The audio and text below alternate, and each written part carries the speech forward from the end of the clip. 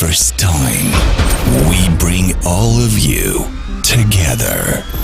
Government, state agencies, public authorities, partners, investors and developers for a very big reason. We have to make Moldova a perfect place to live, to work, to invest.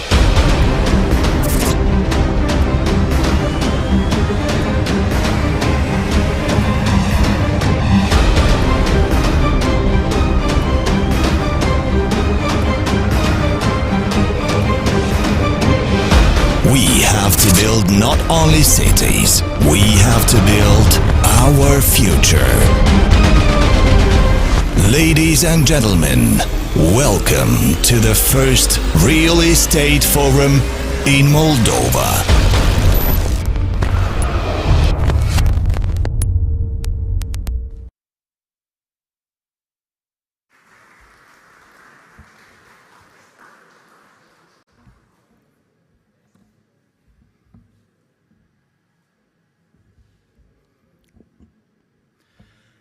Bună ziua, stimați prieteni, stimate domnule viceprim-ministru, ministrul infrastructurii și dezvoltării regionale, domnul Andrei Spânu, distinși oaspeți.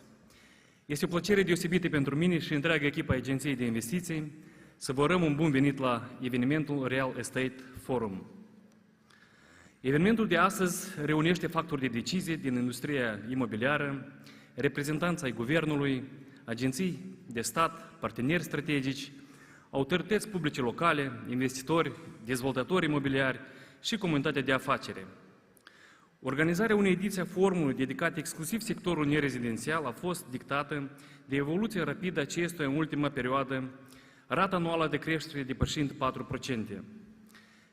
Dezvoltarea accelerată a comerțului online și nevoia companiilor de spații pentru logistică și distribuție creează premize unor investiții accelerate în sectorul industrial, retail și logistică.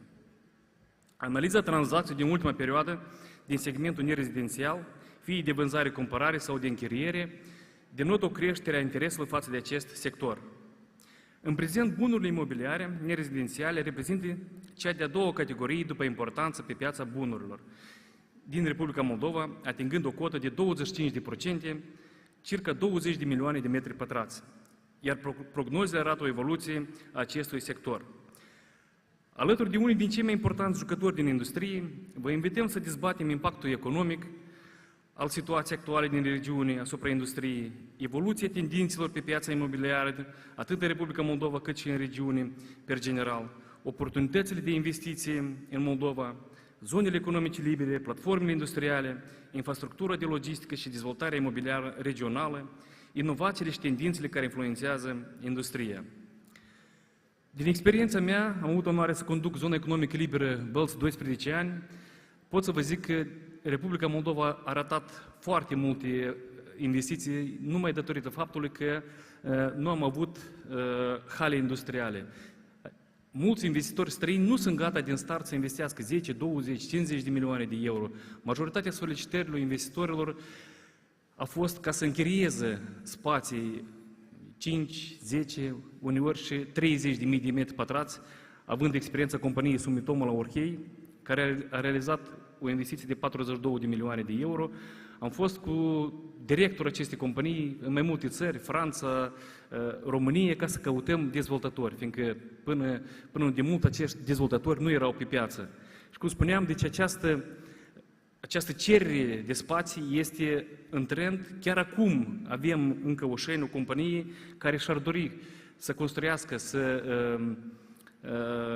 contracteze un dezvoltator, să construiască 10.000 de metri pătrați, garantând o chirie pentru o perioadă de 12 ani și, evident, un preț fix. Din păcate, cum spuneam, deci nu avem astfel de spații și solicitarea pe piață este una foarte, foarte mare. După cum am menționat mai sus, pe lângă antreprenori am invitat în aceste întâlniri instituțiile de stat, autorități locale, partenerii de dezvoltare, iar scopul principal este să planificăm acțiuni concrete cu care fiecare din acestea pot contribui la soluționarea problemelor antreprenorilor, la creșterea și dezvoltarea sectorului imobiliar. Pe această cale doresc să accentuez că ușa Agenției de Investiții este mereu deschisă și aveți tot suportul din partea echipei într-o realizare cu succes a proiectelor investiționale la noi în țară. Iar noi vom avea grijă să vă susținem la toate etapele procesului investițional. Vă rog să acceptați sincere noastre prețuire pentru angajamentul, dedicația și viziunea dumneavoastră care cu siguranță va avea efecte remarcabile asupra investițiilor în economia moldovenească. Vă dorim să obțineți cele mai bune rezultate posibile în toate demersurile dumneavoastră viitoare. Suntem o țară mică, cu inimă mare și oportunități enorme. Vă mulțumesc!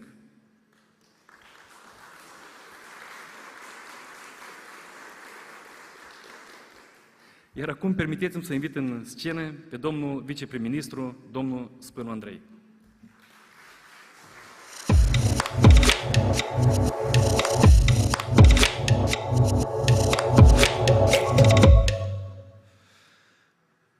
Bună ziua tuturor! Mă uitam la video, scria că prima, dar mi se pare că e a doua. Când am văzut și anul trecut. Eu anul trecut v-am promis că am să vorbesc așa din suflet, ceea ce cred, despre ce se întâmplă în acest domeniu. Anul trecut am fost așa un pic mai dur, dacă termenul este corect folosit. Eu am să încerc anul ăsta să fiu un pic mai echilibrat. Da, doar un pic, dar vă rog să mă înțelegeți. Eu vă propun ca noi să începem printr-un fel de nou contract social între stat și dezvoltatori. Tot ce s-a întâmplat în ultimii 10 ani, sau poate chiar și mai mult, trebuie să se oprească. Și cred că toți cei din sală înțeleg acest lucru. Acest contract social între noi, minister, stat, administrație publică locală și dezvoltatori trebuie să fie bazat pe corectitudine.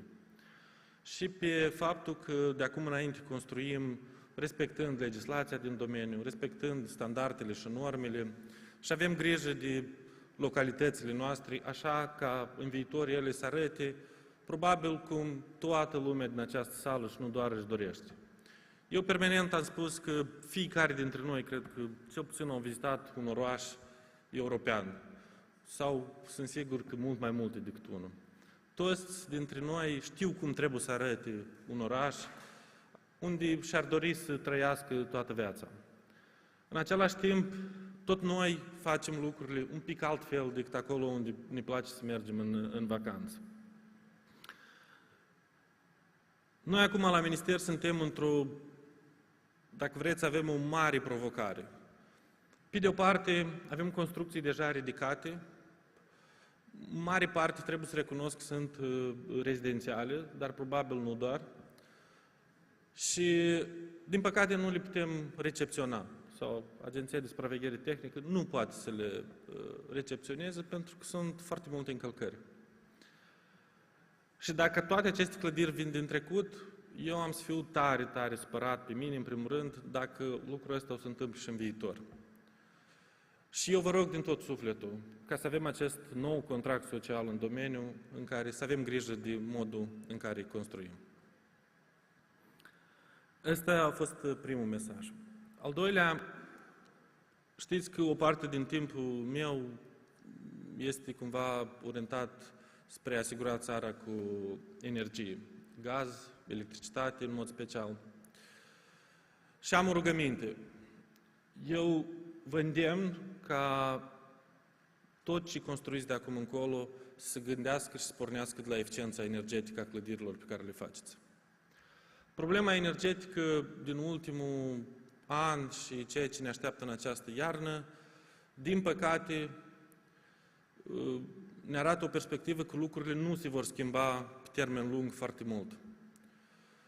Tot ce a fost 2-3 ani în urmă pe piața energetică, cu prețuri scăzute, încet, încet se duce și nu o să mai fie. Costul energiei și în viitor va fi unul înalt. De aceea mi-aș dori să văd clădiri cu fotovoltaice pe acoperiș,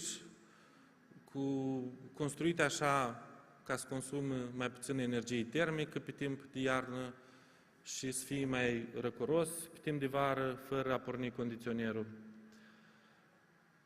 Mi-aș dori foarte mult ca clădirile construite în Chișinău și în Bălți, în mod special, să fie conectate la sistemul centralizat de încălzire. Înțeleg pentru mulți dintre dumneavoastră și pentru noi, amintirea despre sistemele centralizate de încălzire vine din perioadele mai vechi, sovietici, când echipamentele erau foarte învechite și prost lucrau. În același timp, de un an de zile de când sunt la minister, noi încercăm să investim enorm și în termoelectrica și în CET Nord, astfel ca ele să poată să intre în competiție în acest sector, cu puncte individuale de reglare, cu schimbarea tehnologiilor la nivel de întreprinderi, cu schimbarea rețelelor astfel ca ele să fie mai convenabile. Sunt discuții foarte multe și pe alocuri sunt și obligațiuni a dezvoltatorilor ca să se conecteze la sistemul centralizat dacă asta permite. Din păcate, ele sunt ignorate. Noi va trebui să revenim. Pentru că sistemele centralizate de încălzire în Chișinău și Bălți, pe lângă faptul că produc apă caldă și căldură, generează și energie electrică la nivel național, prin cogenerare.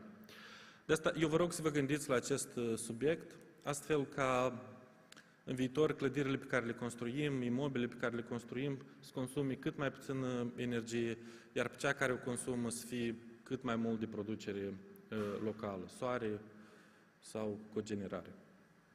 Și ultimul mesaj, a ceea ce facem noi la minister, eu am descoperit sectorul într-un mare haos și trebuie să recunosc că dacă pe alte domenii am reușit să ne mișcăm mai repede, pe domeniul ăsta probabil ne mișcăm mai încet decât mi-aș dori eu personal. Și aici pornesc de la actele care reglementează domeniul de calitate în construcții, eurocoduri, normativi și așa mai departe. Deci noi suntem în situația în care avem o parte, parcă ne-am aliniat la Uniunea Europeană, în același timp încă mai avem SNIP-uri și tot felul de alte documentații care evident că sunt învechite.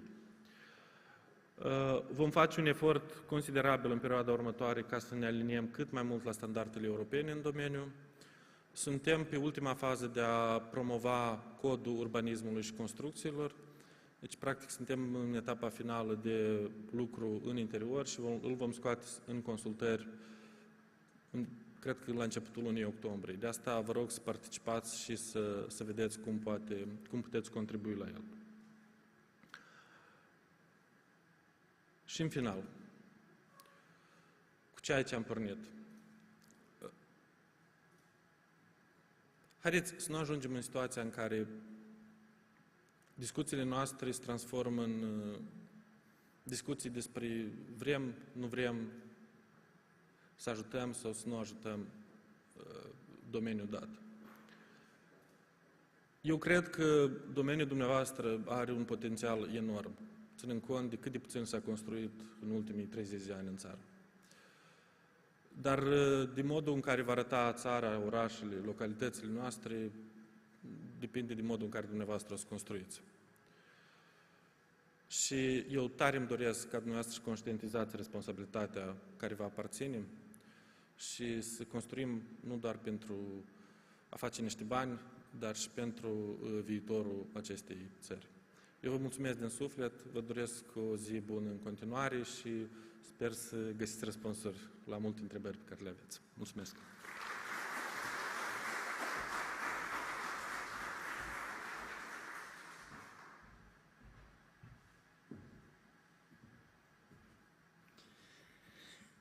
Este încă prima parte a zilei și probabil colegii au hotărât să-mi delege mie urcarea și coborârea pe scări, probabil ca să mai slăbesc un pic. În continuare aș dori să invit în scenă unul din cei mai importanți banchieri pentru Republica Moldova, de la Banca Europeană pentru Reconstrucție și Dezvoltare. Este un prieten foarte vechi a zonei economice libere Bălți. Au finanțat mai multe investiții foarte importante, de la Gebauer, Drexelmeier, nu știu, probabil și Sumitomo. Deci, cu cea mai mare plăcere îl invit în scenă pe domnul Alexandru Kosovan.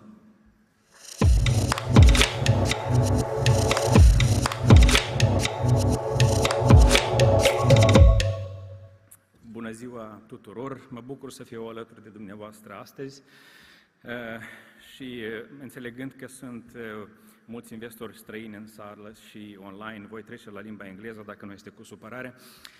Your Excellencies, distinguished guests, it is a pleasure to be with you at this important forum today.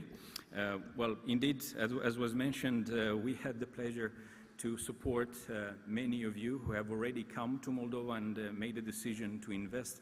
And having looked at the invitees list, I was pleased to see many names, many corporate names that we have already partnered with in Central and Eastern Europe and including in Moldova. So you are most welcome, and I greet both the domestic investors and the foreign investors looking at these opportunities today.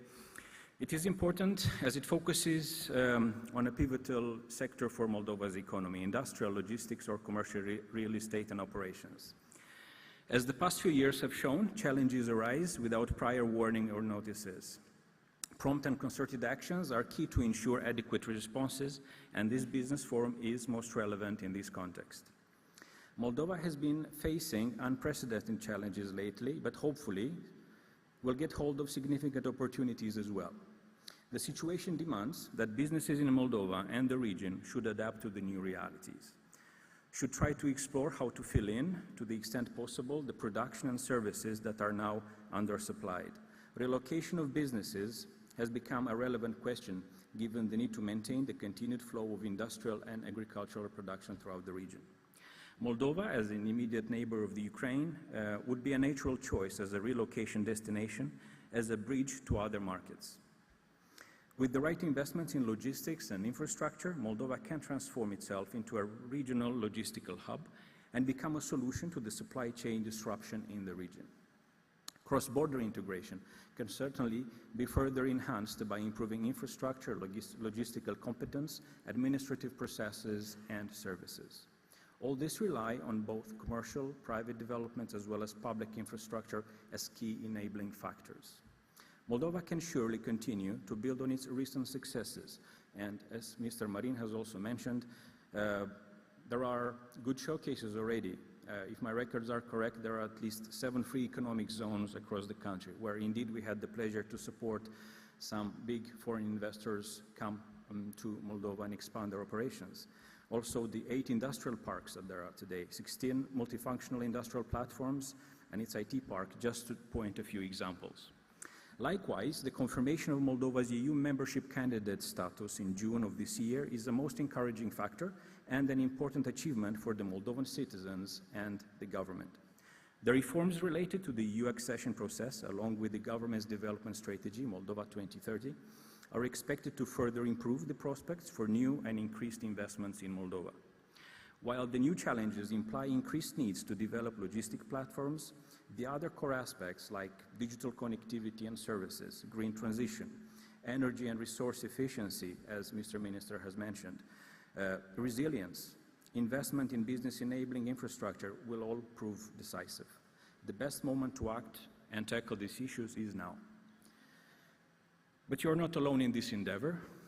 The Ebrd and other development partners as well stand ready to continue the support for the governments and yours, investors' creative plans and forward-looking and ambitious endeavors.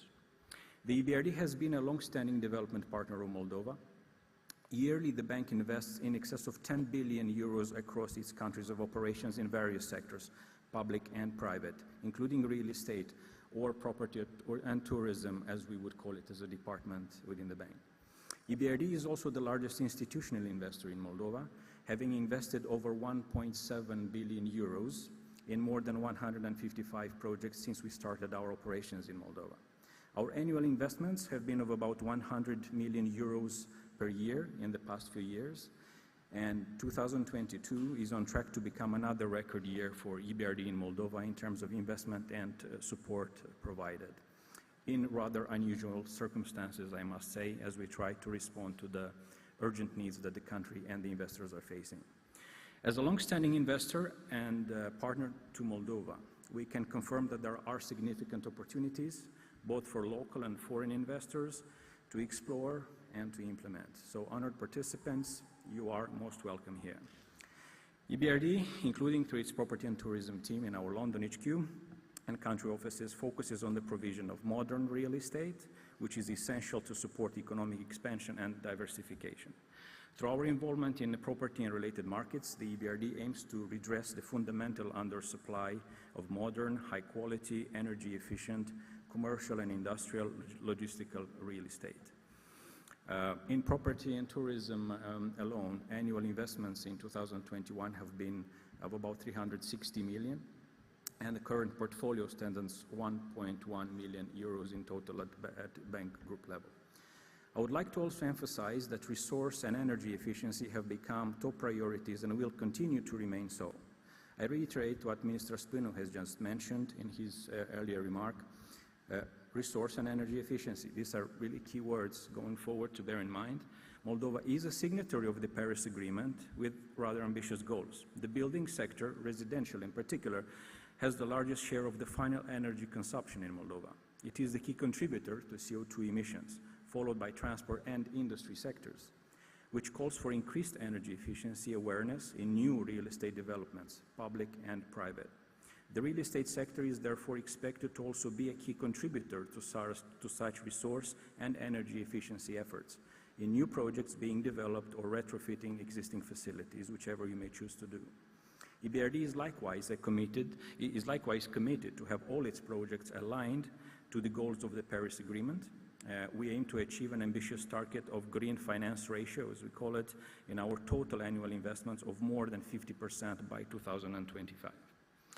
Speaking of enhanced trade through global value chains, a green economy transition or approximation with EU quality standards, I cannot skip mentioning the recent support we have provided to the Schwarz Group, Kaufland. The bank has just recently provided financing to Kaufland for its development plans in Moldova as part of a larger loan amount for the regional needs of the group. The loan will finance the rollout of green stores and sustainable buildings, EDGE certification for both Romania and Moldova, promoting high standards in building sustainability. Other investors' names have been mentioned today, and indeed their footprint is noticeable, and their efforts are well appreciated. We encourage more investments of the kind. A vibrant real estate sector is crucial for functioning economies and for supporting economic growth. I will now briefly shift to how EBRD can support your investments in Moldova without going into too much detail. We are very flexible and can provide a wide range of financing instruments for simple debt financing, loans, equity investments, as well as mezzanine financing where necessary. The exact terms would depend on specific needs and market conditions. Financing amounts indicatively can range from 1 million to 300 million, but really the upper limit is constrained by the debt capacity of the client or borrowing capacity, creditworthiness, so to say. Well, having said this, and to conclude, EBRD is ready to consider supporting your development and investment plans, commercial, industrial, logistical real estate, which is a niche with big upside potential and worth exploring. So I look forward to speaking with you during the break, and I wish you all the best and to get the maximum out of this very important and very timely forum. Thank you very much.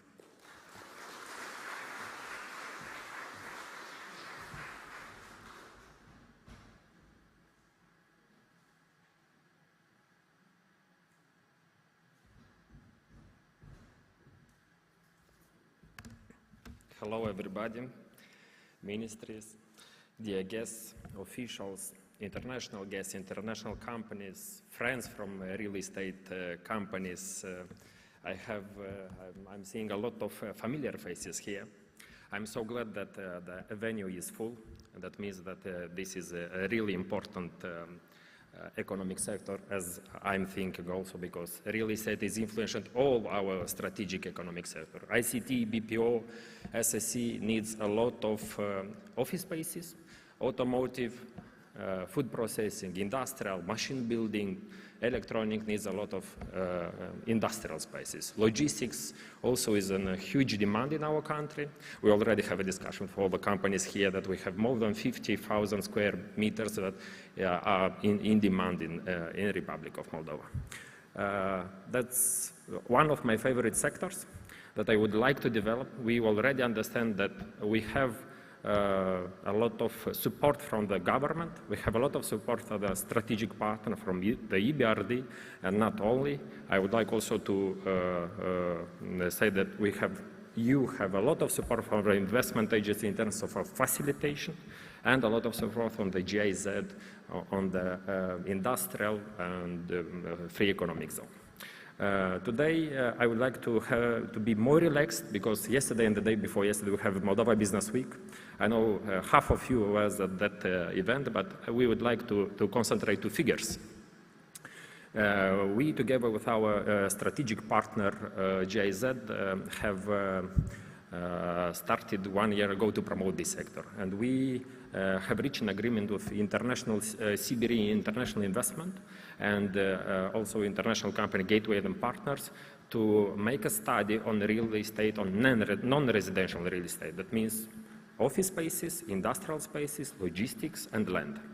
And for the first time in our history, our country has such a study that I definitely will influence a lot the development of this sector, because a strong real estate, non-residential real estate will definitely have a huge influence on sustainable economy of our country. We will have a short day, I think. We have only 4 panels. First, and one very nice presentation. First presentation will be Gateway and Partners, along with Ebrd Investment International, about that study on non-residential. I would like to invite Corneliu Kosher to the scene to make that presentation, because real estate needs a lot of figures. Yeah? Corneliu, please.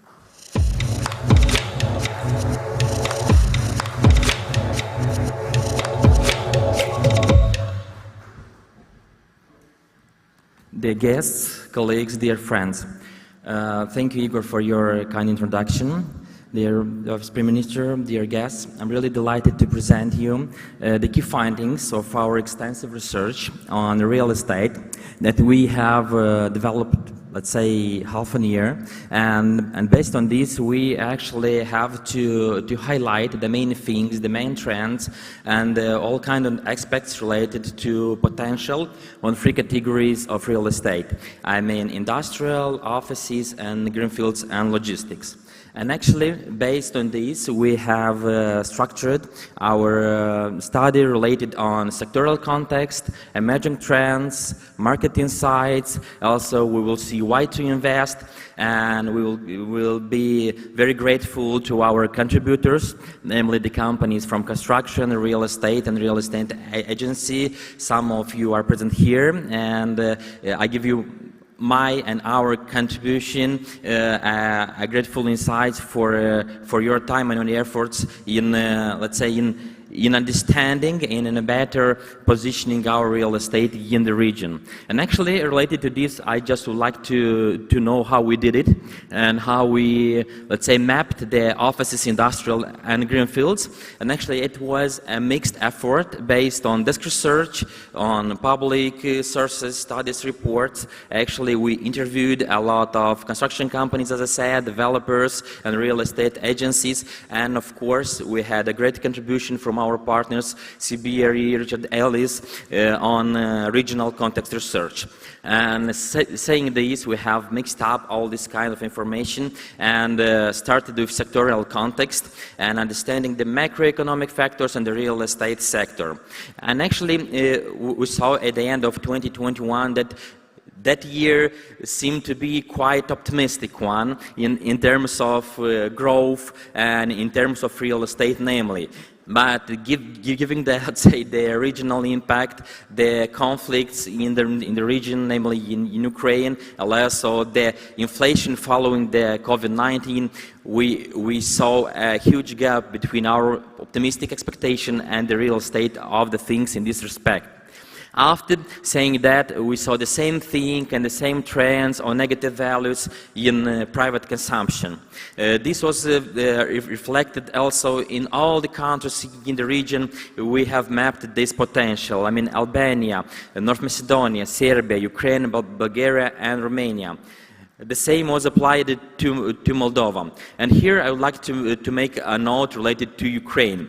Actually, initially we have included the Ukraine as a huge, regional partner and player in real estate. But all our findings, all our figures, and all these things was actually spoiled out based on the conflict in this country and following actions.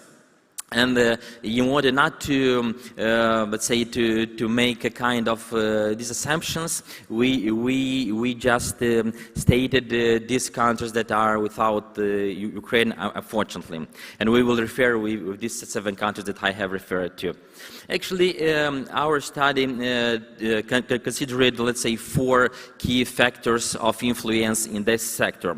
We stated the geopolitical context, and this is the first, based on regional aspects and regional situation. Construction costs that were stated as a first point, and more constraints, namely related by the interviews and by the respondents. Specific demand on specific type of real estate, offices, industrial premises and greenfields, and inflation and mortgage rates.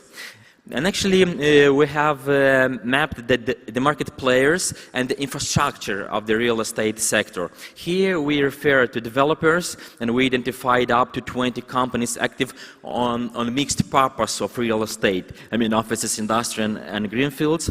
Also, construction companies, real estate agencies, city halls, local and central authorities, the Ministry of Infrastructure and Regional Development as the key stakeholder of the sector. Also, offices and notaries that are as supporting institutions to our sector. And based on this, we just wanted to conclude some resume of the sectorial context. And that being said, I would like to state that 70% of the real estate market in Moldova, of course, belongs to to residential sector, and 25% belongs to non-residential sector. And as Mr. Chaban referred to, indeed, this non-residential sector is a fast-growing one, related and correlated to our general macroeconomic situation, and we can encourage and let's say tap on this increase up to 5 to 7% year by year in terms of stock, in terms of delivery, and of course in terms of regions to be delivered.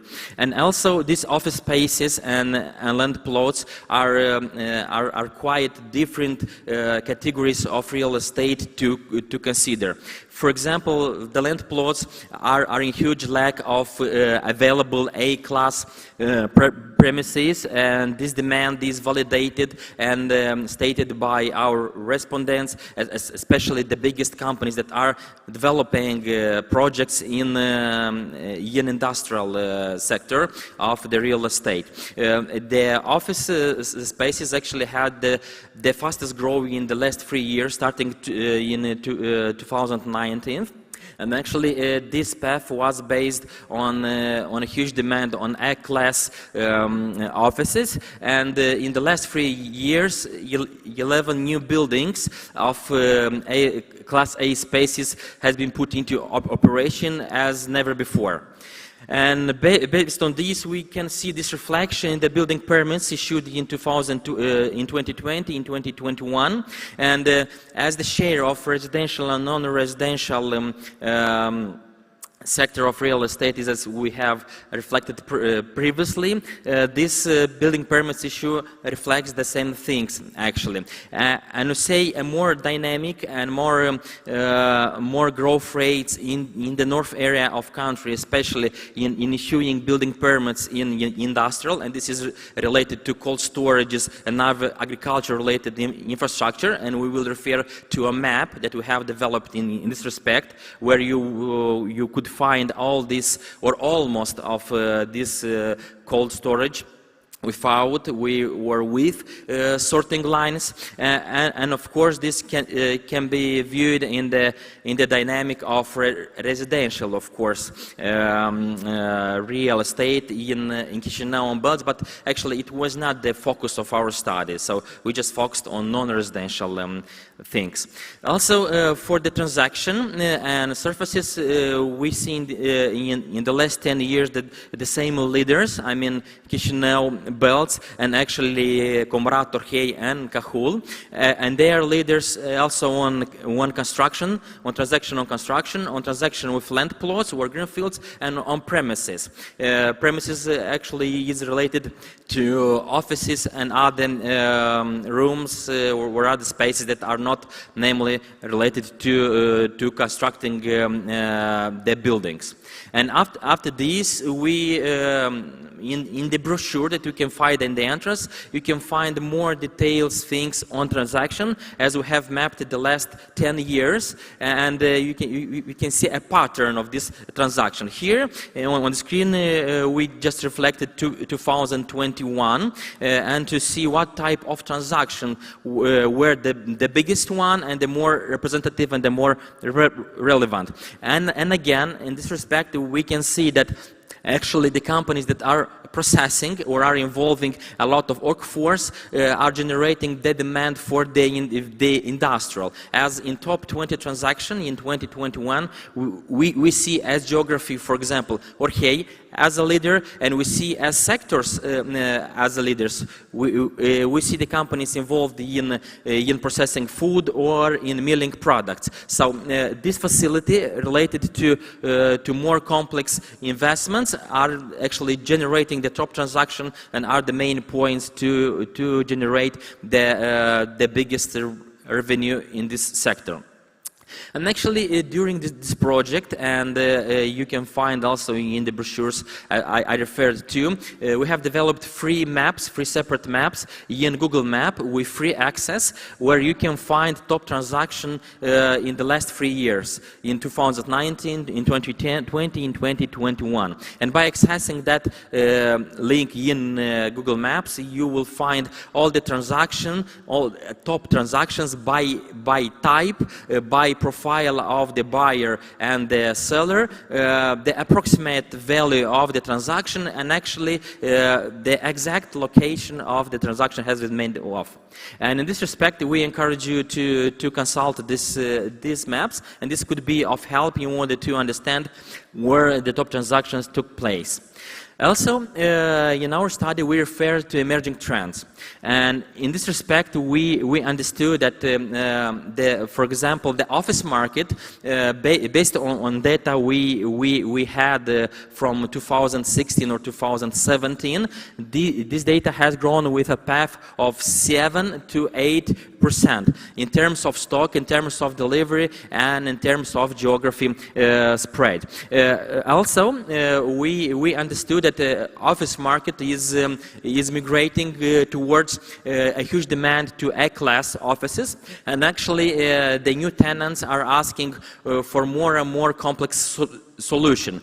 Parking to be included, different works to be included as a complex offer. Also, here we refer to their demand to let's say to split these costs by proper items. I mean, to be very clear on costs that are asking by the landlord or by the owner of that offices. So these tendencies we will see in the next slides is very appropriate to EU market, and is present in each of the countries we refer to actually.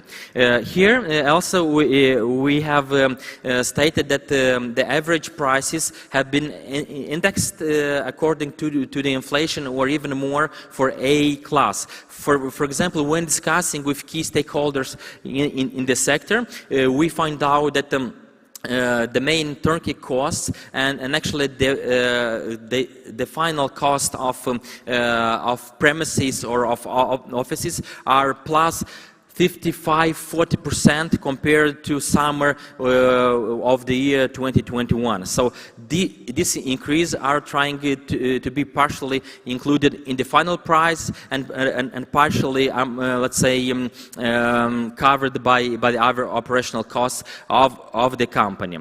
Also, we identified some key findings of industrial construction sector, and we find that, as in the case of offices, more and more tenants are asking for all-inclusive cycle of proposing this industrial part and sector. For example, discussing with one of the biggest developers in industrial in developing industrial premises, they said that actually, as never before, the new tenants are asking for, of course, energetic efficiency. That speakers have referred to. Also, they have referred to A-class premises, where actually we do not have clear standards here locally adapted, and we have to, let's say, to borrow these standards from the neighboring countries. I here refer to the industrial premises, and actually in this respect, there is no clear market leader that can propose specific and successful stories of how, let's say, an A-class building of industrial premises should looks like.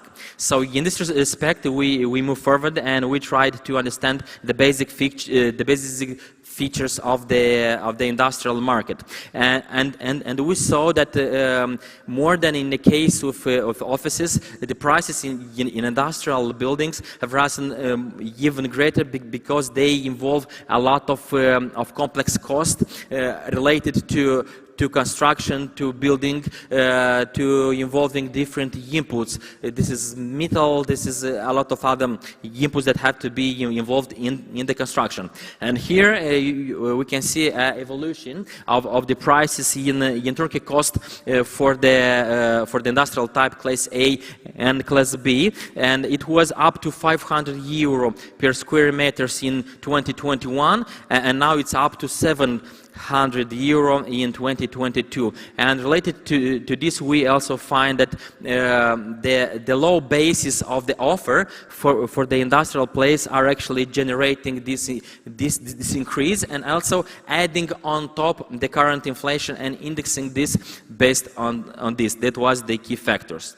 And actually you can see here the map I have referred to previously, and you can find in the brochure, and namely in the digital format of the brochure, you can find the Google Map link, where you can click and see up to 400 cold store chains that we have mapped in different locations without sorting lines. And you can see, by clicking on each of these premises, you can see the characteristics and the storage capacity actually of each of them. And so you can see in blue cold storage without sorting lines, and in yellow we can see cold storage with sorting lines. And this could be, I think, a relevant tool in order to understand where is the potential for the potential clients, and where is the potential for the potential constructor or developers, and how to understand this spread of industrial premises. And actually, as Mr. Chabani said, we for sure referred to potential of free economic zones, their location and their free buildable greenfields area available at the moment. I won't stop at some details here. You can find this in the brochure. The main idea is that there still are some available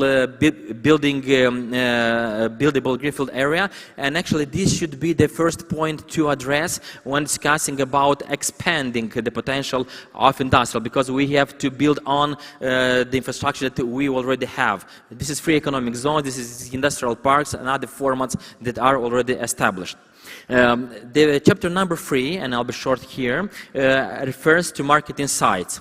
And actually we have identified for the potential investors some risks, some growing demands, and some potential of our real estate sector for non-residential type offices, greenfields, And of course, industrial premises identified as key economic factors. And also we here refer to forecasts and estimates.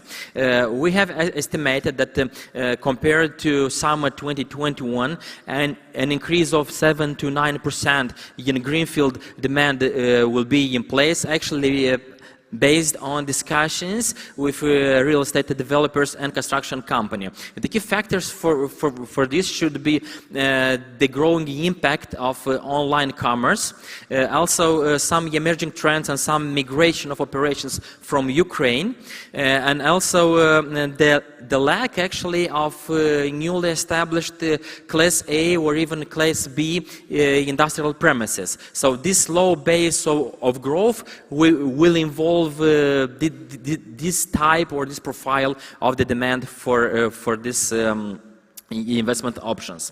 So when we are suggesting some investment options for offices, for industrial, or for greenfield, we emphasize these things for industrial of already established infrastructure.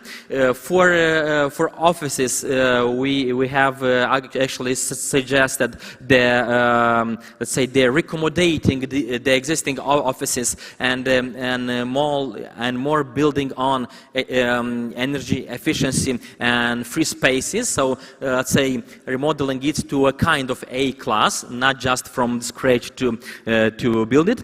And from greenfield, related to the new legal framework, just to encourage the potential investors for considering them as an option. And in this respect, I just want to tease you and to show how we reflected and how we understood the position of the Republic of Moldova in the region related to a very important thing, and namely the market practice.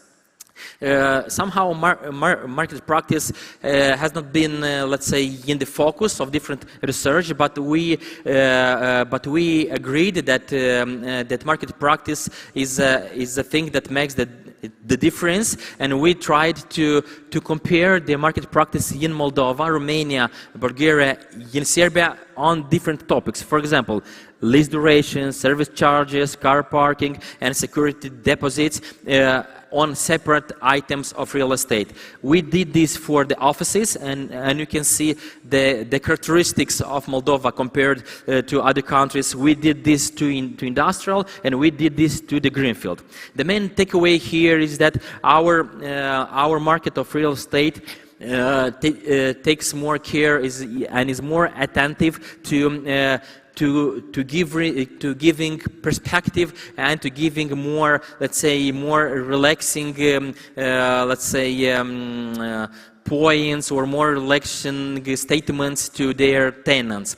Actually, this is related to, let's say, to software, but there are a lot of things that are related to hardware. For example, we do not applying still that provision that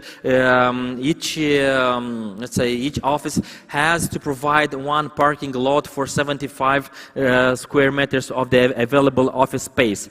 We are still providing this for 100 square meters, and based on the discussion that we had with top developers, top real estate agencies, and top construction companies, this should be a problem of adjusting a lot of standards and provision in market practices, because based on this, some of premises are not attractive because they do not provide the whole cycle of the life of an investor. I mean, parking lots, facilities, not just the office spaces. Thirdly, we have made a kind of trends and key findings snapshot on offices for the Republic of Moldova, Romania, Bulgaria, and Serbia, and we find out that only Romania, because of a larger territory, is more or less spread on its potential for offices and industrial spaces. But actually, Moldova Bulgaria and Serbia are quite similar in terms of concentrating these spaces and this offer in the capital cities. And also, I won't refer to specific numbers, but in the brochure, you can find still the available stock for the offices, the available stock and the potential for the industrial premises. And finally, in our study, we have referred to why to invest. The previous speakers, of course, referred to these things and what could be the key attracting points for a potential investor or for an investor that is already present here in Moldova. Here, of course, we will highlight the, let's say, the candidate position or the candidate status of the Republic of Moldova, gained in June this year. Also, we will highlight here the low growing base for the industrial and offices where the potential could be extended a lot. And also, we will highlight the thing that a lot could be also constructed and a lot could be also used in our already established infrastructure. And here we will of course refer to free economic zones, industrial parks and other premises. Also, we highlighted the institutions that have to be contacted by potential investors at each stage of the process and in the entire cycle. Here I'm referring to design and construction phase, registration and transaction. Frankly speaking, it's a kind of challenging travel through the institutions, but we had to show this in order to highlight that, for example, registration and transaction is a more relaxed process compared to design and construction. Also, as I say, the free economic zones represent one of the most, let's say, relevant achievements when proposing some key points or some investment attraction for the potential partners. Also, we are speaking about industrial parks in the same respect. And finally, I will refer to key economic drivers for the real estate market in offices, in industrial building and greenfields. And the most of our respondents referred to location. When we are speaking about offices, they referred to complex complex offer of services. And when we are referring to industrial buildings, and the same location when we are speaking about greenfields. And finally, in order to understand a typical overview of regional comparative average prices for non-residential real estate, and we took Moldova and Chisinau, Romania, Bulgaria, Serbia and Albania, and we just compared in Q1 2020 the rent for offices and the rent for industrial buildings. And as we said, thanks to the thing that the industrial building is of limited offer, and this presence namely in the field is quite limited. The prices for this kind of premises is higher in Moldova compared to region. But when we are referring to offices, it's of course lower. On the right column, you will see specific trends in Romania, Bulgaria, Serbia, Albania, in Moldova that you could consult in our brochure. And finally, I would like to be very grateful to our contributors that gave us a realistic and actually optimistic view on the real estate market. And here I would like to mention the constructors and developers, and also the real estate agency that were very kind to share their thoughts, to have 1 hour or 2 hour discussion in order to, let's say, to understanding in details what is going on, what are the factors that are influencing, and how we can map the potential and the prospects of the things. And finally, just a small disclaimer on the real estate sector analysis, and thank you to our partners, to JZ and to Moldova Investment Agency that delegated this effort and this honor to us to map the sector and to conclude some relevant things related to this. And thank you for your attention. Thank you. Thank you.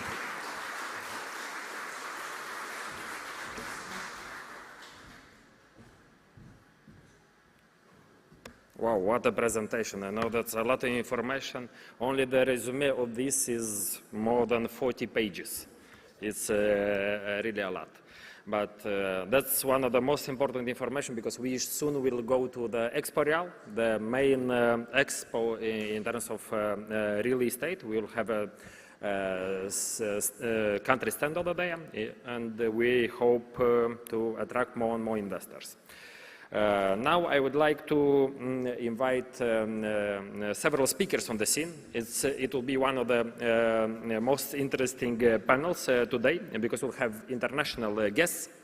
I think we'll be 4, so I will also sit down. First is that I would like to invite is Mr. Karl Stransky, who is one of the most influential persons and professionals in the real estate and industrial real estate in Europe. Please, Mr. Karl. He represents Colliers International. You know, Colliers is one of the biggest brokers in the world. Then I would like to invite Mr. Laurențiu Duică, who is a friend of Republic of Moldova. We met at Expo Real last year, and I was impressed by the volumes and the knowledge that he has in this field. And he knows the market very well. He also was at the Colliers International, as you can see. And he runs his own business in this field. Next, I would like to invite one of our friends of the investment agency of Republic of Moldova, a person who generates already investment in our country, Mr. Alan Schultz, Executive Director of Belgium, Luxembourg, Romanian Chamber of Commerce.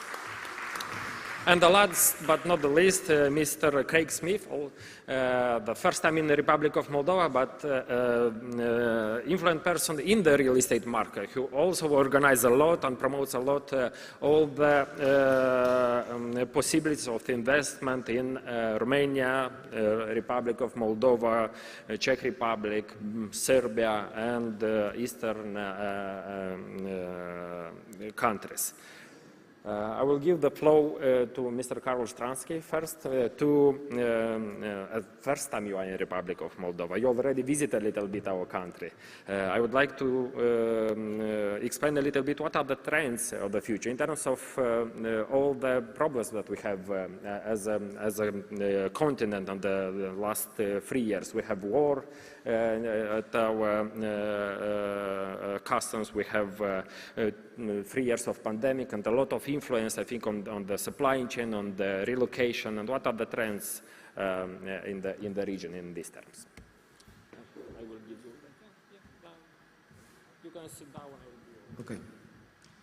Igor, thank you. I'm really thrilled to be here, and Igor was very bold with me because unlike the other panel members, I know very little about your country. And I decided to make this a strong point because it might be interesting for you to see how people who know very little about you see you. And I think that is useful because it first gives you a perspective and mirror, and then hopefully it helps you to focus your efforts in where you can either improve the awareness or improve the actual situation. Maybe before I start, a last statement. I won't talk that much about real estate, although I am grateful former colleague of Laura. I will mostly talk about what is behind the scene, since my primary role is to advise major international corporations selecting the country and the city and the building where they are supposed to operate, And as you can imagine, most of those factors are not related to real estate. They are related to other factors, and I hope I can manage this. But they are related to the external factors. Now, I prepared quite a heavy set of slides, and I understand I have very limited time, so I will just quickly go into the slides that I think are potentially triggering some thoughts and ideas. So, you know, for people who don't know your country, they will probably look first a little bit about current geopolitics. That means proximity to Russia. That's a disturbing factor. They will look a little bit about the history. And obviously, your country was somehow in the middle of Turkey and Russia for the last 1,000 years. And both of those empires left some legacy here. And also, we'll look at how the country stands with respect to the key stabilizing factors in Europe, which is NATO membership, EU membership, Schengen area, and so on. And effectively, the simple conclusion is here, and the most important one, that European Union considered this country as very important for the future, hence the accession or candidate status to EU.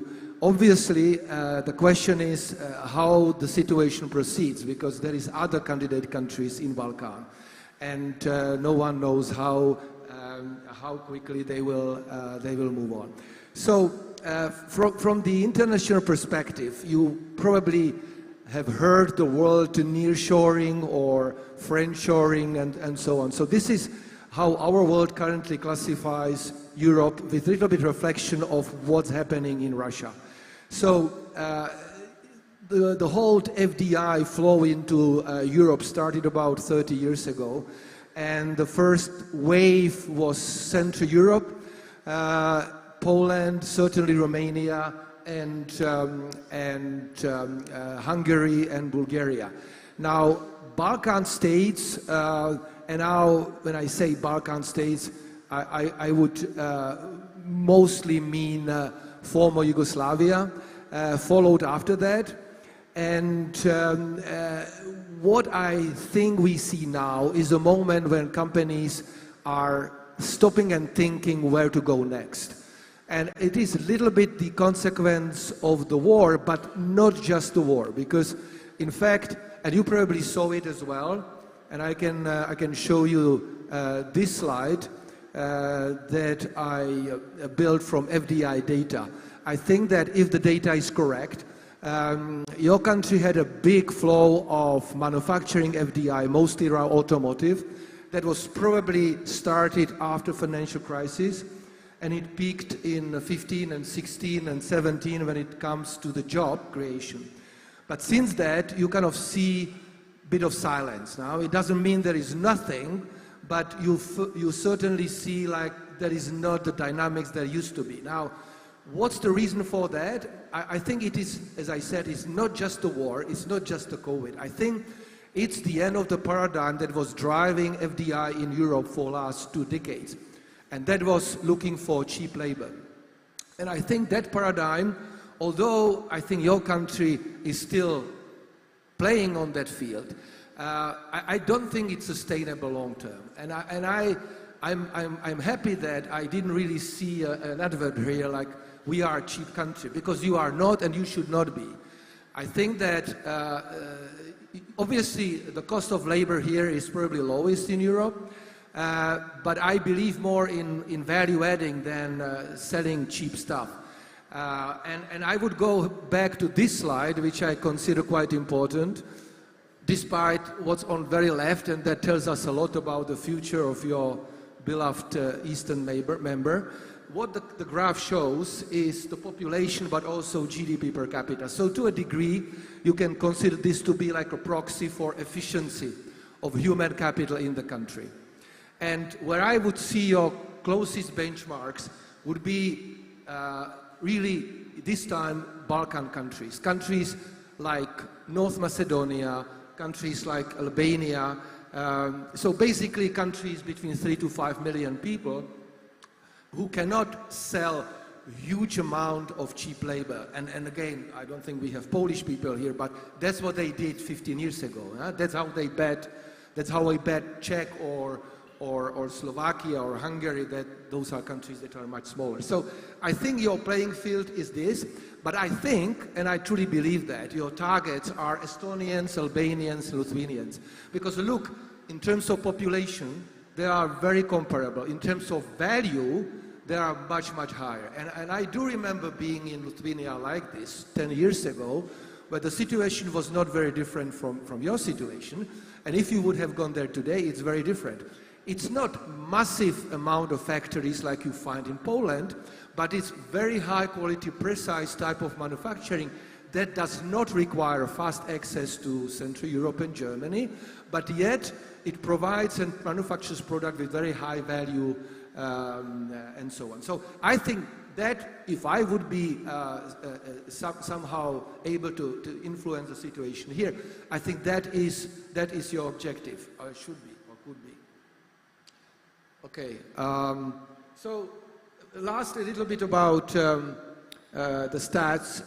Obviously, I can see that your country is clearly a leader in electronic equipment for auto industry, which is great because it is a good type of operation. But two remarks, and again, I don't want to be negative, but auto industry is going through a significant transition. That may represent both opportunity as well as a threat. No one knows. I don't think even automakers don't know. Then their suppliers don't know either. But on the other hand, I think to a degree there is a certain risk to be purely associated with that industry. So I think electronics is great. Anything sound electric is great. But I think that it would be good to start to look for other opportunities, not just auto industry. Because I think your dependence is not as high as North Macedonia or Serbia, for example. And that business in Serbia is probably not than 5 years old. So it is very, very new there.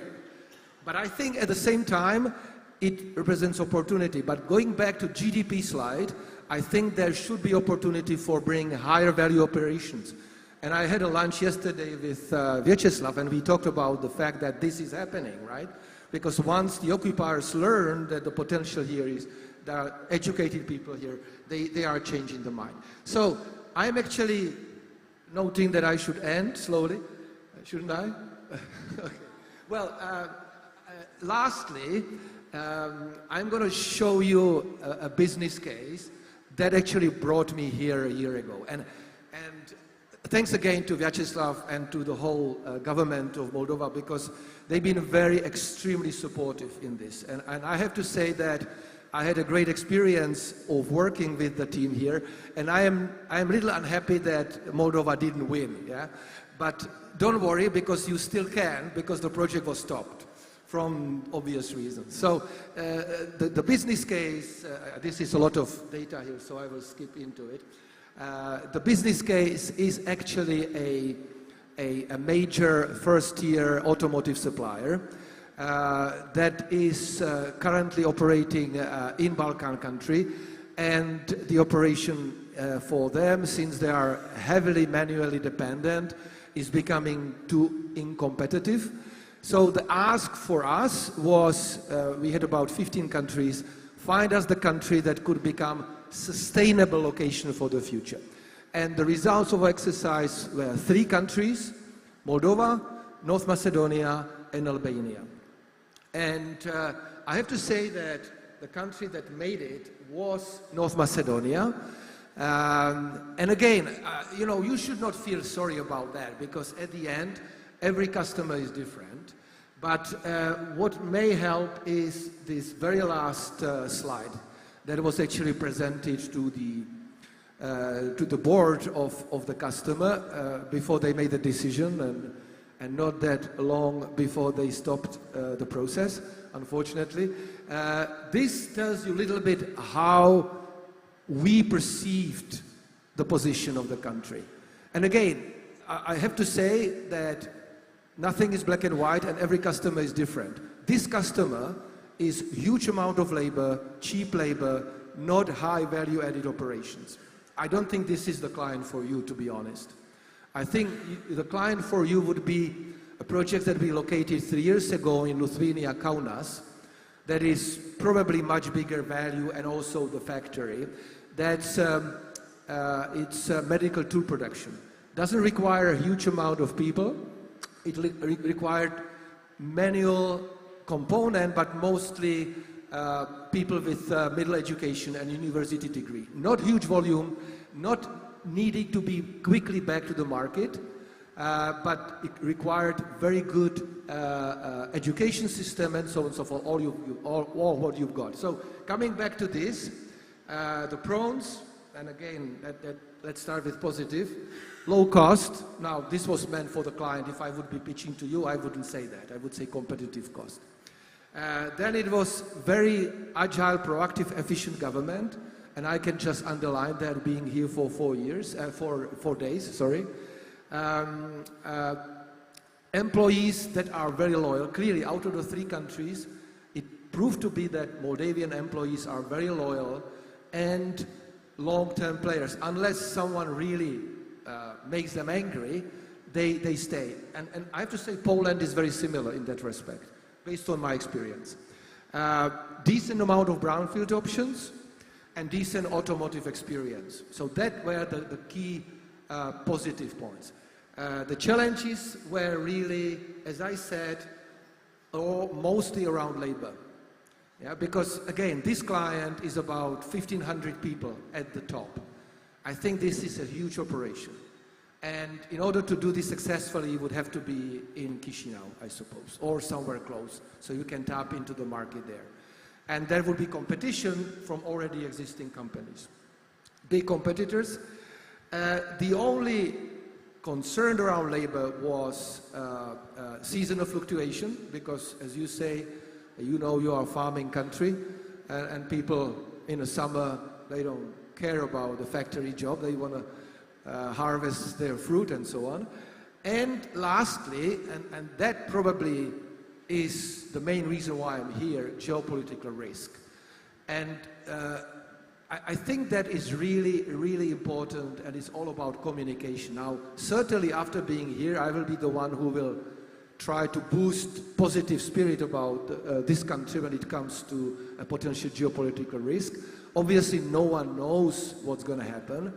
But as I see here, you know, this country has lived, at least for us, 200 years, somehow in relationship with Russia. You know, you speak Russian, but yet you maintain your position that is not Russian, yeah, that is more European, and certainly it is a position of the country that has very different objectives than Russia. Yeah? I think that you understand the value that your history and education and so on represent, and you want to capitalize on that. And that would be the message I will be sending over for the future, and I'm really happy to be here, and I hope I didn't go that much beyond my time. Thank you.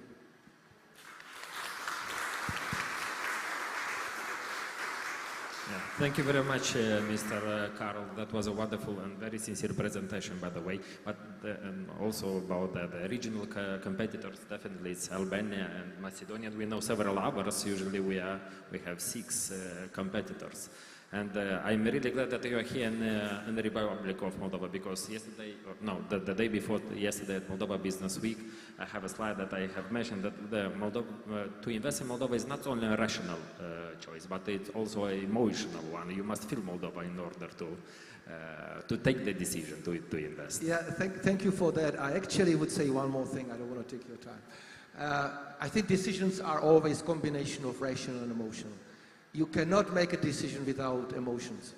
Obviously, there is a certain level where you can quantify stuff, but typically the most difficult piece is not quantifiable. And geopolitical risk is one of them, so that's why I'm here. Thank you. Thank you very much. Let's have an agreement that we will invite all of them to have a study visit in Republic of Moldova before you will send that slides. Thank you very much. Laurențiu, bună ziua and hello. Bună ziua. First of all, thank you very much for the invitation, Igor. and it will not be easy for me to discuss after Karel, but nevertheless, I want to tell you that I was not involved in this speech, and because I was not involved, I saw Romania on the last position. So, because I am here to discuss and to share with you some tricky points regarding the success, how to do.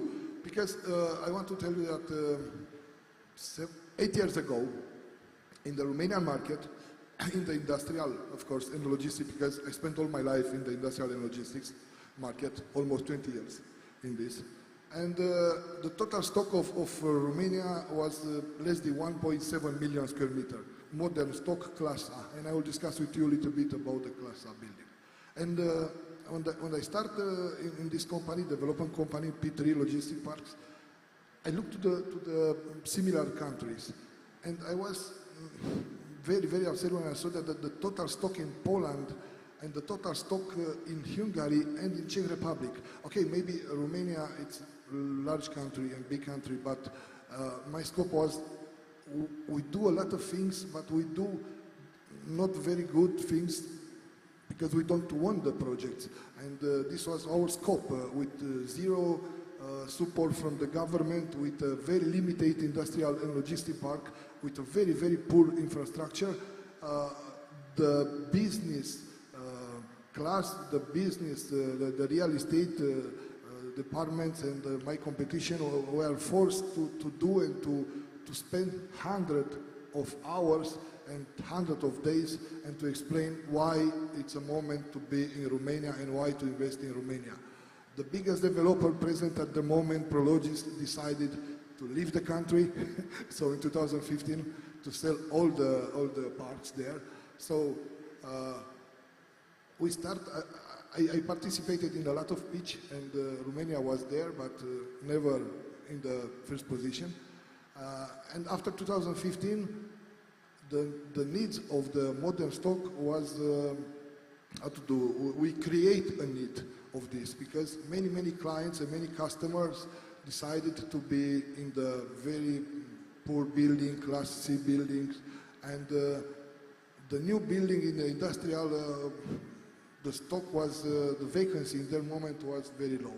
So we decided to present a little bit different in front of future tenants and to push our strong points and to put always and to explain to all this regarding the Romanian potential.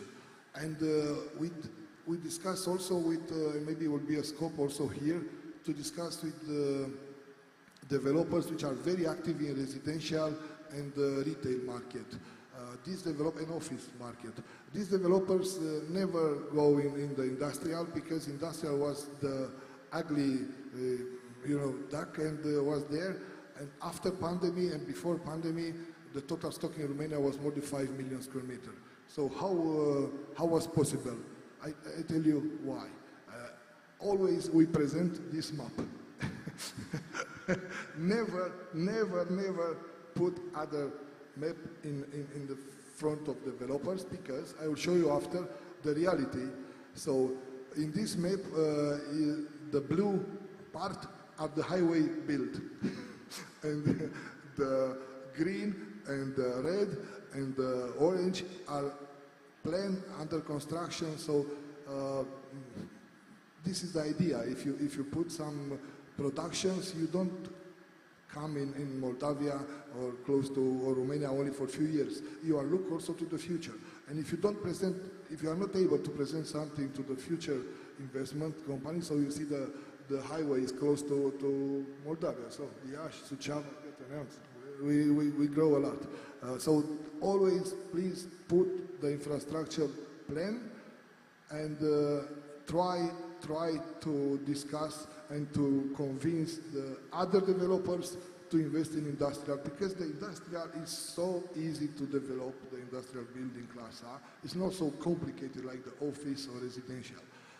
And the return of investment, maybe it's a little bit lower, but now due to the yield compression and due to the need of industrial, I believe the developers like CTP or WDP, they make $1 billion or million of euro in Romania. So this is what I present always when I decided to, when I'm in the beach. Recently, I was involved in a very big tender.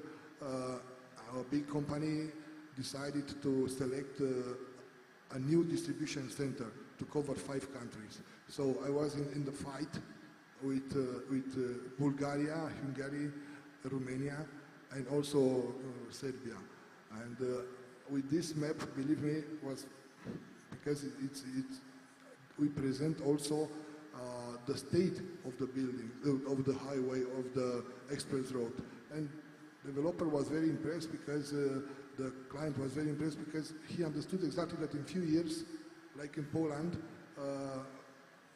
he's able to cross from Constanța to Arad only in few hours. So this is the reality in Romania. So very big country with very low infrastructure, and even if it was very low infrastructure, we won 86,000 square meter big distribution center able to deliver in Bulgaria, Greece, Hungary, Serbia, and Romania. So how was possible? Because I tell you, we present this, and in the table of why the developers, the investor don't come. It's very easy to understand. Yeah. So look how it's in the west part and the other part. So why to put $1 million euro, Laurențiu, in Romania? Why to invest a lot of money here? We prefer to be in the other part, and always they put the government, the political situation, everything. But it's not the truth. We decided to put in competition local developers. We support a lot the local developers, of course, with our knowledge, and they have expertise, I told you, in different sector of activities, but not in the industrial. So in the end of the day, they fight on the same with the same gun to CTP, WDP, Prologis, and other guys.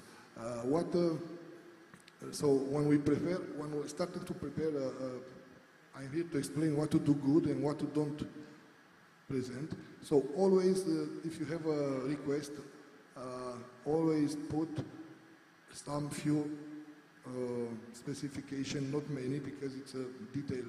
These are technical specification detail to be decided with the client. But for the beginning, when you start the discussion, it's enough to have, I don't know, the clear height, the floor loading capacity. These are only 6 arguments, and they are classified Class A warehouse compared with Class B warehouse. Because also we don't have this. This was Class A, Class B, Class C. Who decided this?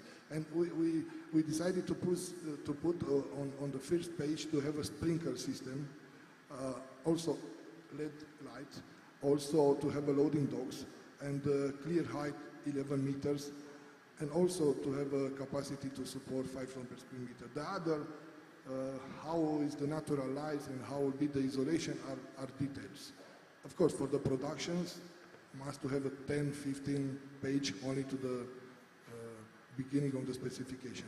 So you prepare always the land, and it's very important that you have a land ready, and this land, they are located well, and they have a industrial zoning, like you mentioned, they have a industrial zoning plan, and this is very, very important. This is the first step. The second is to show that the legal and technical due diligence for the land are according with the tenant's request, because even if they are in the, even if they decided to rent and to don't buy, they are looking in deep regarding the situation of the land. They don't want to be in the situation that after 1 year or 2 years, due to the many other things, to be evacuated for the building. After we started to, this is the timeline. I don't want to you have this presentation, you can share after.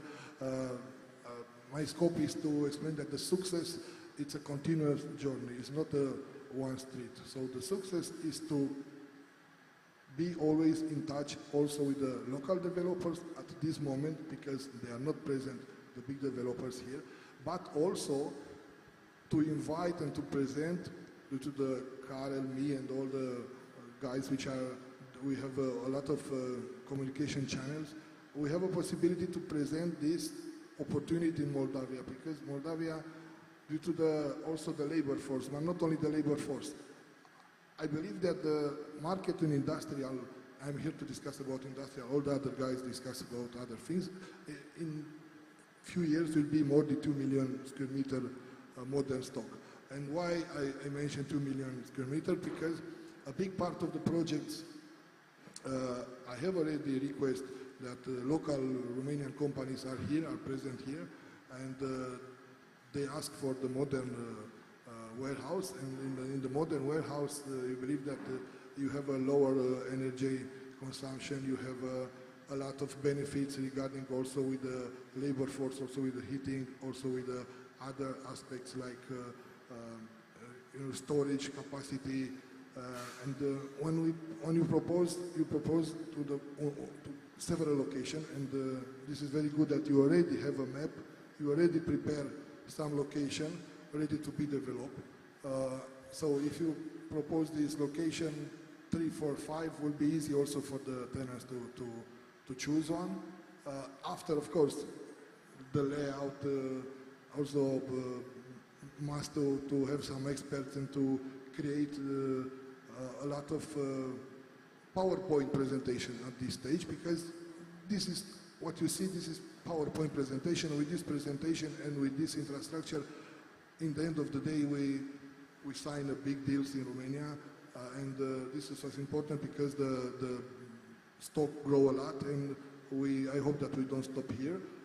Due to the actual situation, I believe that many companies are preferred to put some bases in Moldavia and to don't be in other part like Kiev or other things. So I'm sure, not I really hope, I'm sure that in the few months, 1 year maximum, you have more and more requests regarding the industrial production or only normal warehouse, because a standard warehouse, it's easy to be accommodated also for light production, assembling or something.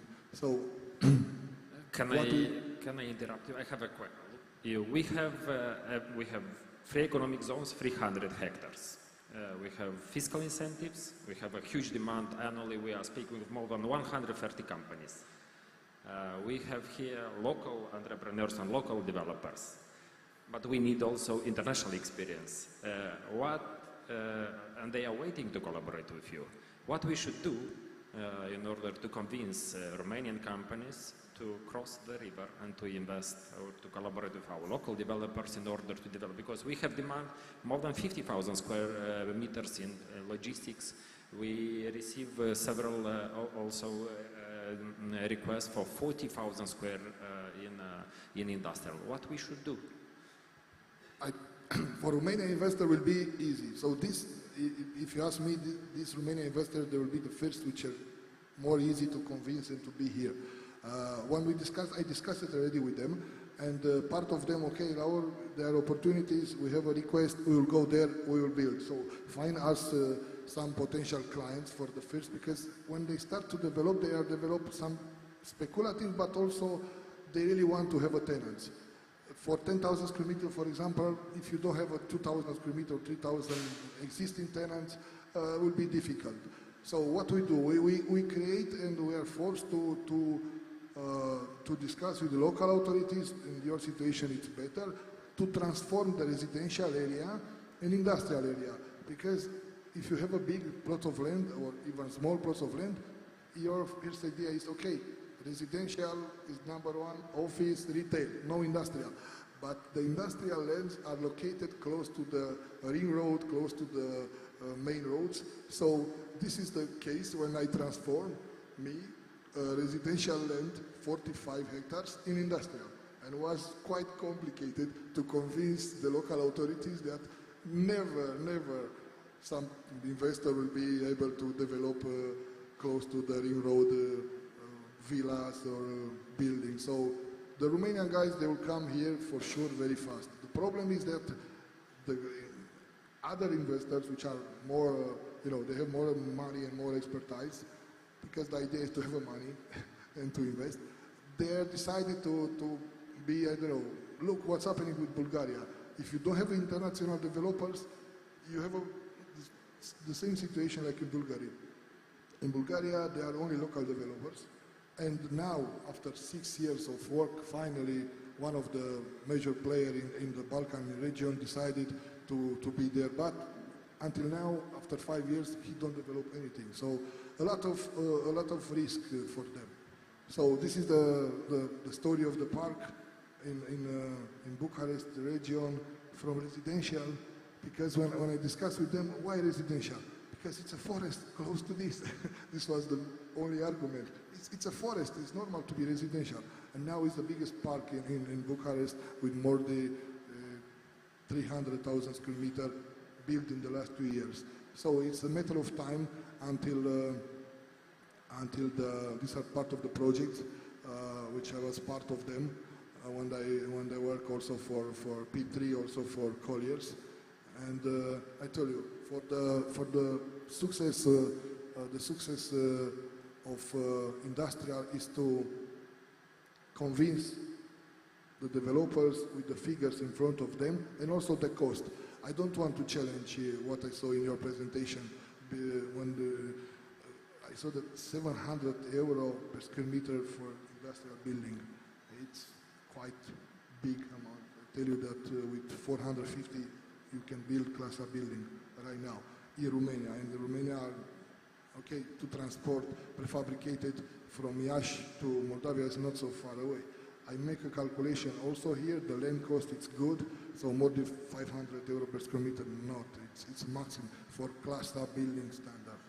And the price was cheaper. If you invest €500 and if you calculated that in Moldova now, we don't discuss about the yield, but in the future years will be compression, I'm sure that with 4 even lower, from 3.8, 3.9 euro per square meter plus service charge, a lot of companies will decide to be here and to invest. So it's just a matter of time. I tell you, first of all, big marketing, promotion, try to convince them, try to work also close with the local region like Romanian investors, and after only in few months, due to the situation, due to the, it's a must to be here. If you have a storage here like Kaufland, they will build 100,000 square meter of warehouse in few months. You will see that. No. And also Fan Courier is here from Romania, so they definitely also need a lot of logistics. So, and the e-commerce is developing, so that's why. Yeah. Yes, but the e-commerce was developed due to because we pushed this. I told you that the big companies decide to have a distribution center in Spain and also in Poland. And very easy. I don't want to be there. I want to be more secure in Poland and after to deliver with the trucks and to split via couriers. Okay, but you lose the business. And hey, they decided to remain there, and other locals guys from Poland, they invest in the rent, and now they are number one in terms of e-commerce. So it's their decision to be there. It's a good market also, Chisinau, a very nice region. Also. We definitely will hear more from Mr. Alan, who has a lot of, thank you very much, Laurențiu, and I have seen several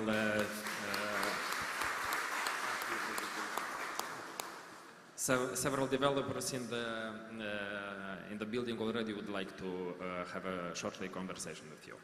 And next, I will present Mr. Alan, who, as I mentioned, is a friend of our agency, of our country, who have already invited several companies from Belgium and from his chamber to invest in Republic of Moldova. But we already know each other for several years, for 2019, Alan. And you know that my goal is to attract several developers in industrial, and you know their names.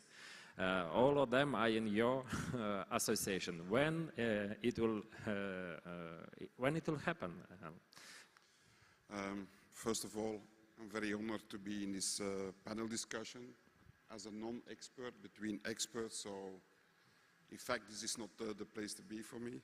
But anyway, I would like to give some impressions, some statements about the situation in Moldova.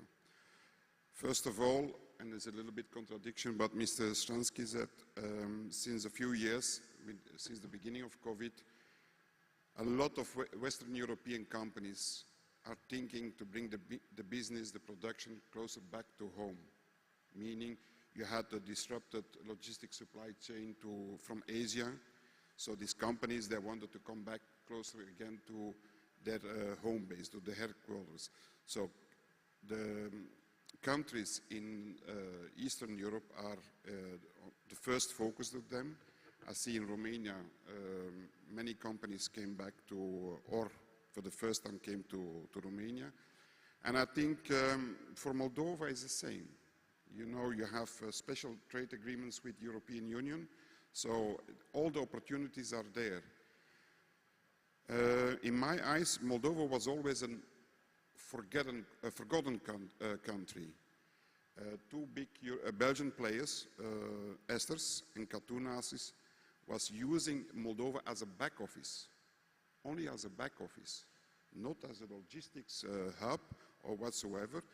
So, but thanks to the war in Ukraine, that's an advantage of what's happened, Moldova is suddenly coming in the picture. You have the access to the European Union. The process started, I think, also to NATO. So Moldova is, I don't say a hotspot, but it's more in the picture now. So there we need to get profit of it with the necessary promotion, and I think the Invest Moldova is a great organization to promote the country.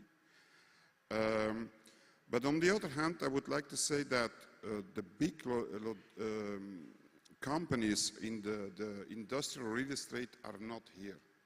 Why? Is this the bureaucracy? Is this the administration?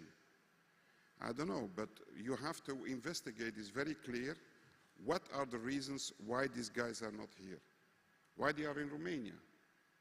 It's just crossing the river. And that's all. Why a Belgian company like WDP is not in Moldova? You don't have industrial buildings, Class A. They don't have, and that's there you have to focus on. We was talking with the Deputy Prime Minister. He's open to have the discussion, but one of the things we said, we don't like to have the situation that we have for the moment in Bucharest.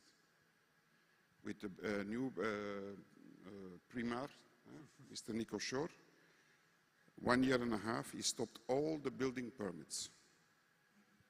Okay, that's good. Because urbanization in a city like Bucharest, and I think it's a little bit here also in Chisinau, is not good. But the companies with a good intention and following everything, following the book, why they cannot continue? I had one time, I think 6-7 months ago, a Belgian investor in Romania with a sack of 200 million euro. He was asking me, what is going on in Bucharest? I said, yes, it's a problem. Maybe I have to focus on other countries, maybe Moldova.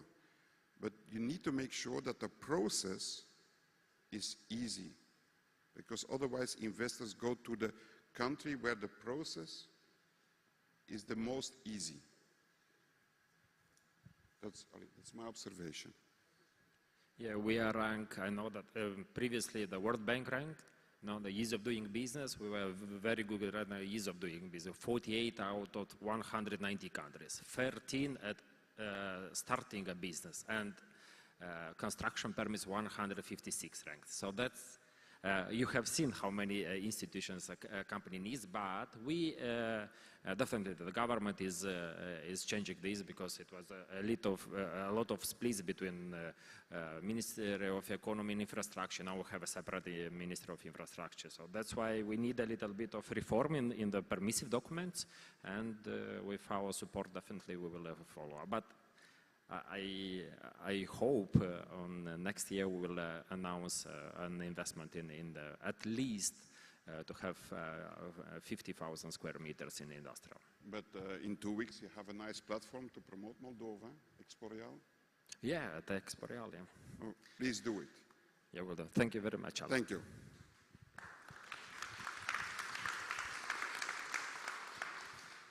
Next, I will present Craig Smith. I'm sure a lot of our guests knows him. He's a promoter of real estate. He's very familiar with all the Eastern European countries. He travels a lot. He owns the Property.EU and several international real estate events where we were invited already, and also we invited you. Mr. Craig Smith will tell more about his experience in the field. So Igor, thank you very much. My name is Craig Smith, and I have a magazine called Property.com. We've been covering Central Eastern Europe, Southeastern Europe, the Balkans for over 20 years, and definitely Moldova for at least 15. We have a little video to show first, just to show you a little bit about what we're doing over the region, and then we'll talk further. So I think we have a video in the back.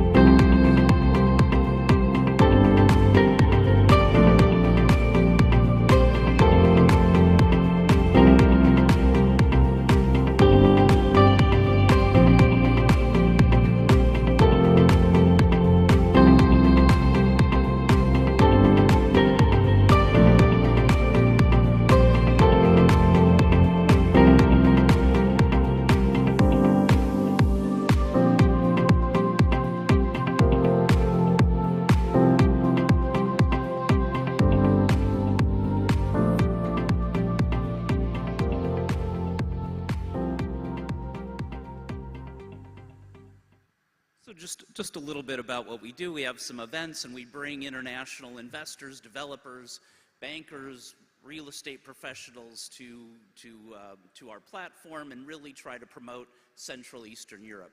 And I know we have one other slide. Is that right? It's coming up. I'm very happy. Thank you for having me be last right before lunch or coffee. What we're really going to focus on is one thing. We've had a lot of great presentations, a lot of slides, but I'm going to leave you with one important, I would consider it probably the most important thing if you walk out of here, and I'll explain why. We're launching a platform throughout the whole region, and next month we're also launching it here in Moldova. It's called BESG, and it's kind of a play on words, of course, with like BESG, or we do a lot with actually beehives and harvesting natural local honey and giving it out to our clients, and working with some developers on putting urban beehives in the city. But ESG is really if you leave here with anything from this conversation or from my perspective, it's ESG, and this is what you need. I would say take a few steps back from saying, hey, we need investors, hey, we need developers, hey, we need end users. And what you need to have on your website is an ESG policy. And the deputy prime minister mentioned it a little bit with starting with energy. He mentioned, hey, you need to build things that are better energy. S is social. What is your project doing socially to be building a social environment? And G is governance. So some of these are easy. And if you're looking to build projects, or you're looking to buy projects, or you've got end users coming, you need to have an ESG policy. Put it on the website. Put it up. Find out, to Google it. See what other companies in your sector are writing about on ESG. Because before, you have the Ebrd bank here and several other banks. Before they lend you any money, they're going to ask what your ESG policy is. Also on the government side, before you get any permits, they're going to want to know what your ESG policy is. And I would suggest, before going in and talking to Ebrd about anything, make sure they know what your ESG policy is. And am I right or no? Or make sure you know what your ESG policy is. And everyone can have a different policy. It doesn't have to be difficult, but you just need to try to really address each one. What are you doing on the energy sector? And of course, the government already made a few comments on that. What are you doing on the social sector? And this can be anything from, like we have this bee. So it could be like, hey, we're going to put bees on the roof and we're going to gather honey and we're going to make natural honey, or we're going to do some other things with schools or hospitals or something to do with human health. And social is the hardest one. There's a lot of, it's an open area, but you just have to start looking at what are you doing. And you can even look at your employees. What are they already doing? Now, you may or may not, you may say, oh gosh, what is this ESG? Well, it's been already, let's say, put into law in the EU. So if you're doing business with any EU companies, they're going to want to know your ESG policy. We're doing advertising and people are asking us, well what's what our clients are asking, what is the ESG policy? G is governance. It's more just keeping all the books straight, making sure you're doing things legally and that it's clear. A lot of this is about clarity and what you're doing. So before you talk to, and this also counts if you're like, well, I don't need any I don't need any bank loans, I don't need anything, we're not doing anything with international companies. You still need an ESG policy, and I'll tell you why. Because anybody that's an end user in your building, and again, it doesn't matter if it's retail, office, industrial, residential, all of these people, the industrial guys, they are selling products to the EU. And so if it's a small company even selling electrical product parts to electric cars, those electric car companies are going to ask your guys, what is the ESG policy? And they're going to need one for the building. Hey, what is our building doing? Now, whether it's A class or B class or C class, what you need to do is first come up with a policy, and each one can be different. It can be literally one page, but it's like, how did you build the building? Where are you getting it? And you really just show what are the issues and how you're addressing them. So it doesn't have to be net zero. I mean, in some cases you do need a net zero building, but it doesn't have to be net zero now. You just have to say, hey, this is where we're at, and this is where we're going to be, and this is where we are going to be in 5 years. And all you need to do is show these guys that you do have a policy in place, and this is how you're going to achieve it, whatever it is. So I would say, start with low, let's say low expectations, and then slowly build them, because people are going to be watching this. And if ESG sounds completely new to you, like what is this guy from LA talking about? It's going to impact your lives. It's going to impact the value of the buildings. And don't just believe me. Talk to any banker, anyone getting money from the West or from the EU or the US. There is no way they're going to lend it to you or invest in your products or invest in your buildings unless you have an ESG platform. And it's not necessarily easy to come up with. You need to get the team, but you can even start, especially with the S, is just even ask the employees, hey, what are you guys doing to, let's say, volunteer? And you might find they're doing a lot of things at adopting pets or cleaning the forest or all kinds of stuff they're doing to volunteer. And this is all part of S. And it's just something you need to track and come up with a couple of policies. So really, I mean, I'm hearing all these great, seeing all these great numbers on here, which is, already hard for me to remember anyway. But if you just remember ESG, go back to the office. Even in our company, it was like, wow, how are we going to come up with this? But just start with some simple things that you can do. What you need to do is actually put where you're at and where you want to go, And I would say keep it honest and very attainable. So you don't want to say, hey, here we are this year, but next year we're going to be here. I'd say just level it up, but make sure everything's in place. And it really comes down to, as the energy crisis is going to get worse and prices are going to go up, and just like the deputy minister here said, hey, whatever you build, make sure it's energy efficient. And this is all part of ESG. And you really need to write it out and explain what you're doing. And when you go to the banks and you go get loans, or if you're talking to end users, I guarantee, and you saw that you saw the pros and cons page, no one had ESG. So if you want to jump ahead of a lot of these countries, you want to be the country with an ESG policy. So they put that in the pros, because Albania didn't have it, Macedonia didn't have it, neither did Moldova. But I guarantee you, if you've got ESG compliance and ESG is our focus, this will be, I would say, a pro, correct? I can't imagine any end users coming here without asking that question. I know they didn't ask in the past, but now that it's all passed by EU law, it's coming here, and no one can really function. No one can sell their products out of the country without this issue coming up more and more. Done. Thank you ESG. very much. I think I will dream tonight ESG and this be on the slide. I will Google it definitely. What we will do, first of all, I would like to thank all of you, Carl, Laurențiu, Alan, Craig. It was a privilege to moderate this panel, and I hope it's not the last time we meet on that scene. And I would like to invite all of you to a short networking and coffee for 15 minutes. Then we will come back.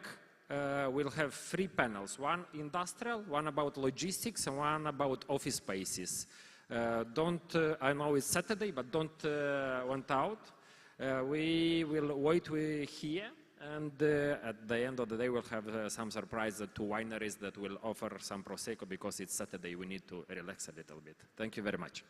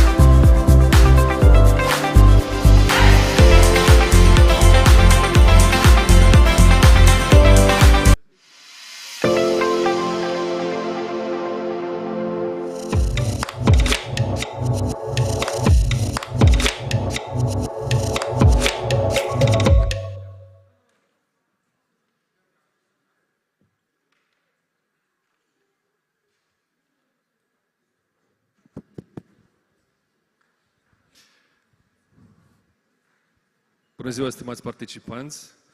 Numele meu este Andrei Crigan. Sunt foarte bucuros să fiu astăzi alături de voi. I will pass to English, I guess. Dear participants, dear guests, dear viewers on the online, my name is Andrei Crigan, and I'm very delighted to be here with you and to moderate the next panel dedicated to the industrial real estate opportunities. I'm also happy to be on this panel with very distinguished gentlemen here. I will present them. Near me is Mr. Luc Engelen, the president of the National Association of Real Estate Investment. Please give him a round of applause. It doesn't cost money. Also with us on this panel is Marin Cernea, the technical officer of the business development and from JZ project. And Roger Gladey, the managing partner of Gladey & Partners. Thank you, and I will start by saying that actually one of my colleagues asked me in the morning, what are you going to be discussing in this panel? Are you prepared? Have you read the study? Obviously, I was part of the team that presented the study. Cornel Coșer, my colleague from Gateway & Partners, we worked together on this market analysis with colleagues from CBRE from Romania, and we are very happy and glad.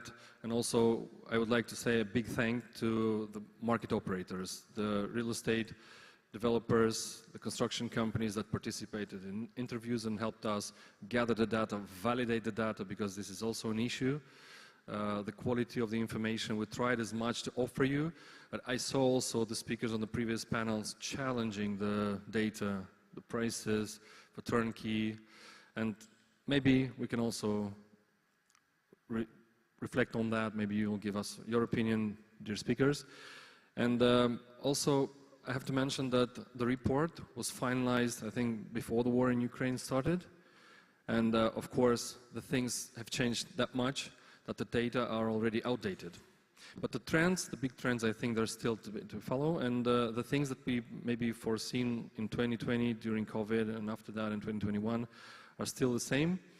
And my question is also to the speakers, maybe to reflect on together whether Moldova is prepared for this geopolitical situation, for this new context. Will that be a blessing, though the war is not a blessing, the context is not a blessing, or this maybe will keep us in a crisis, maybe, or might become a curse for us?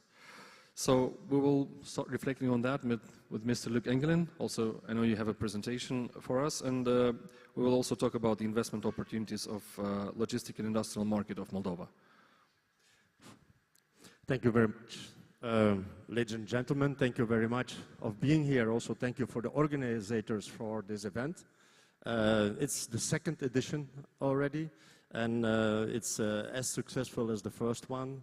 I'd like to tell you a little bit about NARE. It's a quite young association. We are the National Association of Real Estate Investors in Moldova. What we as NARE have as goal is that we are a community of investors, developers, constructors, brokers, consultants, experts, owners, financial institutions, and mentors in real estate. We think it's very important to have this kind of platform in Moldova, to have an open discussion between all the parts of this community. For that, we initiate also a lot of roundtables in order to discuss the obstacles, but also the possibilities that we can have in Moldova. Legislative initiatives we also do.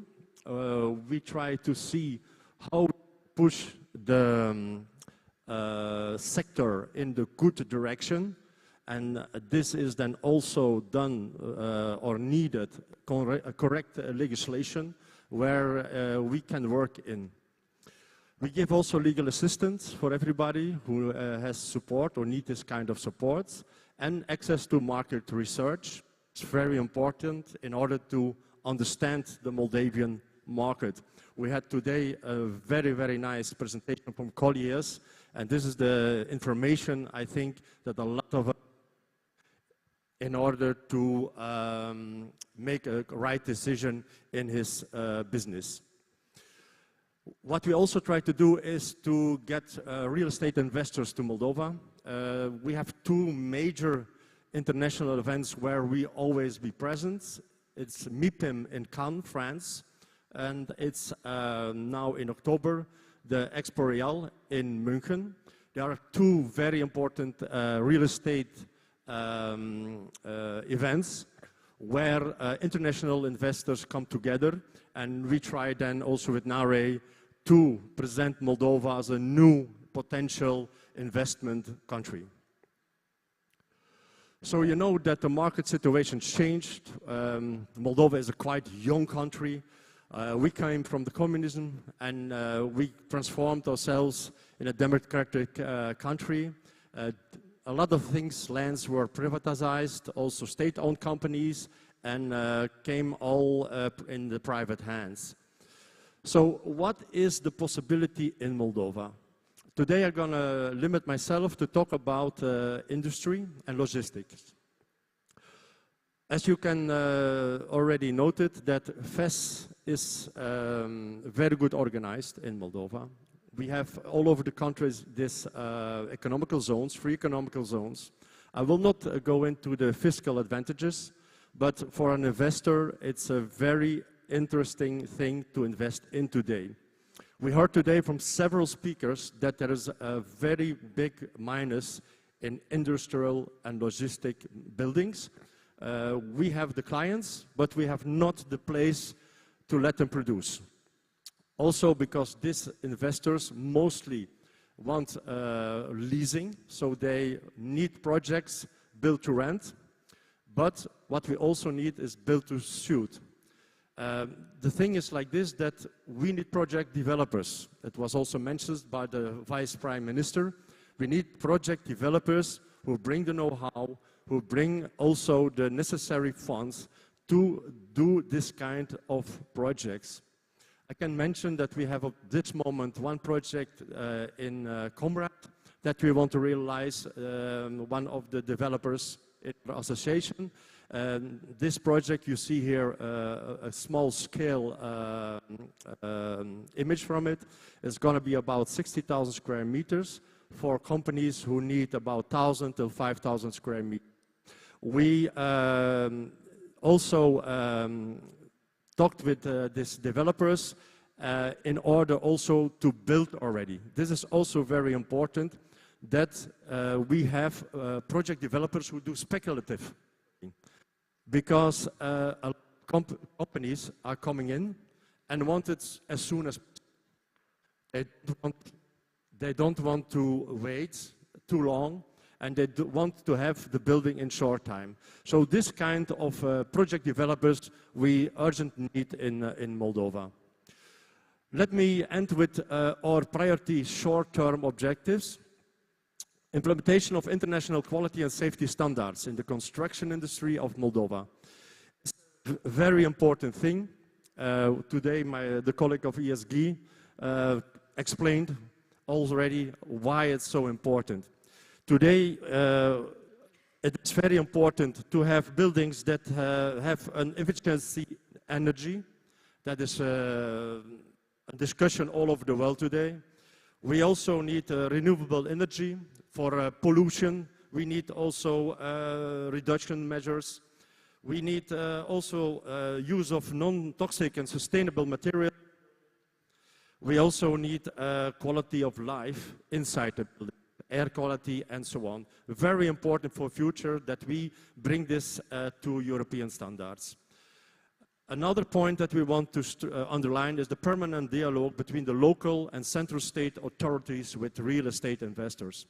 We need always to be in discussion with them, not only to overcome the obstacles, but also do some recommendations from our sectors. It is very important that we all together go in the same direction. We have all the same goal in Moldova to develop the country in the industrial and logistical centrum.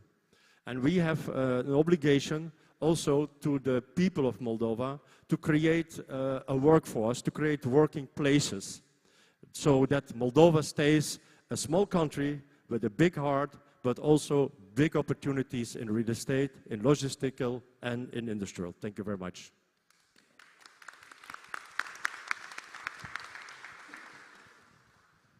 Thank you, Luc, but don't put aside the microphone. I have a couple of questions. No problem. So, I wanted to ask you about the association, since we had this opportunity to be on the same panel last year, 1 year ago at the first edition of Real Estate Economic Forum. What is your feeling now, 1 year after? Lots of things have changed dramatically. Yeah. Are we on track or are we off the track? The thing is like this, it's a situation not only for Moldova, it's affecting the whole world. And when I talk in the association with a lot of sectors, it's like this, that we are business people.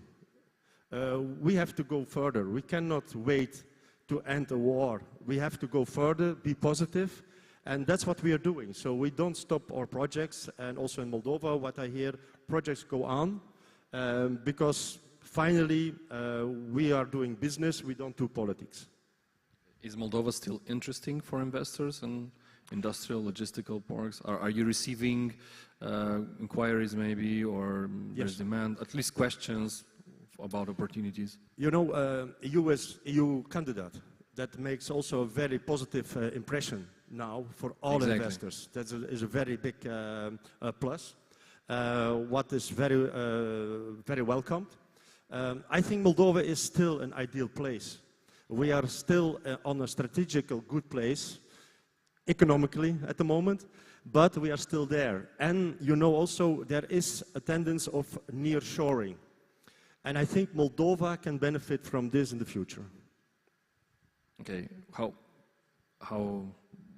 I mean, is it close, this future, or is it far still? It's 1 year, 2 years, 5 years? It's now, we have to go now. We don't have to wait, we have to do it. No, we know we have to do it now, but how do you think about the opportunities around us? Like you say in Latin, acta non parla. You have to do it, not speak too much. Great, that's a good one. Thank you. Okay, and we go next to Marin. Marin will tell us a little bit more about the opportunities in the free economic zones and industrial parks. Things are changing as well in this direction. Thank you. And also, Marin, your feelings, maybe some of your personal observations on it in the end. Is it working? Yeah. Yeah. Thank you, Andrei. It was the first year in a row we are supporting the agency in organizing such a good event. I congratulate the colleagues from Moldovan Investment Agency with this very constructive event. I'm going to be guided by some notes because the project I'm going to describe on this project work a lot of people, urbanists, architects, land management engineers, utility engineers, geodesists, topographists, and so on. So today I'm representing strong business and communities of Moldova project, financed by German Federal Ministry of Economic Cooperation and Development, co-financed by European Union and Swiss Cooperation Office. The project, as I mentioned, is implemented by German Development Cooperation through GIZ. Now I'm representing GIZ in partnership with the State Chancellery of Moldova. The overarching goal of the project is to improve social economic perspectives for population in Moldovan communities. Yeah.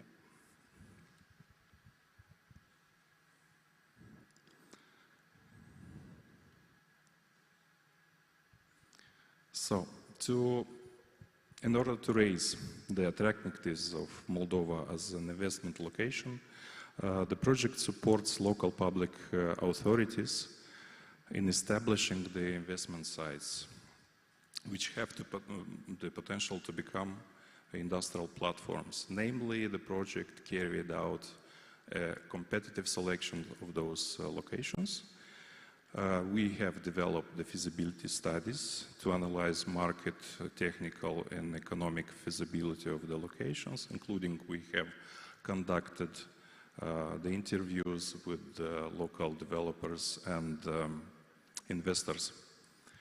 We also developed the master plans or zoning plans, or in Moldova it is known by PUZ, or Plan Urbanistic Zonal. As a follow-up activity, we have developed the technical documentation for basic utilities, meaning water and sewerage, gas and power supplies. We also developed for some localities the project documentation for feeder roads or access roads. The approach was focused on investment needs right from the beginning and throughout the entire process. One important requirement was to conform the planning to the European experience and good practices, particularly considering good practices from the countries as Germany, Poland, and Hungary. We set up some selection criteria, which are current use, destination, physical characteristics of the plots, on and off-site infrastructure, accessibility, potential workforce in those locations, institutional setup and management of the sites, and feasibility studies, and feasibility of the proposed projects. So based on these criteria, we have selected 7 locations. Those are Soroka, Kalarash, Comrad, Cahul, Vulcanești, Ceadărlungă, and Traclia. I mentioned earlier about the institutional setup. All those locations selected have the status of free economic zones.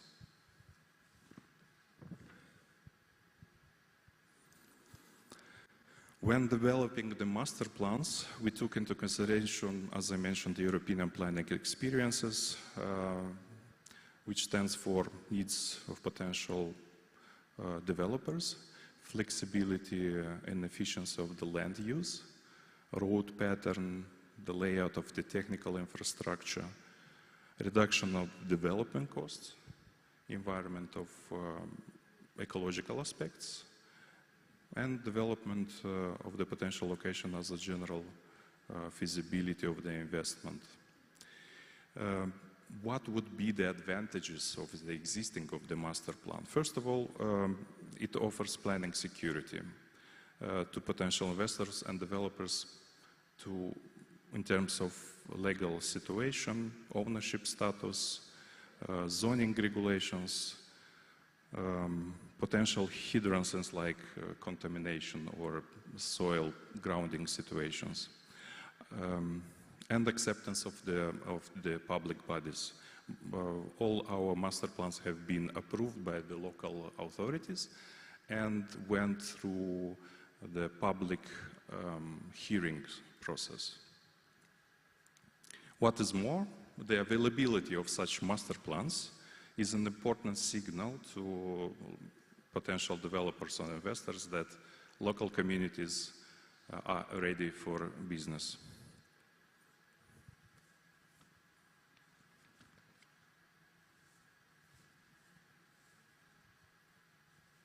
So those are some elements of the master planning. Based on the feasibility studies, based on the feasibilities and the master plans and technical documentations on the infrastructure, basic infrastructure, some local authorities have started already construction of the infrastructure. Namely, those pictures are from Ceadărlungă subzone of Free Economic Zone Vulcanești. They already provided the connection to the power and the water and sewerage supplies. We went one step further and recently have finalized the development of the technical documentation for production halls of 2,500 square meters in every locations I mentioned. All these joint activities with local authorities and free economic zone authorities aim to raise the attractiveness, raise the investment profile of the region, and emphasize their commitment to and business readiness by, again, providing the planning security, offering developed and serviced land plots, reducing, and mostly important, reducing the usually needed time for planning, which is, we counted up to 6 or 4 months. The potential investor or developer can immediately start planning its actual structure of manufacturing premises and obtain the building permits without having to invest time and money in researching of the sites, conducting surveys, be it topographic, geological surveys, investigating the availability of the utilities.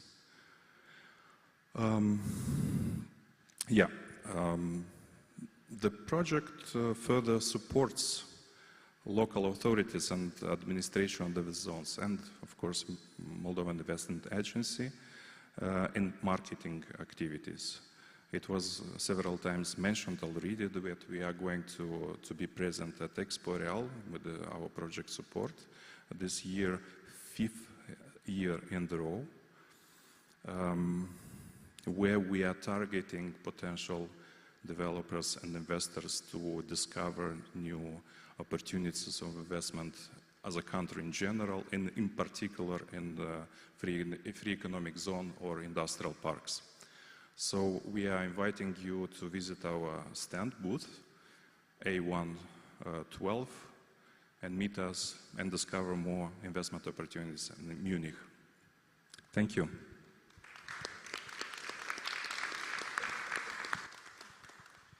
Thank you, Marin. But yeah, don't put it aside. I have a couple of questions to you as well. I know you and the JZ team from the project, you work a lot during last years also on these free economic zones and industrial parks. What is your feeling still? Are we moving outside the center from north to south? I saw that on your map specifically you mentioned the south region. We still have potential there? Because we also did a recent study for one of the investors about the potential of hiring people, and we saw there's still good potential there to hire. Thank you for your question. As you mentioned on the map, indeed, all those locations are in the regions. No one is nearby Chisinau, although we have in Chisinau free economic zones. Yes, I think we have the potential, but we have to be prepared to receive those investors or developers. And as I mentioned, as our humble contribution as a project is to prepare all necessary documents for construction of the sites. And I also mentioned that local authorities, their goal and now is to find financing for development of the infrastructure, because the real developer will not invest in the infrastructure. We have to provide it as a state or phrase administration. That means, and we are going to provide also the assistance for local authorities and free economic zones administration to find the ways of financing, be it regional development funds or international funds, or even from the municipality budgets. We have experience in Soroka. They allocated some land, for financial means already for construction of the basic utilities. So we are moving slowly, not fast as we would like to develop those lands. As it was mentioned, it's very important, the zoning. Laurențiu, I think, mentioned very important zoning.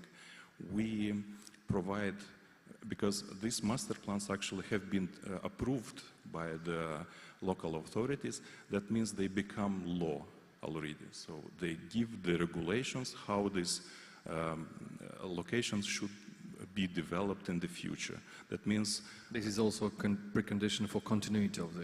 Indeed. If anyone changes at the leadership of the local authorities, then this so will continue. One resident, for instance, started the construction, he has the opportunity to expand the building because he knows that the immediately neighboring land is also destined for industrial development. And I hope I answered your question. We have the potential. You did quite well. But do you have a feeling that the local authorities are understanding better and better that they need to do these industrial and logistical investments, I mean, to prepare the land plots, to assure them with utilities? Because if investors come, they hire people, they will have more income from those jobs places created. Yes, of course. They are understanding, and they understand there is no chance to fish, let's say, an important investor without investing in infrastructure. So they know that, and they are eager. By the way, Soroka, as an example, they allocated this land, and the mayor is very well aware that without investing in locations, you cannot attract an investor who would develop the land, the location, and hire people and give them an opportunity to get a job, decent job. Yeah. Thank you. I think that's a good sign. We have more and more land plots developed, more and more authorities interested at least about finding out about this idea. We have also good examples, already success stories of local authorities getting implicated, developing together with investors the projects. And I think we'll have more and more in the years to come interesting industrial projects in the regions more. Because we already saw also in our study that much more goes outside Chisinau now, still more in center, but goes more and more to south and north. Thank you on this one, and I would like to continue our discussion with Roger Gladey. Roger, you have close relationships with investors. Considering your experience in the legal sector as a lawyer, tell us a little bit more about the current non-residential issues, developments that happened, and how you feel them, how you see them through your experience. Thank you, Andrei. Good afternoon. Dear audience, dear guests. And actually, I'm trying to figure out whom I'm addressing, either foreign investors, local investors, representatives of the government. And I think that that's probably the first recent development which you will not find on the presentation, is the fact that the interests and approaches of foreign investors and local investors started to converge. I mean, nobody wants to enter the site properly and legally unless getting to know first which the issues are related to that particular site, whether they are insurmountable, difficult to solve, or if they are possible to be solved, which is the effort required to do it. And I would tell about these issues and solutions, because there's no point to talk only about the issues. You need to come up with certain solutions from the experience of ours and the experience of our clients. So what we do as a law firm, as a full-fledged commercial law firm, we are assisting and advising investors, both foreign and I'm happily saying that recently, and also locals, in various business projects in Moldova. We're doing it for the last 25 plus years. So I'm trying to tell you not what we are doing, but why do you, as potential investor, would need it, if telling from the perspective of Simon Sinek. So you need to understand why you need it. And first, it's very simple. You don't want to lose your money because you didn't investigate properly which the issues are. And sometimes the issues in this part of the world can be so difficult that you could not resolve them thereafter unless going to court. And you'd probably not want to follow the same approach which the seller has followed before, namely trying to solve them somehow. So that's why I would refer to the recent developments, which are the regulatory, first of all, issues, because that's what the lawyers are meant to, and come up with certain specific issues and solutions. So I've picked up a couple of them, which are the most representative for our clients, and we met them in our practice, and then we go to the conclusions. So first, some statistics. You've probably heard some of these figures from the previous speakers, or yesterday and the day before. 1,609 construction permits were issued in Moldova in the first half of this year. So it is down, indeed, 12% from the previous year, but still quite a good number, including 515 in non-residential. So whenever you see something which is underlined, this is the direct link to the source.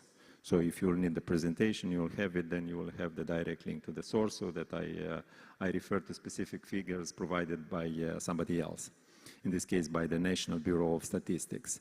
664 violations, legal violations identified in the period analyzed by this government report of this year. So they refer to that period, and the most representative ones were referring to execution defects, construction execution defects, violation of construction norms, deviation from planning documentation, and so on. Beware that all these kind of violations may result to very severe sanctions, not only administrative, but up to demolition of the constructions already erected, and we'll refer a bit later to this demolition issue, which is an issue in Moldova. 61% of the cases in court which refers to unauthorized construction were terminated, ceased, without a solution on the merit. So this is the complaint of the National Anti-Corruption Center in this 2021 report. Whether it's good or bad, we'll refer to this also hereafter. And let's talk about the challenges which we found to be relevant. And we divided them to regulatory versus practical challenges. So I'll start with the regulatory. A recent novelty, not a good novelty, I'm not sure that His Excellency the Minister is still here, I don't see him, but I don't think it's a good initiative for the Ministry of Infrastructure and Development to intervene and issue general pre-approvals on the urban planning documentation. So there is a recent order which is highly criticized by the business. So it's another administrative layer. It's a burden. It's an additional burden. How to treat it, we'll talk about it a bit thereafter. Second challenge or issue is that sometimes in Moldova, the secondary law imposes direct rules, which is against the rule of the guillotine law. You know, we are very proud that we implemented 3+ guillotine law. And one of the principles of the guillotine is that only the law should regulate the most important business relations. And here is an example when a cadastral agency order, a recent one, has imposed some rules which prohibited developments of some sites. They simply forbids registration without this authorization, building a construction permit. Whether it's good or not, it's a matter of discussing the opportunity, discussing the regulatory impact assessment. So whenever a piece of legislation comes, it should be preceded by the regulatory impact assessment, RIA. And then it will see everybody in the country whether it's good or bad, but not this way, that first the rule is imposed and then we discuss, then the business faces issues. Third, there is that non-uniform court practice as regards the demolition. Again, we'll refer to it. Second bunch of challenges refer to practical issues, which we've noticed from the experience of our clients. First is that the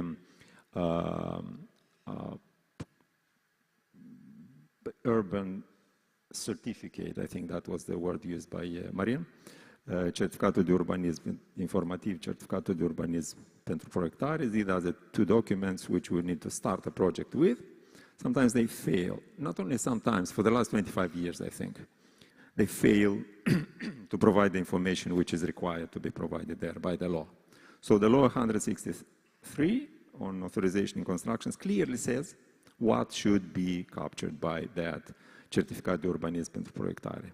In 90-something% of the cases we saw, and we saw hundreds of these kind of documents, they miss important material information which translates into cost for the client. Namely, they miss the technical regime of the building. So you buy this certificate, you are supposed to know which is the technical regime, where the networks lie and so on. You see nothing there, and then you need to go buy topographic survey, contact the utility providers just to learn what the regime is. Even if the law is saying that this is the task of the issuer of the certificate, namely of the local authority. Second, they miss the POT, occupation percentage, POT, right?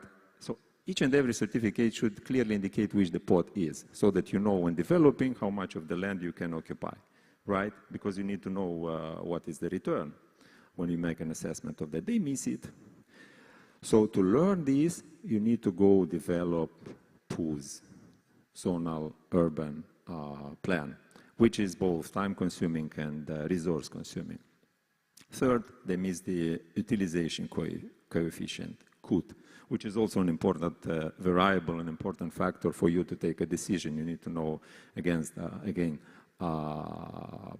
how you can develop, what you can develop on the specific land plot. If you don't know this, you need again to make investigations and to make investments into that.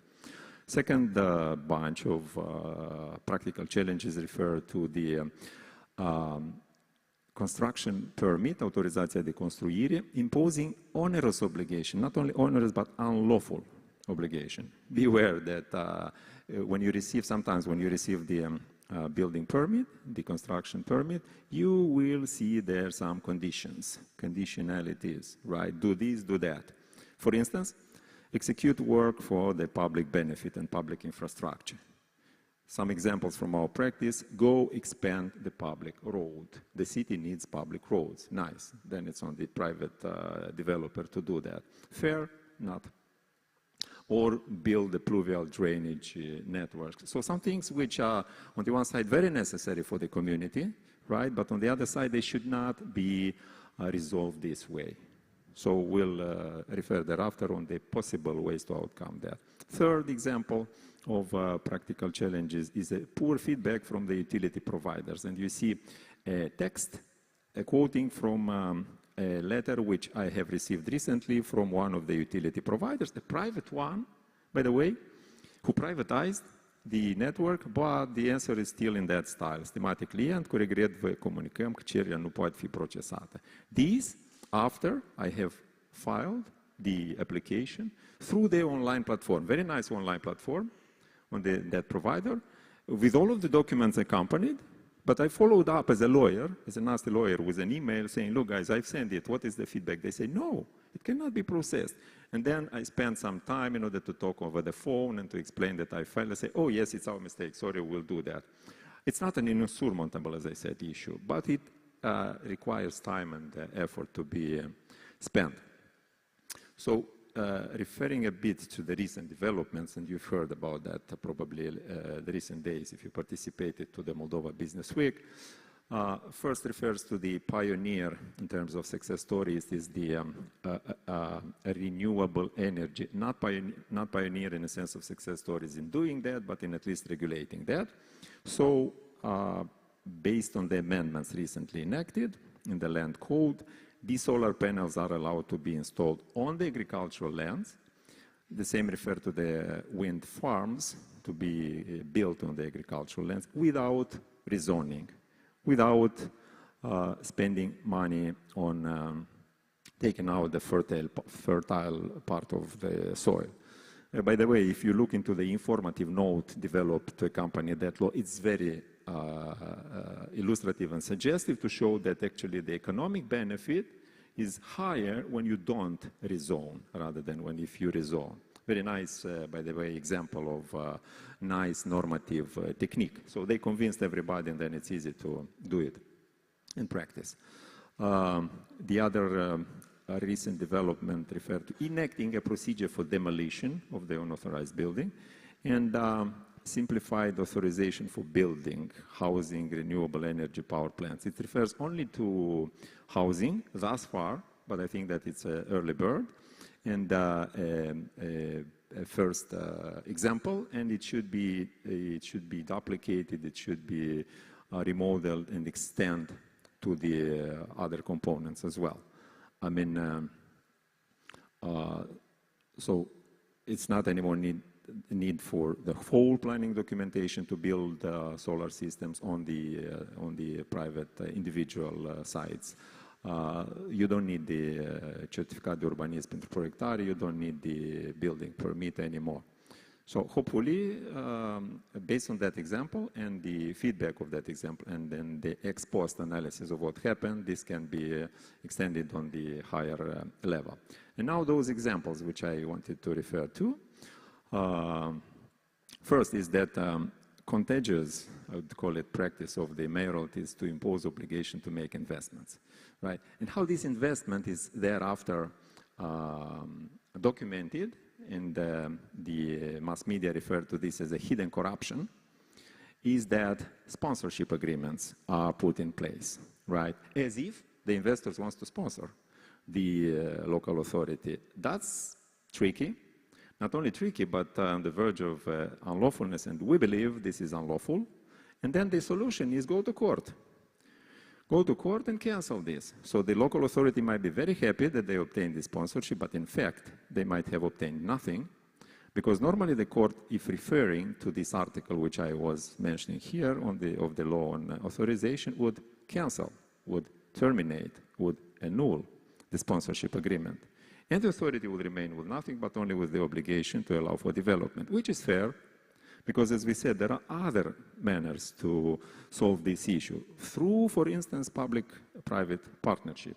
So from the very beginning, the community need to know the needs and then promote those needs through this kind of open public partnership relations, concessions, and so on. The other issue is the practice about the demolition. And here is the sedio materia, where the problem comes from, is that any construction, reconstruction, and altering without the autorizație de construire is subject to, first, the administrative fine, which has increased 5 times recently, and the administrative agent, the local authority, may suspend the execution and seek the court demolition. Good for the country, it says, and the National Anti-Corruption said that this is a factor of corruptibility because the local authority may go or not to court. For us, for you as an investor, it's another issue, whether this sanction is fair, proportionate, or not.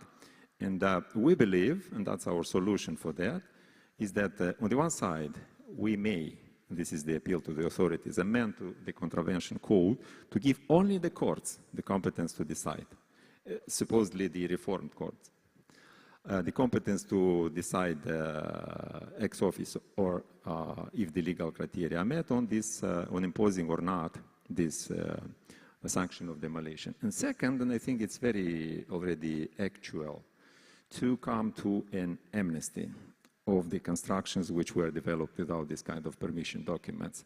So I know that there are debates, and hopefully I have convinced you that the prerequisites for this kind of amnesty in certain conditions, in certain situations exist, namely the conditions are involved here whenever the essential building requirements are not breached. So if everything is okay with that building, the fact that the person was not very diligent in the first place to go obtain the permission documents, it should not be an issue.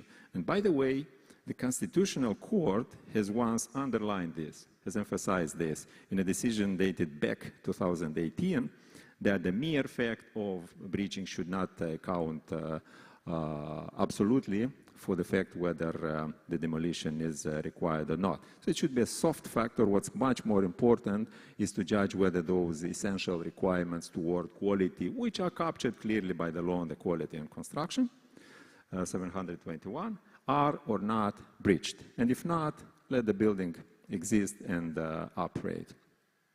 So these are our takeaways, outcomes from that. I will not repeat them for the sake of saving the time.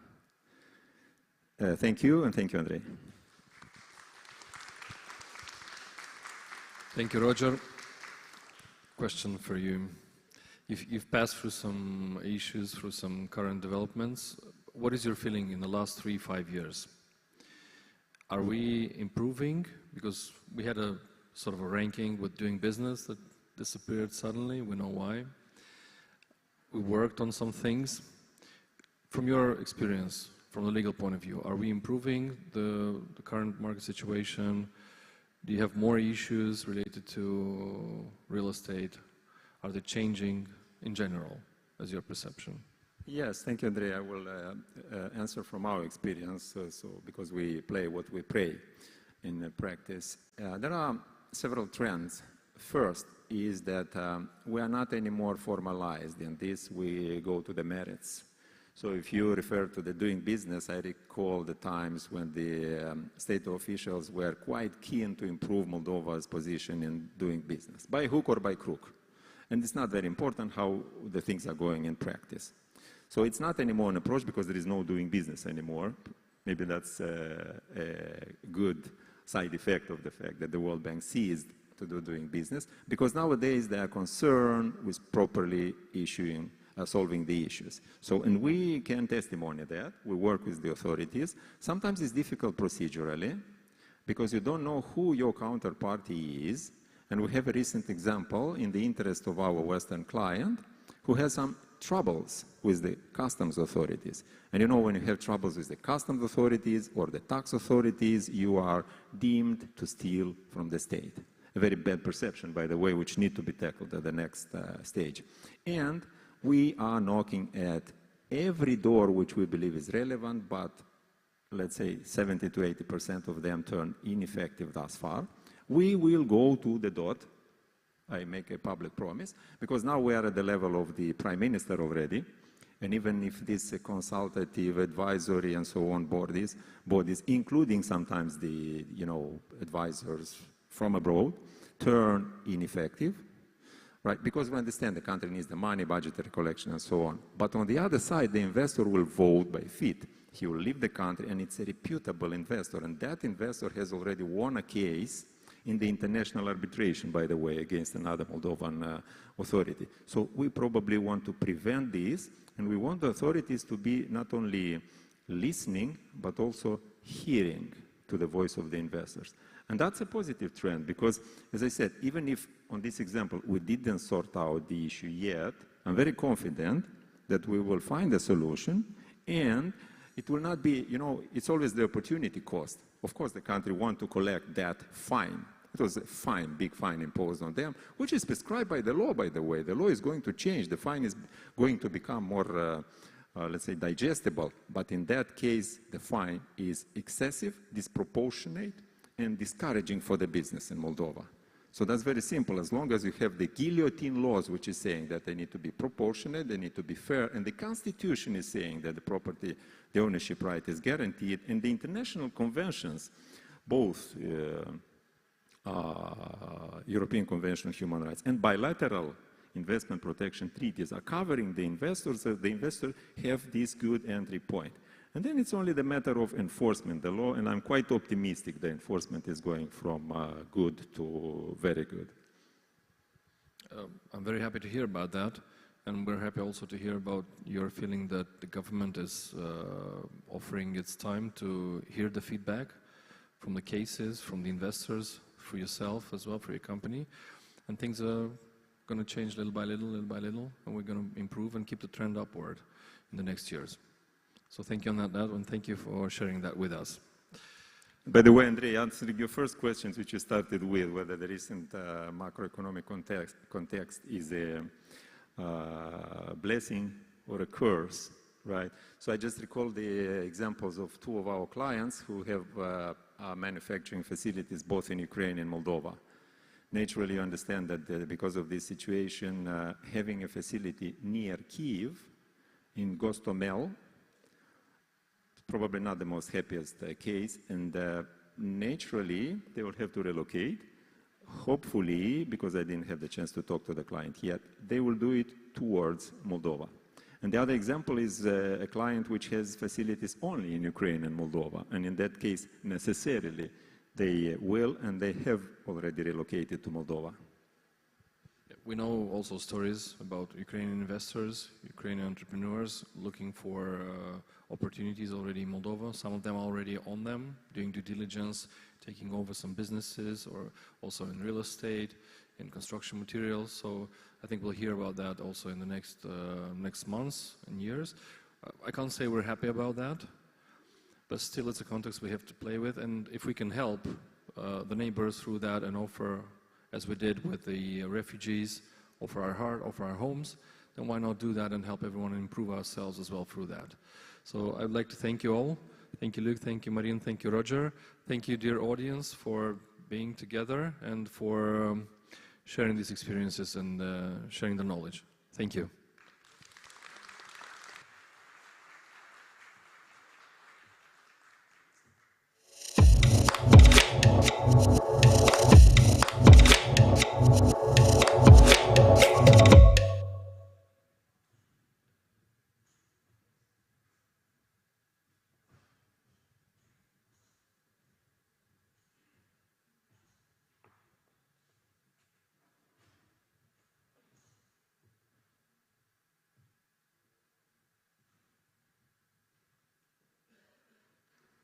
Okay, now it works.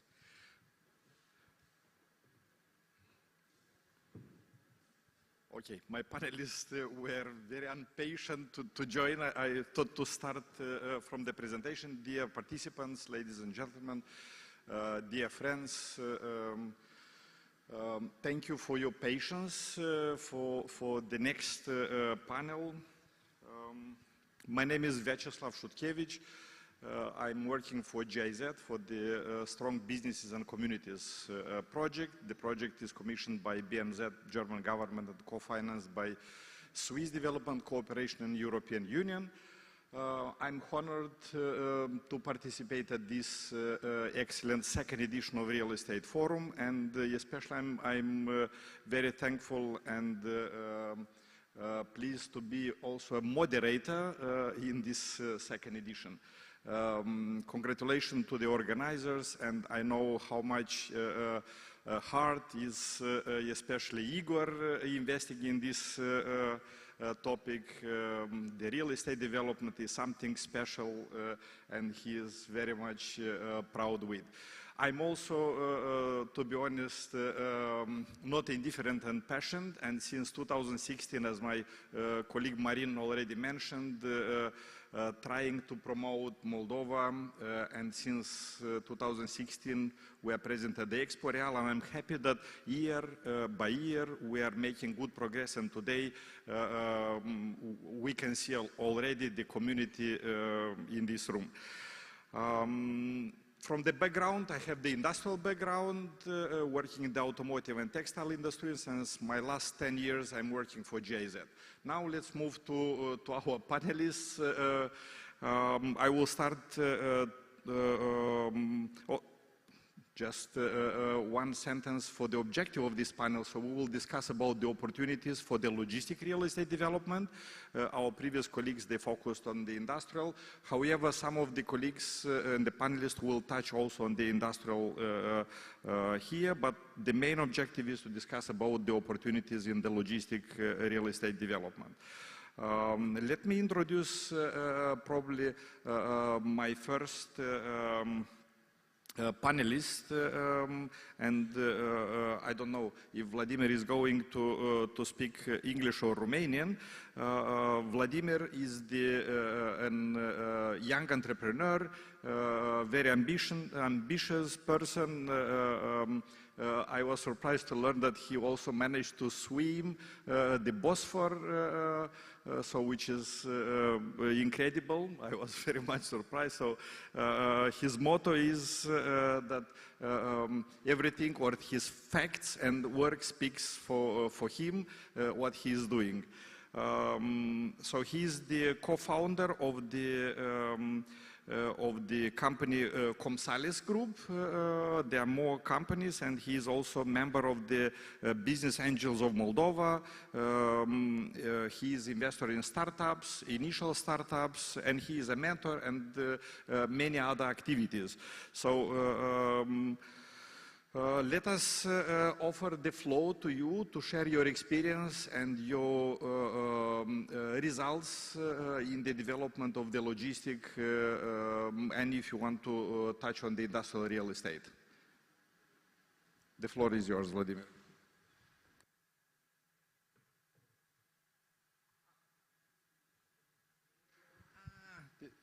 The presentation, it comes.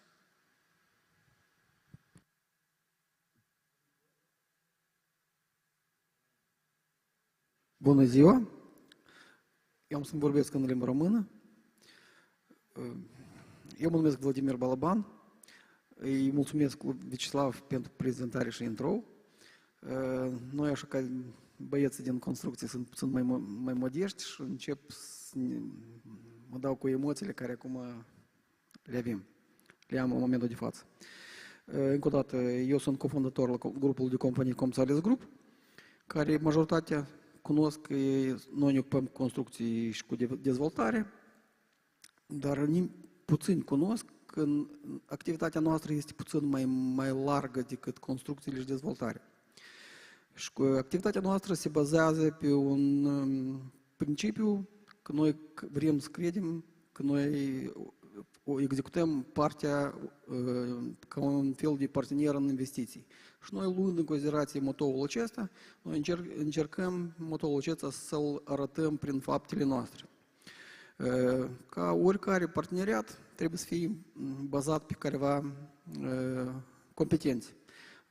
Eu vă arăt câteva competențele pe care sunt bazate Comsales Group, tot grupul de companii. Competența numărul 1, care noi prin multe fapte o arătăm, acesta este calculele investiționale.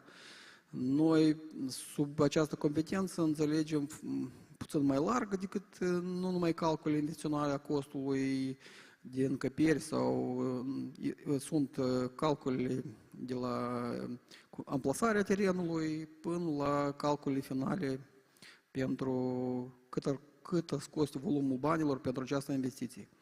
Încă o competență a noastră este elaborarea proiectului.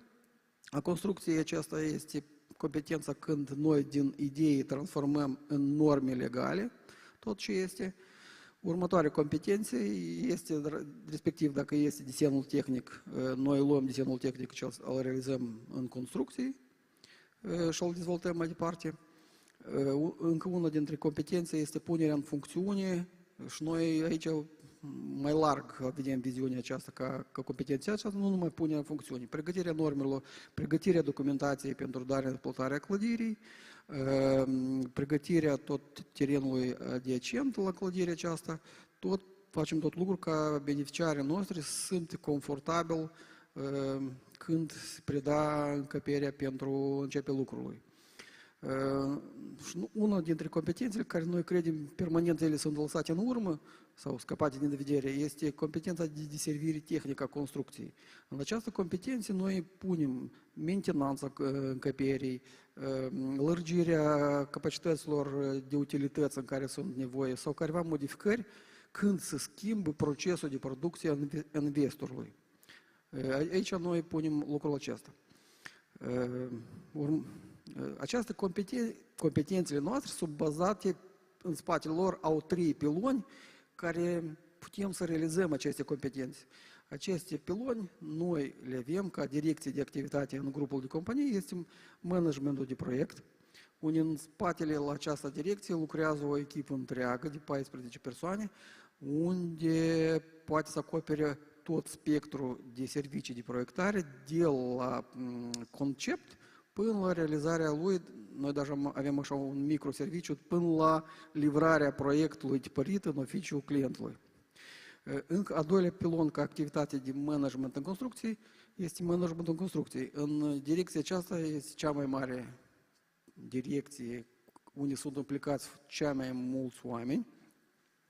Aici sunt ingineri echipe specializate în diferite domenii ca lucrări de fundație, montare structuri metalice, panouri sandwich, acoperișuri, pereți, electricieni. Încă un pilon pe care noi putem să arătăm, pe care se bazează competențele noastre, este că în spatele noastre este o fabrică de structuri.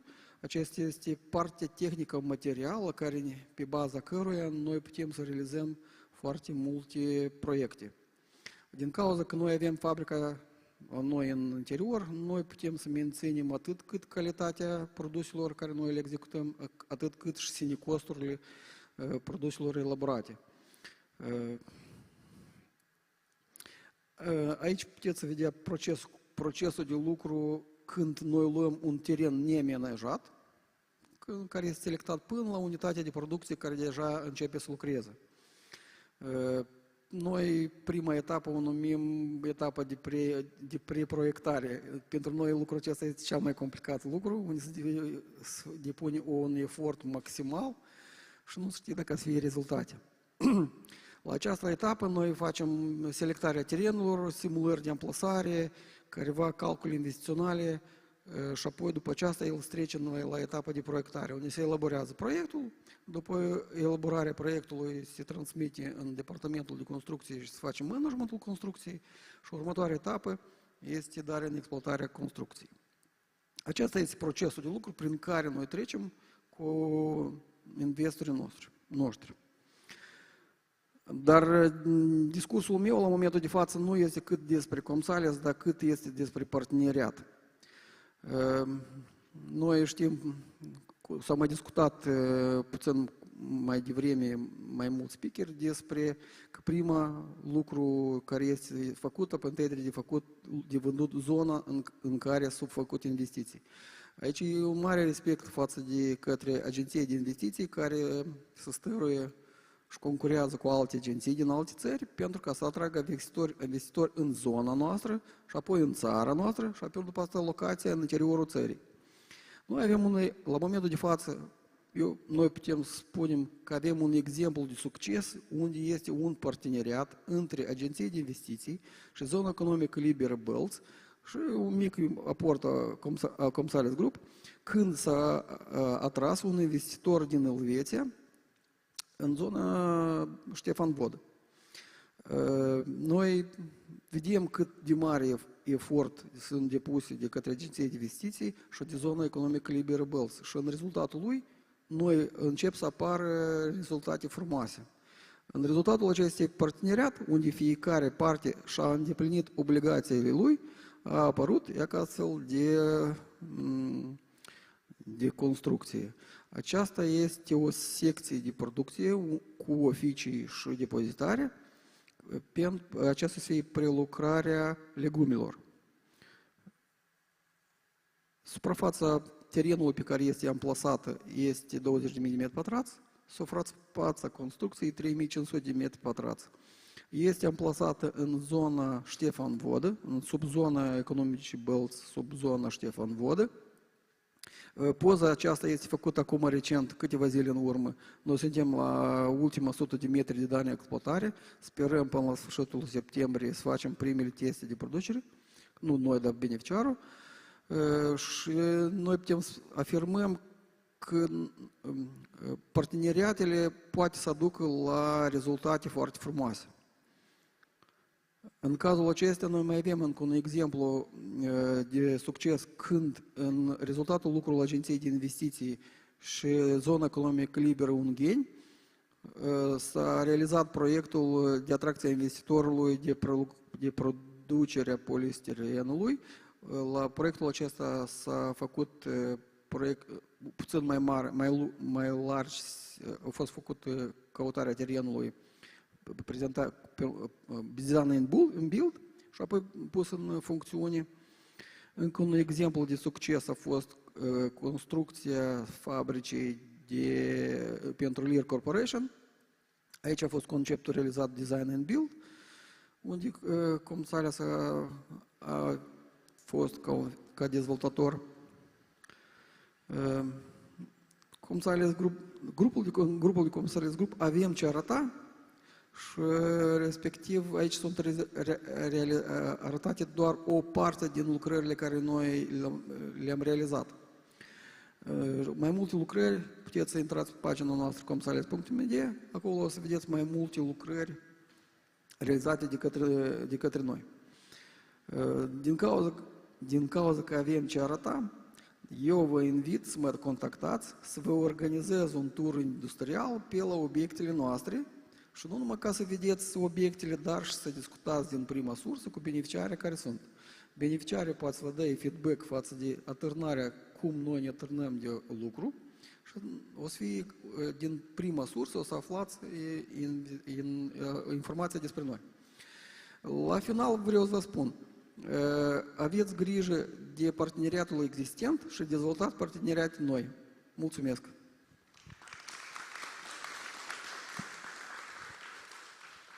Vladimir, thank you very much. Comsales Group is, let's say, on the development market is not so long period of time with the holes, but they already managed to move step by step and to achieve nice results. Until the other big players, like in the previous panels was discussed, will come to Moldova, they will reach the same size by exploring these opportunities, by showing that this is possible to achieve. I have two questions and I will switch to Romanian. Foarte rapid, două întrebări. Una, dacă intenționați să construiți proiecte speculative, nu pentru un client anume, și a doua întrebare, dacă sunteți gata ca să construiți pe cont propriu pentru chirie, adică nu pe contul proprietarilor sau viitorului beneficiar, cu transmitere ulterioară în caz de interes. Mersi. La prima întrebare răspund că da, mai mult ca atât că noi cu colegul, partenerul meu Andrei, am spus că avem proiectul TechnoHub, care vrem să-l dezvoltăm în regiunea Ungheni. Răspuns la prima întrebare da, și a doua răspuns la întrebare tot e da. Merci mult. Thank you very much, and I wish you best of luck to manage to grow and to show the others that this is possible. Thank you. Let us move to the next speaker. He's a very energetic person, Radu Shitov. We know Radu, I would say, almost a century. Radu is the director of Euroimmobil. He's a very experienced person in property valuation. He has an experience over 23 years by doing that, and he made over 1,000 evaluation reports, more than 100 articles in specialized newspapers and magazines. Radu, please tell us more about the logistic overview market of the Republic of Moldova. I know you are very experienced and you have a lot of energy. Please share it with us. Thank you. Mersi frumos, domnul Vyacheslav.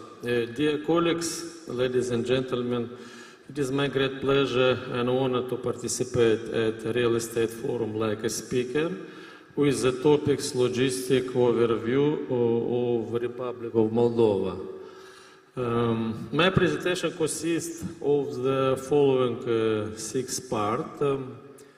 The main indicators of logistics: supply, demand, the vacancy rate, the rental rates, cost, ROI, the trends and forecast for logistics in the Republic of Moldova, especially in Chișinău. The source is Euroimmobil, Agenția Servicii Publice, Biroul Național de Statistică. Main players, in short, in the real estate market are the investors, local and foreign companies, developers, about 100 companies, real estate agency, appraisals, insurance company, banks, city hall, Ministry of Infrastructure and Regional Development, public service agency and cadastral offices, notarians, lawyers, mass media.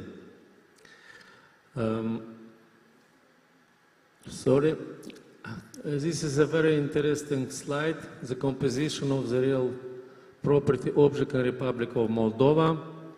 The total number is 5,700,000, and commercial and industrial real property is 110,000.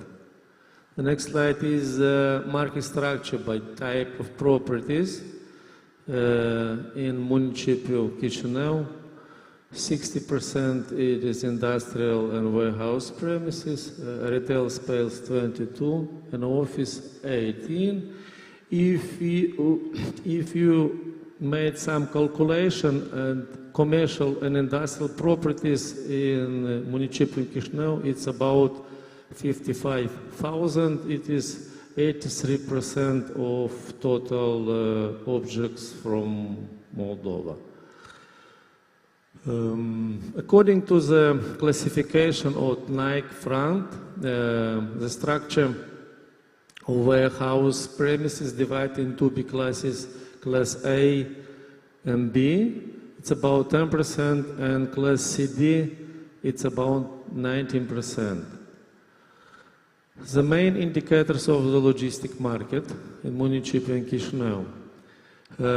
Thanks to our friends from Colors, he made some general figure to the construction of our presentation. General supply in square meters, commissioning of warehouse, volume of purchased and leased warehouse, volume of leased warehouse, volume of purchased, vacancy rate, rental trace, price per 1 square meters, and ROI.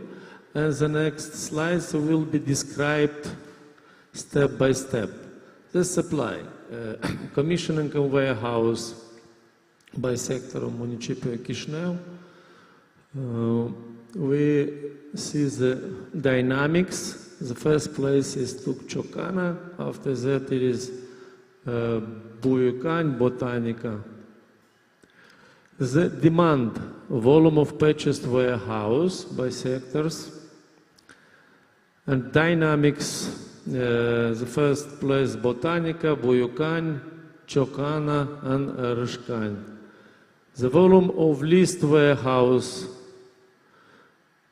the dynamic, the first place is Buyukan, Chokana, it's lack of places in the center of the city. The vacancy rates, it is decrease from 8.9% till 7.7% in 21. The next slide is the rental cost and ROI. The average price for industrial premises in Chisinau, it is start from €1 per square meter till €3. It is a price without VAT. And the price change during the 1 year is about 10% increase. The cost, it is start from €150 per square meter to 400. It is the price without VAT. The ROI, return on investment, it is between 11.5, 14%. It's about 8 years. And some forecast, the growth in the real estate value always outstrip inflation, and for investor, the planning horizon is more than 7 years. Commercial development land will be in demand, and for the future development of commercial real estate, strong economy, stable income, and confidence in the future for investor are needed. The trends, commercial land plots and industrial warehouse premises will be in the trends.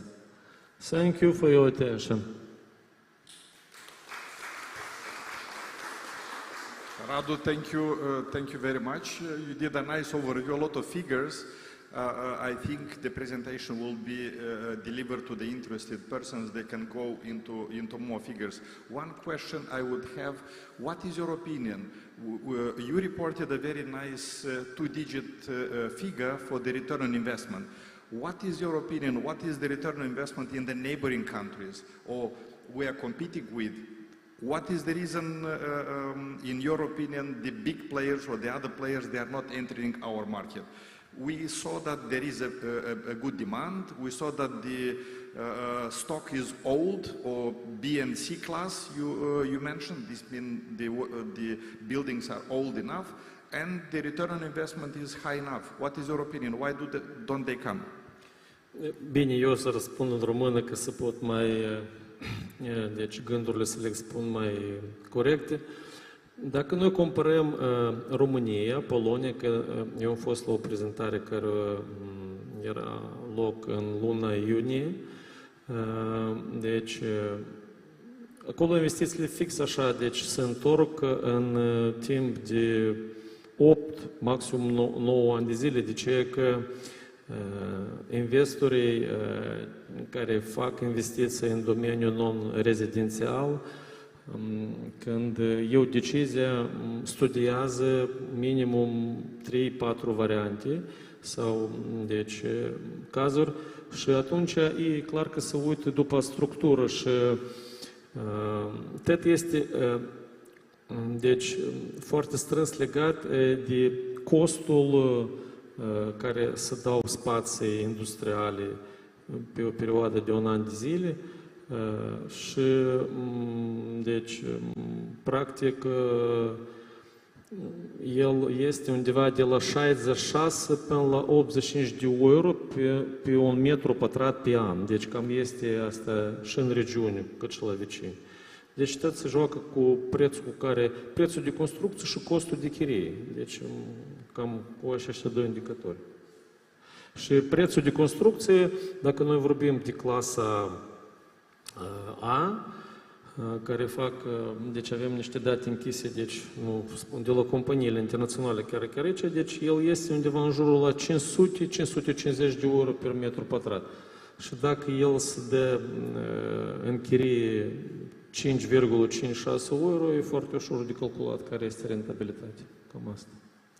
Thank you very much. Am înțeles. Este mult mai complex. Mersi mult, Radu. Let's move then to the next speaker, next panelist, Linus Jervis. That's not so simple to pronounce.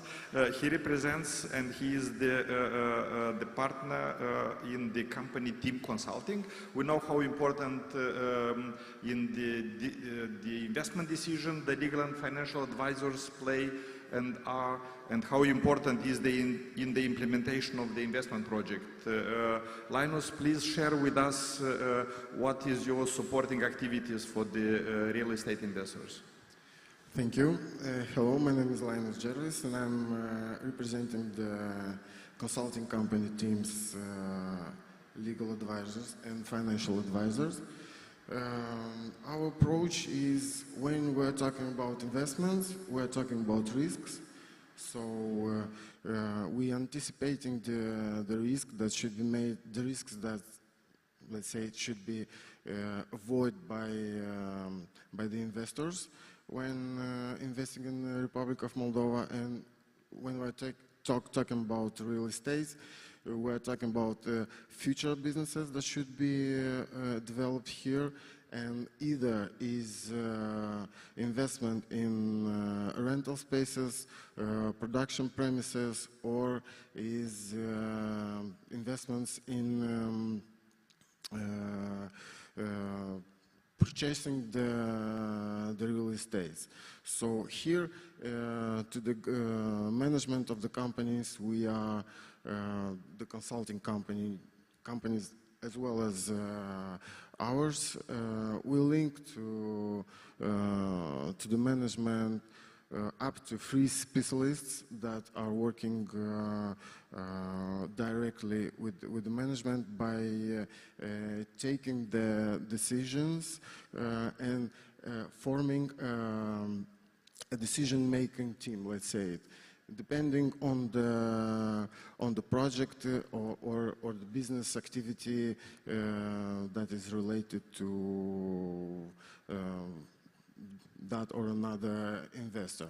Because when we're talking about investments, and in our case real estate, also with the issues in the real estate, the management is facing also, and the risks related to financial issues, related to human resources issues, which are also linked to the business activity that is mainly directed to the real estate or in-field activities. I know, because we have clients that are fusioning real estate and in-field activities when they have buildings and premises for rent, for lease, and also have farmlands where they are growing agricultural production, and these two businesses are linked. So when we are talking about our interventions as counselors to the business, we took it more widely, because real estate involves in parallel a lot of issues, and also we are the communicating bridge between partners, between local authorities, because after, let's say, after investing in real estate businesses, after that investors take the second steps when they are in need for financial resources, they are in need for financial products. So here we came as a shield with the main influencers on the market, which are the commercial banks. So when you want, when the real estate is the object of the contract, of the contractual negotiations, when the investor needs to access some financial products. So in this case, we are also this is one of the main, I would say, steps for the investors when they are trying to access financial products, and also grants from donors, and also also accessing financial from the donors and from the banks in the preferential credit lines. So. Sorry, just did you prepare also some slides, or is not only the title slide? In case you want to show something, so that because the time is quite running very fast. I had a small introduction of our overall activity. So we link, how I said, to the businesses 3 specialists, because how it was already told, the issues are not only related to the legal issues are related to business activities, but also to the financial and taxation issues. So when you access the consulting company, actually you access a big database of already consumed situations with already formed solutions, depending on the strategy of the business implementation of the investor here in Moldova. So this may include also banking and financial company activity, corporate law. Also, how I mentioned, we are the communication bridge when, in our case, when we're talking about real estate business, between businesses and patronates, and also government bodies. What can we say more? For this, and which makes efficient approach for the investors. How I told, because when you are linked with free specialists, actually the business structure, the business strategy is discussed with the local specialists that are involved in resolving the business issues on the territory of Moldova. So that's why we tailor a customized solution for investors that are initiating, how I say it, the real estate business is frequently linked to also investing in farmland and in-field investments from the foreigners.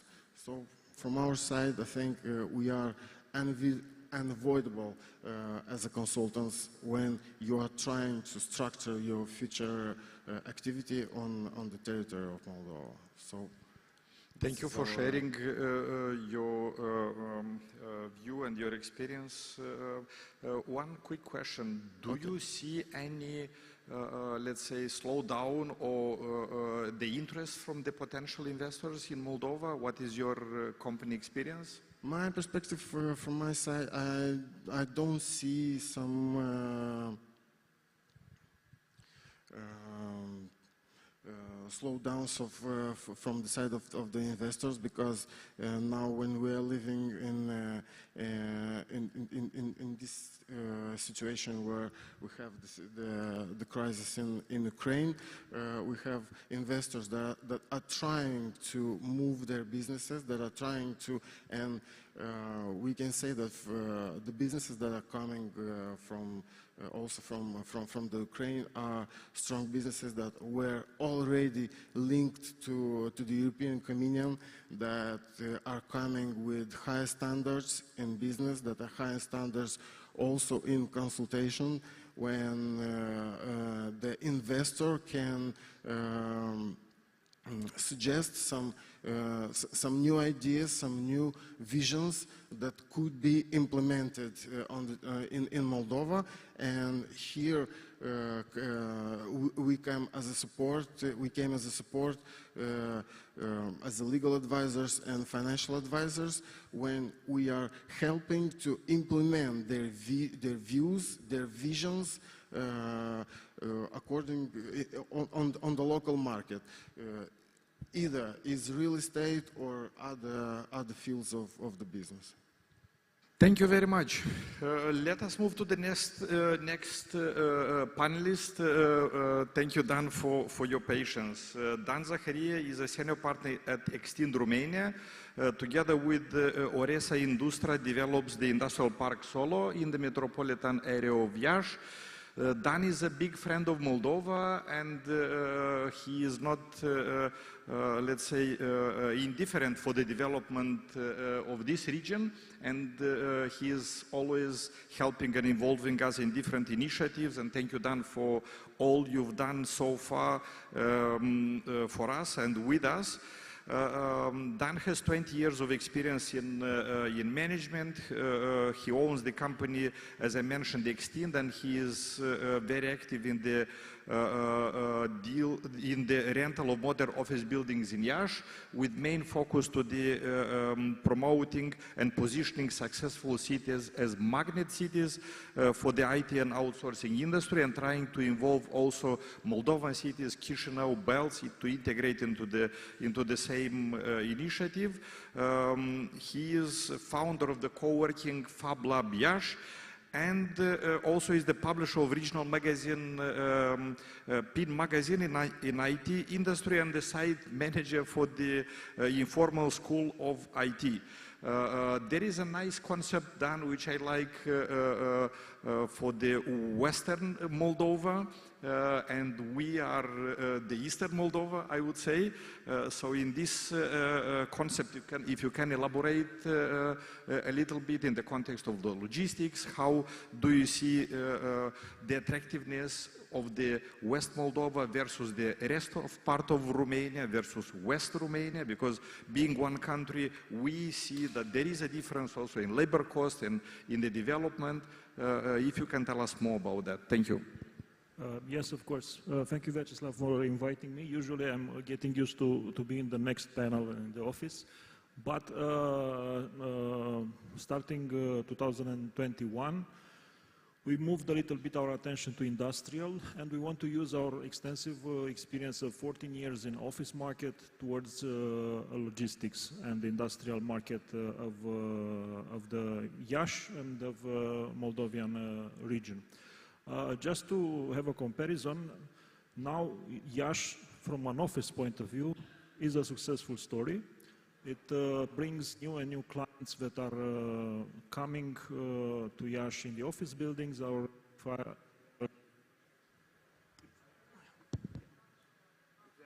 little bit shy, they are going to co-working spaces, okay?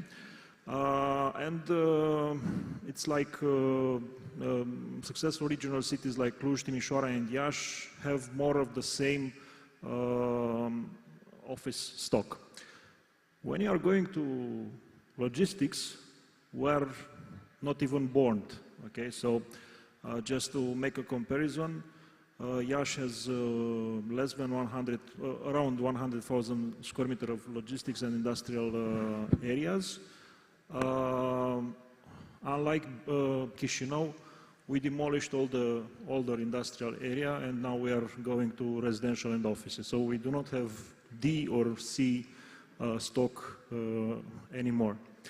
But when compared to Cluj, Cluj has 800,000 square meters, so 8 times more. Timișoara has 1 million. Bucharest has 3 million.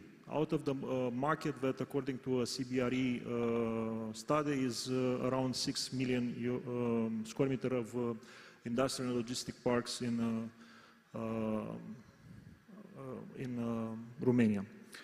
So our objective is, okay, we cannot promote Iași, okay? If we can do this in an office market, we cannot do it in a logistic. We can promote the region. And when you are looking towards the region, no one wants to say in Romania that are Moldavians. Okay, so they are from Bucovina, they are from Bărăgan, they are from... no one wants to say Moldova or the northeast region of Romania, because for some times it was a reality, but afterwards became a legend that the northeast part of Romania is the poorest Eurozone in Europe. It is not the case by far for 5 years now. So we came up with this concept of Western Moldova. Looks very sexy and includes everything from Suceava to Galați.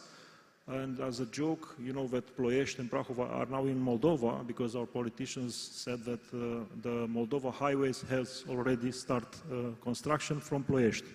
Not from Iași, not from Suceava, but from Ploiești. So Ploiești is also in their vision in Western Moldova. And what we're trying to do is to make a map of industrial developments in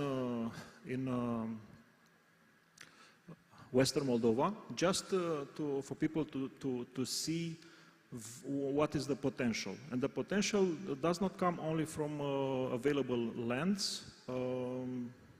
Just as a thought, in the last half year in Iași alone, almost 100 hectares of new developments has been announced.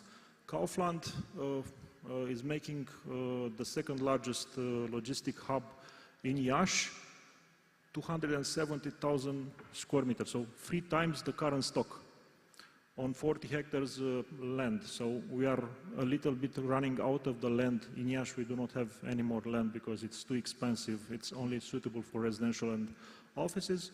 And we are now looking towards the metropolitan area in which they can develop. So this is what we are doing. It's promoting the region in order to promote the city and to promote the available workforce, because workforce actually brings the investors. If they do not have anything to be hired in those factories or in those warehouse, they will not come. We see very nice developments in Iași, and thank you for sharing this. And if you can tell us with the project, because we see that the highway A8, we are waiting since years and years.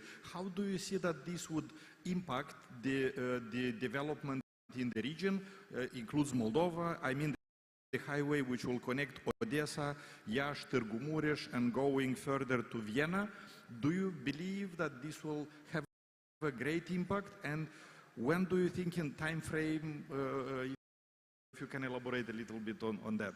Yes, very, very short, because we know we are run out of time. So we see investment funds as Oresa. Oresa is a Swedish investment fund, usually comes, get a business, developed, and afterwards sell. So they were one of the first investment funds to come in the last 2 years in Iași.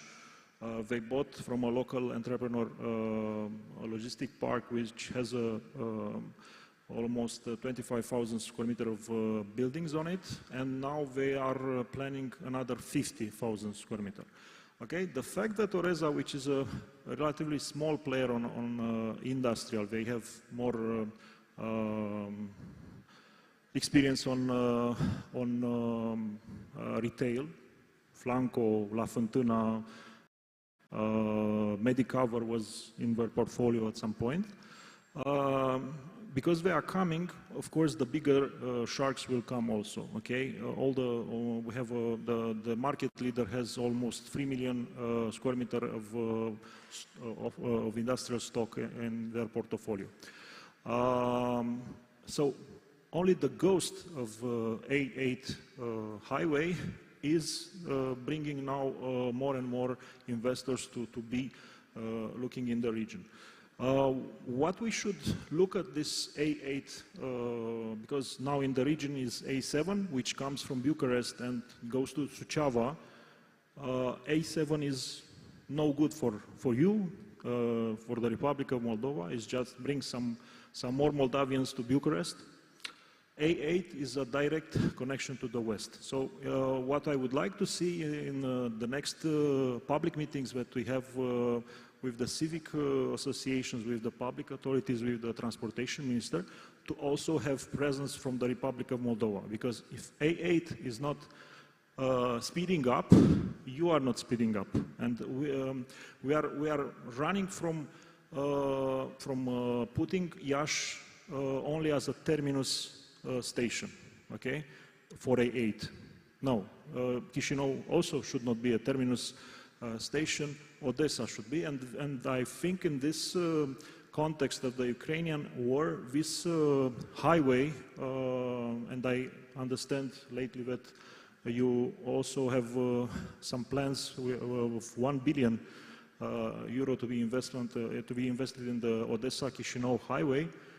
With this kind of context, our cities can be very important nodes on a logistic and industrial market on this highway from Odessa to Vienna. Thank you very much for mentioning that.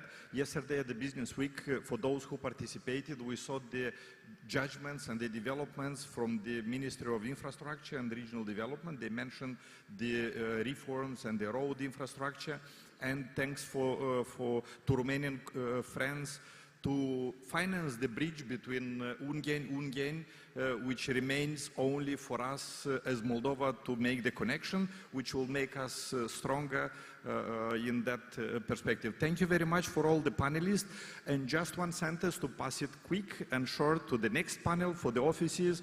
We are very much proud with the developments in Iași because of the logistics. Iași is making a lot of efforts to develop the business services, the IT and outsourcing, the same we are trying to do here. And if we are not able to go with the logistics, with the roads, then we will go through the IT, through internet, having a very well developed infrastructure, we can make the exports very easy and nobody can stop us at the border, queues and wars and anything else. Thank you very much, dear panelists, and let's move to the next panel. Thank you very much.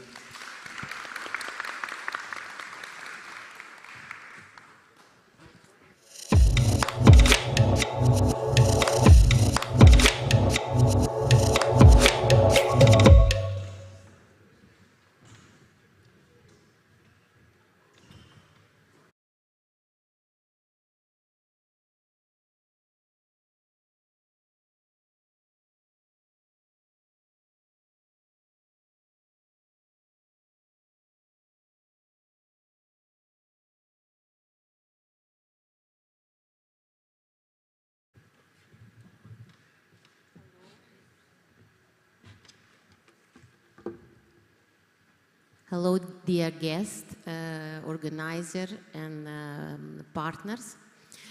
Last but not least, the office real estate panel opportunities.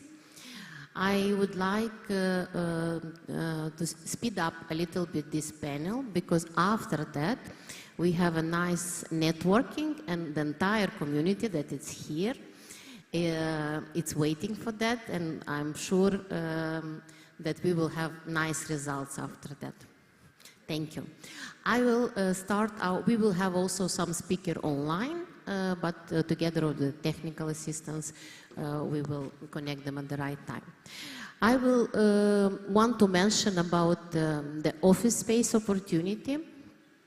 We know all that Moldova has one of the best fiscal system in Europe for IT companies, and now we are working with our colleagues very much also to put also special legislation for the BPO sector, business process outsourcing, and we are very sure that it will be successful. And like this, it brings Moldova on the spot of investment in the business service sector, that it's one of the biggest creator of jobs in the region.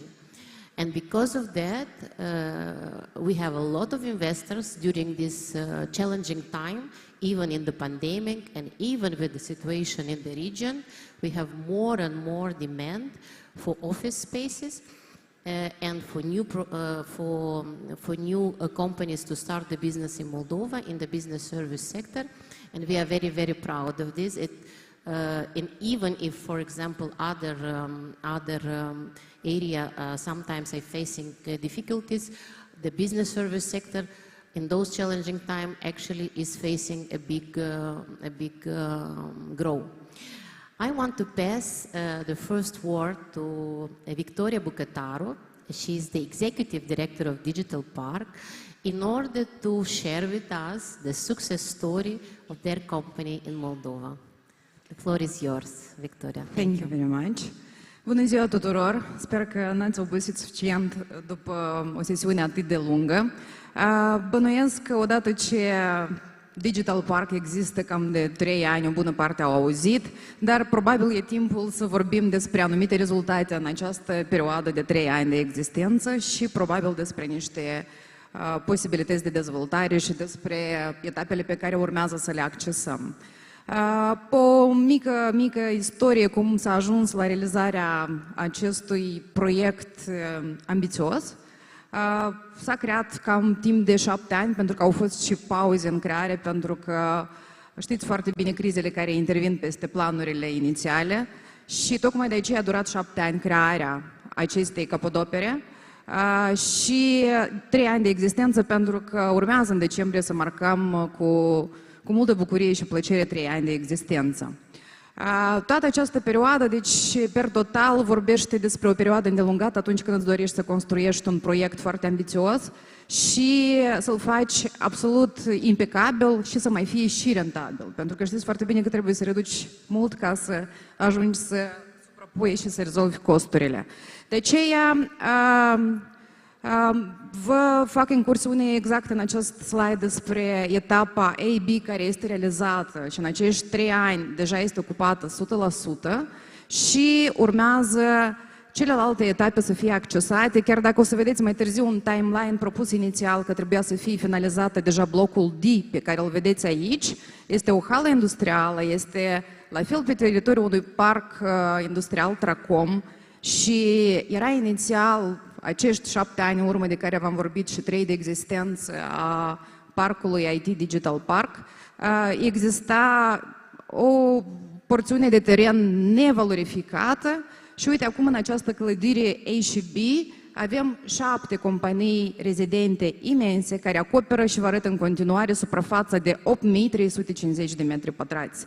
Aceste cifre relevante vă vorbesc despre succesul acestui proiect, care a fost unul ambițios și vreau să-l încadrez într-un context mai larg.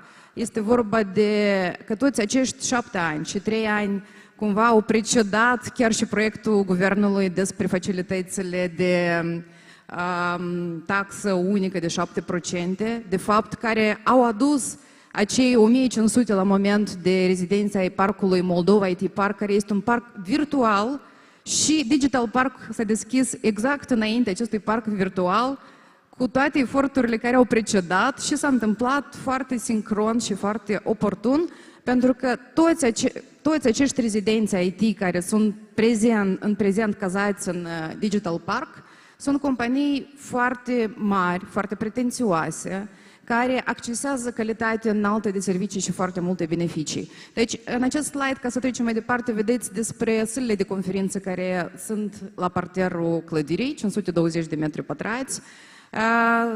Din păcate, acest spațiu de 1730 de foot zone, tocmai în perioada pandemiei, fiind Horeca, știind foarte bine care este situația cu acest domeniu și cu această industrie, n-a fost încă lansat. În rest, totul este 100% acoperit. Locurile de parcare, hectarul pe care îl ocupă grădina minunată în care se întâmplă evenimente atât sociale, cât și festivaluri și de caritate și de care doriți și sper că dacă n-ați ajuns o să ajungeți neapărat pentru că se întâmplă frecvent. Și respectiv locurile de muncă din această clădire care sunt ocupate. Deci în 2021 am plasat niște cifre care ca să vedeți chiar dacă au fost restricții pandemice, am avut peste 145 de evenimente în total.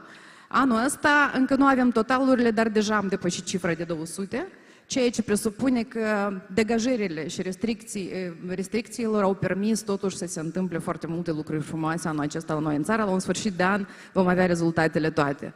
Și anul trecut, odată ce am completat toată garnitura de spații chiriașilor noștri, oricum am avut 340 de solicitări pentru acest nivel de clădire.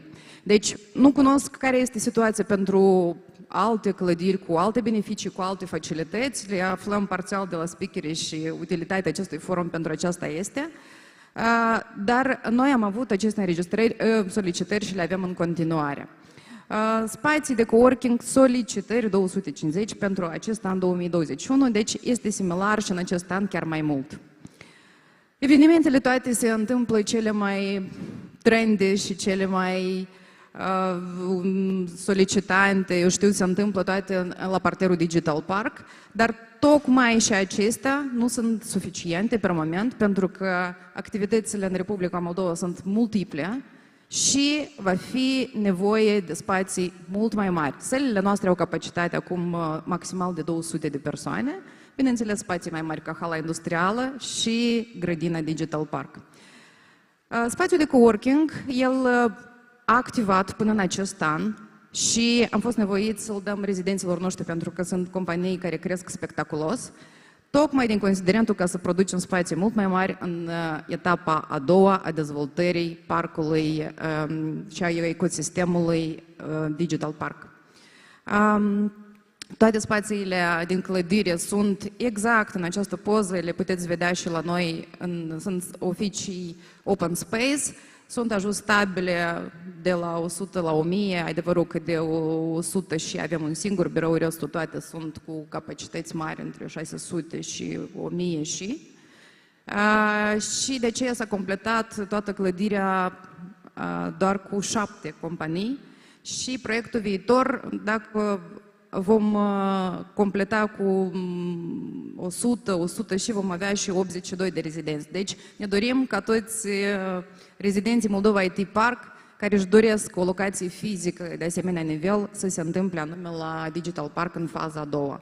Tocmai de ce aici aveți o prezentare despre sălile de conferință care sunt cu garnitura completă, adică veniți doar și prezentați evenimentele și capacități până la 200, 80, 40 pentru meeting-uri și toate acestea sunt oferite și rezidenților ca beneficii pentru toate mișcările ale afacerilor lor.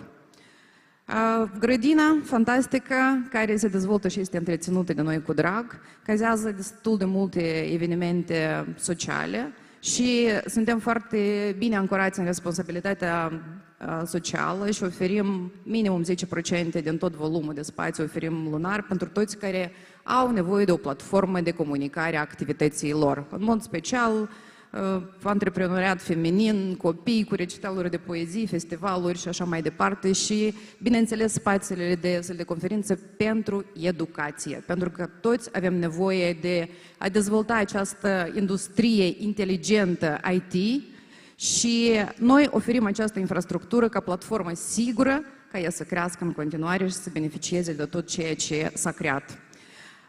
Restaurantul urmează să fie lansat, să sperăm cu brio și așteptăm parteneri și investitori pentru că suprafața dedicată și construită este una de peste 1700 de metri și va avea toate condițiile. Aici aveți niște imagini care își propun să devină astfel și niște beneficii care sunt sigur de accesat în clădirea Digital Park.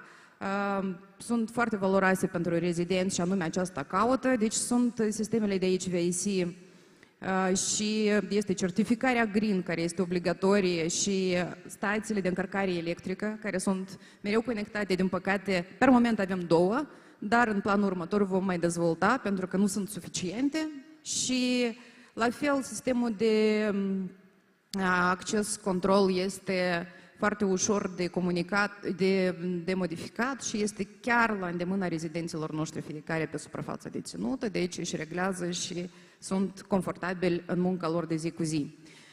Podeaua flotantă, 2 metri, știți foarte bine beneficiile, nu mai circulă lumea cu cablu și cu toate necesitățile sale de amenajare de birouri individuale. Sistemul de climă este unic, este aer fresh de afară non-stop, parcarea și subterană și terestră, un beneficiu major în zilele noastre atât pentru evenimente cât și pentru rezidenți și aplicații și sisteme de control. Aici vă propunem să vizualizați oficiile viitorului în etapa a doua, pentru că aceste imagini sunt provizorii. La un sfârșit de an sperăm să ajungem să vă prezentăm exact cum se va întâmpla etapa a doua, deci un proiect concret. Acum ne propunem să facem 25.000 de metri pătrați și locuri de muncă de la 1.000 să trecem ușor la 3.200 pentru toți tinerii talentați din Moldova.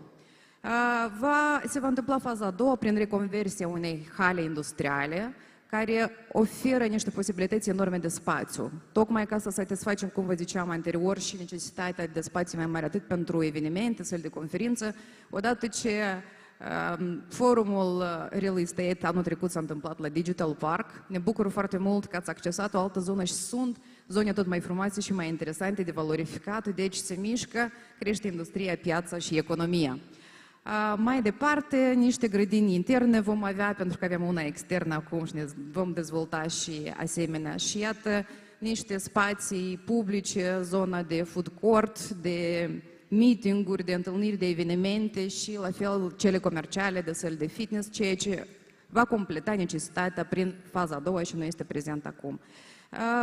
Aș vrea să le trec mai rapid, să nu vă rețin pentru că am multe de spus. Creșele sunt necesare pentru că deja avem foarte mulți rezidenți și sunt la câteva sute cadourile de Crăciun procurate picilor care trebuie undeva să fie alături de părinții lor în acest moment și cu dezvoltarea fazei a doua va fi absolut necesar să fie și prezența acestora. La fel, stațiile de încărcare electrică vor fi dezvoltate substanțial și deja avem proiecte în derulare în paralel ca să le mișcăm. Spațiile de oficii vor fi destul de flexibile și sunt fiecare rezident le amenajează în funcție de necesitățile sale și de specificul muncii, pentru că dacă, de exemplu, companiile noastre ca Ringtail Studio, ca Edifex Technology, ca Kiev Technology, ca și Helium 10, ca și Maib sau Stratolat Albulescu, fiecare cu specificul său de muncă în IT are nevoie și de amenajările respective. De aceea noi oferim posibilitățile și astfel și se întâmplă și sugestiile. Spațiile ajustabile în funcție, da, ziceam, de tavane, probabil vă interesează toate aceste detalii, 3,4,3, tavanele, izolarea fonică în toate birourile și sistemele de condiționare de care am pomenit mai devreme și de HV sistem. Sălile de conferință vor fi mai mari, ne propunem chiar foarte mari, pentru că așa sunt necesitățile și o bună parte din cei prezenți în sală deja s-au confruntat, deci cunoașteți că e necesar să fie și la acest capitol extensie, pentru că piața dictează, știm foarte bine, din păcate, ce s-a întâmplat cu Filarmonica sau Teatrul Verde în reparație sau multiple alte și avem nevoie de săli noi, inovative, dotate tehnic și foarte accesibile pentru toate tipurile de evenimente.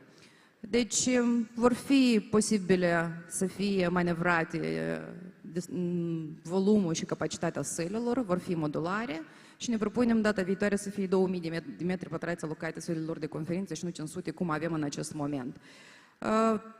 Data Centru Modern este gata de accesat. În caz că are nevoie pe piață cineva să cunoașteți că este unic, ca și clădirea Digital Park în amploarea sa și avem posibilitatea să oferim la 100 de clienți toate condițiile certificate și conform ultimelor tehnologii. Toate avantajele sunt pentru investitori, aici le-am enumerat succint pe toate, deci pe lângă arhitectura impozantă și deosebită, accesibilitatea locației, pentru că vom deveni curând, sperăm, un centru alternativ al orașului unde se vor întâmpla foarte multe evenimente, atât sociale, în care și vor găsi rezidenții angajații lor la toate evenimentele educative care se întâmplă în Digital Park. La fel, toate avantajele oferite de Republica Moldova, de la facilitățile pentru industria IT, până la parte din tot felul de proiecte europene, însă și apropierea ca mentalitate și ca setare mentală către Europa, toate acestea facilitează foarte mult și parte din proiectele internaționale în care deja suntem de referință ca țară. La fel, cunosc și pe lângă această taxă unică că se vor dezvolta foarte mult și BPO-urile cu alt proiect de lege, sperăm să se aprobe cu altă taxă unică care iarăși va atrage investiții. Deci suntem deschiși și așteptăm să vină investițiile în țară. Acest timeline, iată, vă ziceam că l-am păstrat exact așa cum era înainte de pandemie, acum se va întâmpla și tare așteptăm să vină investitorii ca să facă parte din acest proiect pe care ne-l propunem, la fel de ambițios și, din câte vedeți, mai ambițios decât primul. Vă mulțumesc foarte mult!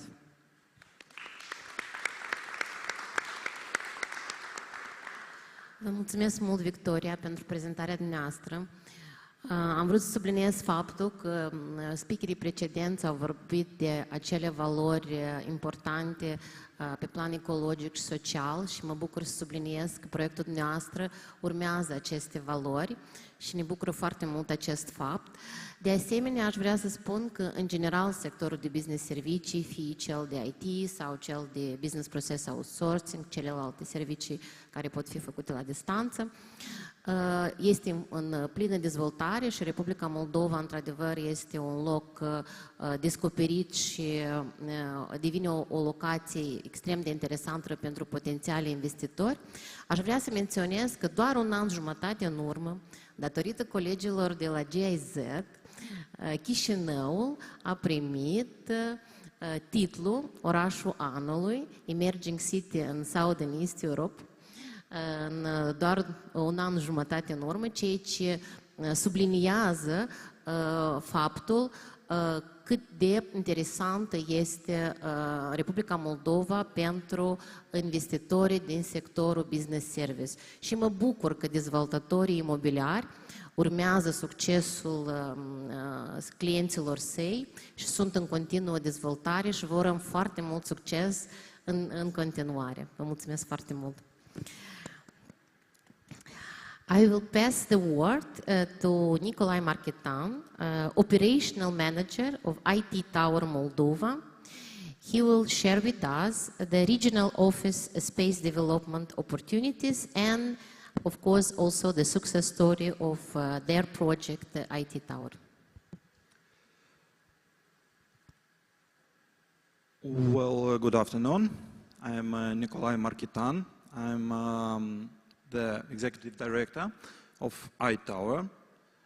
But before iTower, I would like to share with you, because we're speaking about a regional development as well, how should put it on? Oh, voila. I would like to share with you our experience in practice with regional development. So in really short notes about our history, our founder is in Moldova with investments since 1994. So since 1995, we're already delivering offices and accommodation for startups in Moldova. Since 1997, we do develop industrial sites as well. And since 2013, we got into the branch of Class A offices, because the spaces that we were providing so far were not enough already for the tenants, meaning that their businesses were growing up and they were successful.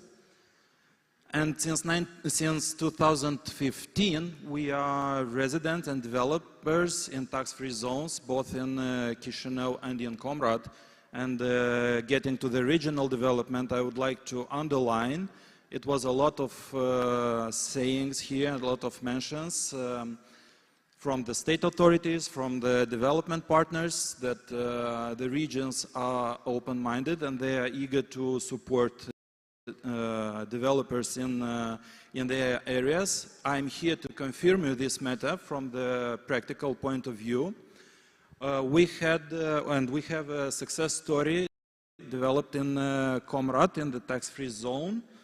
We were the first residents who believed and who were invited and believed in Comrat, and I would like to mention the complete involvement of the local authorities at every level, and they were really helpful. And they were wise enough to provide us with all the support needed, that we succeeded to make up to 10,000 square meters of production spaces, from the idea to the cutting ribbon, in only 9 months. So when we first got to Comrat in the tax-free zone, Schultz, we did not believe that it's possible, because it was a field.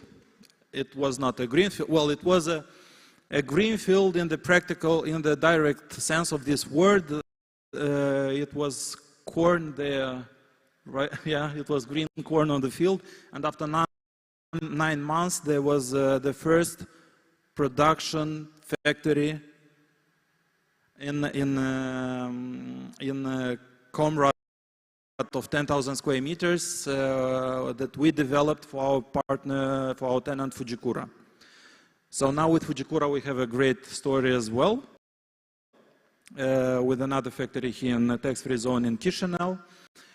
And this is speaking about the trustworthy and the reliability of us as developers, and also the interest of the investors who come and invest in Moldova continuously. If to return to office areas, because now we're speaking about offices, in 2013 we launched the first A-class office building, Euro Tower. It proved in time that it was not enough. So in 2019 we started a new building, iTower, the construction. In 2020, so within 1 year, iTower was already done. So in really short, we provide our customers and our tenants, 9 floors of open spaces, about 4,500 square meters, and a parking lot of 70 spots. That is also very important for the tenants, because nowadays it's really difficult to find a place to park your car in the city. And this is a good advantage, an excellent advantage of service that we provide to our tenants. So we have some core values that we develop and that we are based on when we develop a project. So we have really high quality requirements, and we are speaking here about suppliers. We're speaking here about projecting teams. We're speaking here about contractors, constructors. We do have a big accent. We provide a big accent on comfort and on the safety of our tenants. And if to speak about this in really short, because we have a technical description in the building, we try to ensure our tenants with backups, with plan A, plan B, plan C. For example, we have 2 separate power lines and our own substation, electric substation for the building. Besides these power lines, we do provide also with alternative, with a power generator in case if both lines go down. If both lines goes down, then all the city is without power. We do apply in our buildings, in any sites, the last generation of heating ventilation systems, Daikin. We do have the power, the backup for the water supply. So it's everywhere backups. We try to ensure our tenants a continuous activity, and we try to make sure that their activity is not interrupted, or they don't have to bother and to have headaches of anything else except their own business. So our business is to keep their business going. Of course, elevators, of course, access control. So from our experience, we do have tenants who would like to have their own privacy on the entire floor. We made sure to provide them with.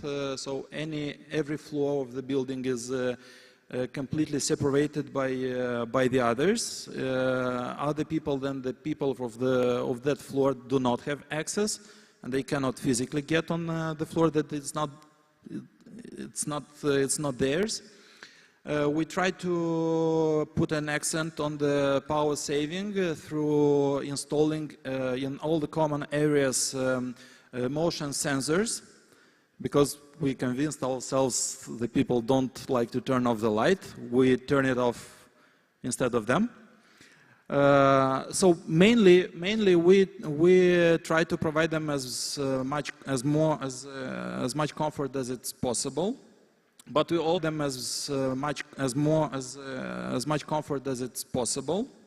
But we also are flexible in our developing projects to the customer's needs. So we can do a tailor-made building for a certain client, in working directly with them, with their teams, to adapt the building to their needs at the moment of the projecting.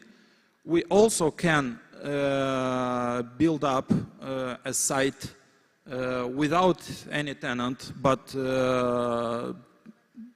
correct, yeah, and then to adjust it when the tenant comes. And one of the reasons and one of the principles that we like to develop the projects, not only offices but also industrial sites, it's their location. If we speak about industrial sites, we of course will locate our site where the client needs. Whether it's in Comrade, whether it's in Belts or in Cahul, we are flexible to go where the client needs. If to speak specifically about our office building, about iTower, from the experience of our founder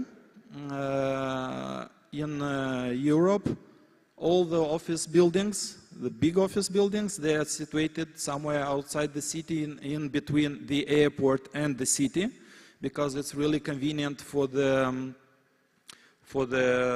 investors who value their money and their time. They would like to avoid any traffic, and they would like to avoid any losing of time to get from the airport to the city center, for example. So I-Tower is located 5 kilometers away of the airport, so that even the investor or their technical personnel, they can come directly to their working place. They can be housed in the nearby hotel. So it's a bit of complex solution for optimizing their time and to value their time while they're on a business travel here to Moldova. We have the location of our building is crossed by 7 routes of public transport, because it's also important for the local employees to get to their working places in time and in safety. So, but again, from our own experience, after 3, 4, 5 months of working in a correct company, usually employees, they get also some cars, and they need parking places. So we provide them with. Well, within years, we proved to our partners that we are trustworthy, that they are confident in us. We try to assist them at every point of their startup and development here in Moldova. You can see few of our clients, of our tenants in both buildings. Some of them are like over 10 years here in Chisinau, here in Moldova, and we are happy that they started up with 3, 4 employees. Now they have 350, over 350. So this proves that Moldova indeed is a healthy environment for business, for developing a business. It's stable, it's continuously growing, and we as developers, we're always ready to support them. Well, as renting principle that we provide our tenants, in really short, we provide them or full floor or half of the floor. Why is that? Because everybody is counting their money. So we set up the building in such a way that the evidence of the consumption is really a micromanagement evidence of this consumption. Every half of the floor has its own utilities, communications, power lines, so it's easy to trace and easy to follow up the expenses of the tenant, and he can, through the reports that he is receiving from us monthly, he can follow up his expenses, whether it goes for the computers, for the air conditioning, for the heating, for the water consumption, and it's easy to budget and to make the forecast of the budget correct and transparent. Some of the, well, few images from inside our offices. So it's with floating floors as well, because it's proven in time for us that it's the best solution for having a flexibility in modeling of the inside of the offices. So, as you also mentioned, it's not, nobody is running already now with cables everywhere on the floor and drilling holes. Everything goes under the floor, and it's really mobile, and it's really flexible, and it's really, really nice. Any tenant can start their business in I-Tower, I don't know, within 1 day, 1 or 2 days. So within a weekend, it's possible to move a company from in I-Tower, and on Monday they can start working. This is, well, in short, we have a little video with our colleagues. So, on the base of this example, of this real example, we are ready to develop further. We are open for new projects. We are open for new tenants, for new businesses to come here in Moldova. We are ready to support them, and we do believe that Moldova, year by year, is becoming active for, and we are here to support them and to help them. Thank you very much. Thank you very much.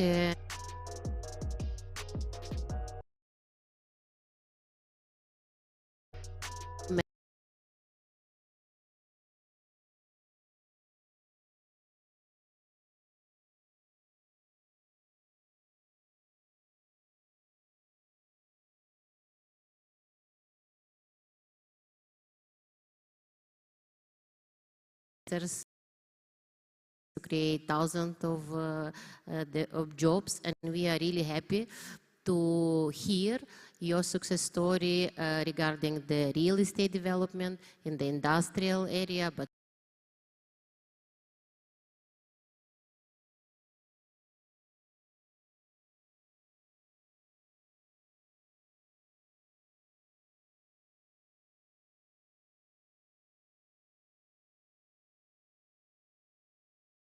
of course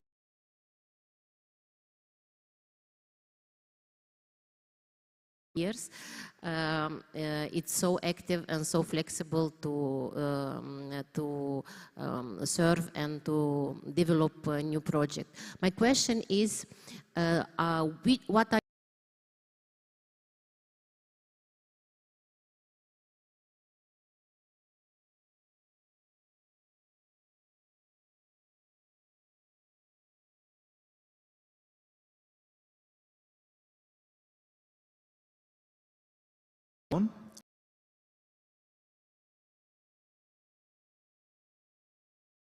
we do have projects in pipeline in the tax-free zones, both in Chisinau and in Comrade.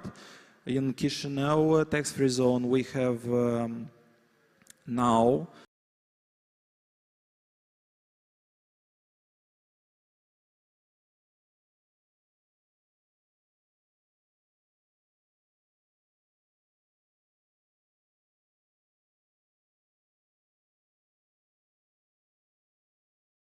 two sides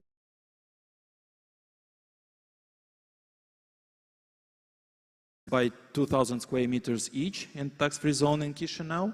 For the offices, we are open to develop new buildings in regions, because we keep receiving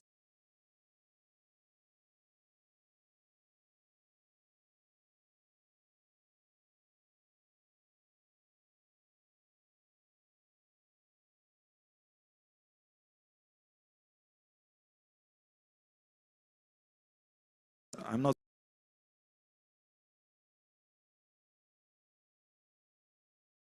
So yes, we look forward to develop, and we are ready to new opportunities for assisting and rising up.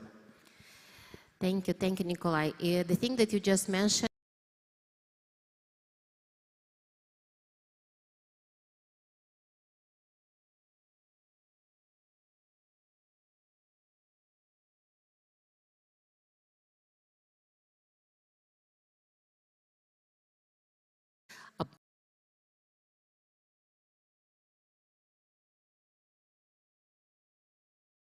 One of the main reason and extremely different sometimes of other countries in the region.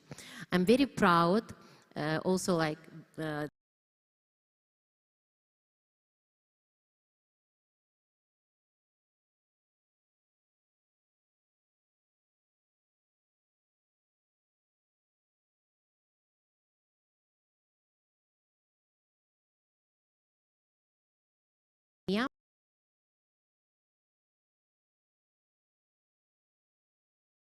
with adding value to the hidden urban location by giving them a new meaning.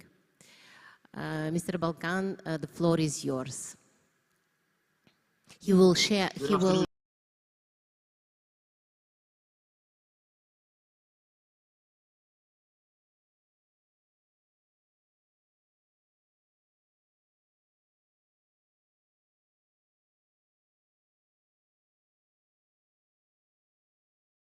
So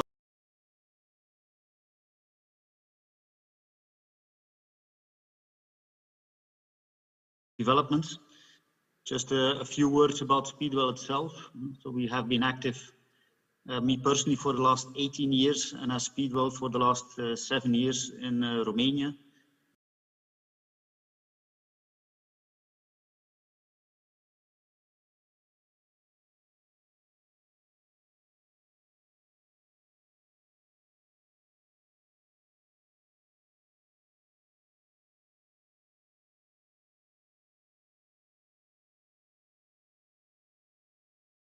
Construction and under permitting, but I want to focus on what we prefer to do, and that's make mixed-use projects with a historical core on old factory sites. And let me start off by showing what we don't.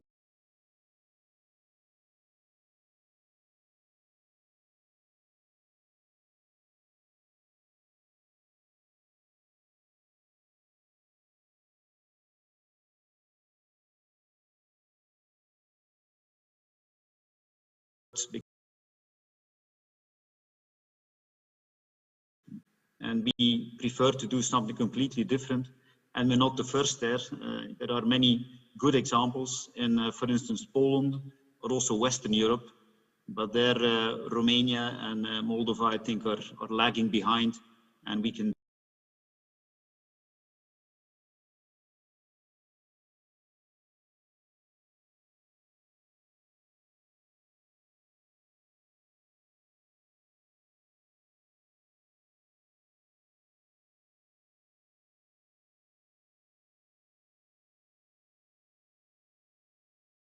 Center and actually contains all the functionalities that somebody needs to live and work. So we have together 13,000 square meters of commercial spaces, A-class offices, co-working, a rest.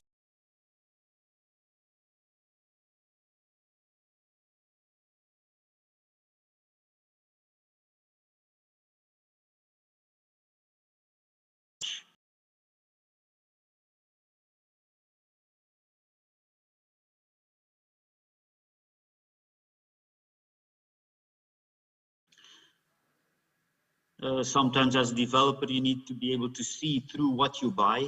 So we demolished part of the buildings and we kept the oldest building of the factory when we bought.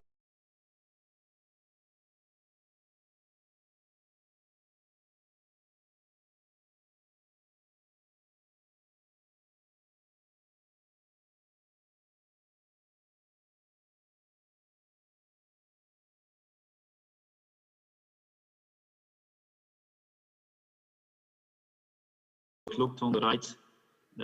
So really, the potential is often hidden, and in the end, it's our tenants that make it really live. So we have both the restaurant and the co-working, which are hugely.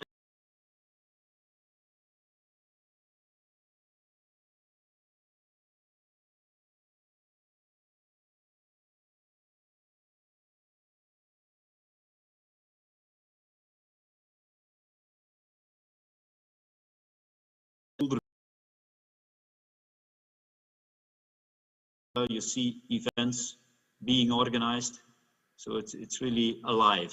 So, and that's what we aim to get in all our developments.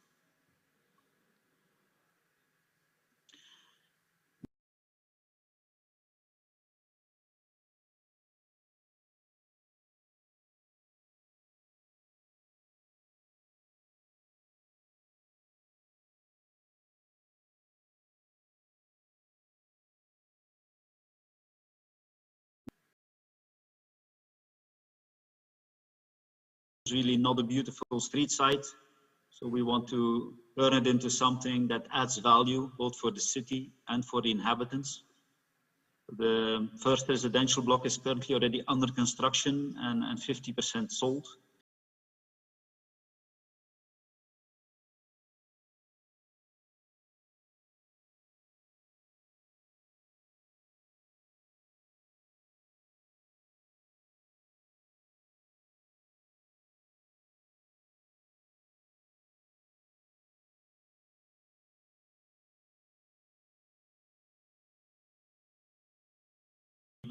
One of them was a monument, a villa. Another one was again part of the factory. We didn't have to keep it, but we wanted to keep it again to give that historical, that soul to a project.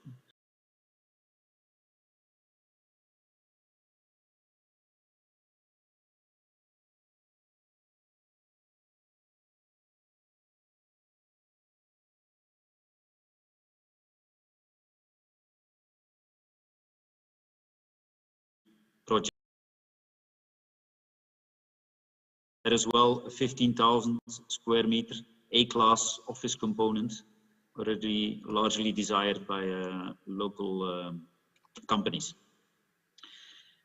Both these projects were, let's say, duplicating on a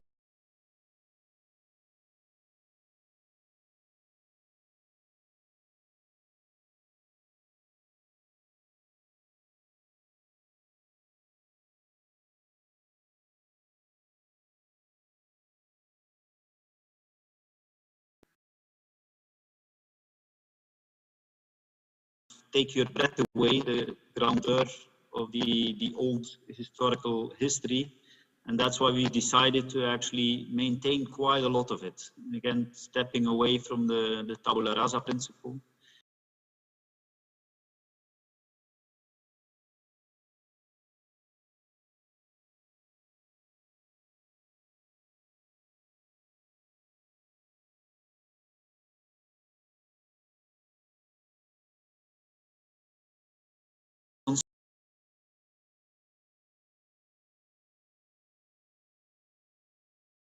Emotional connection to other areas in Bucharest where can people relate to. And we really took it a step further here. We had the entire site, so every building, and it's roughly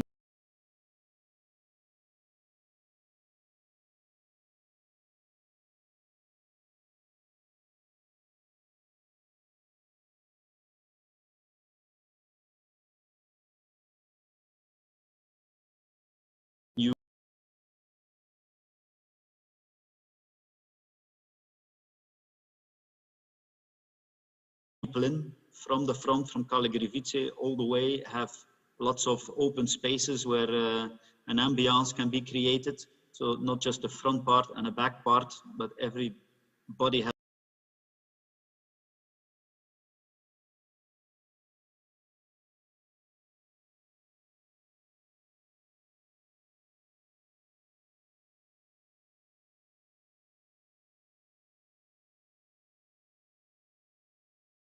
retail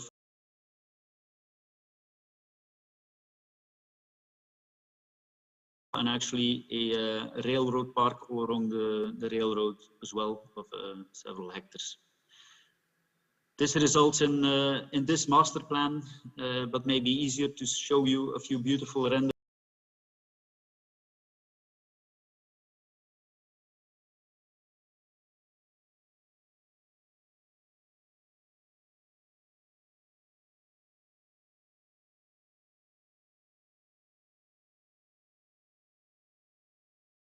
This is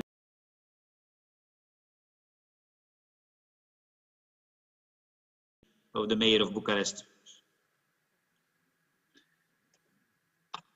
Just a little movie, and I hope it's coming through well on the other side.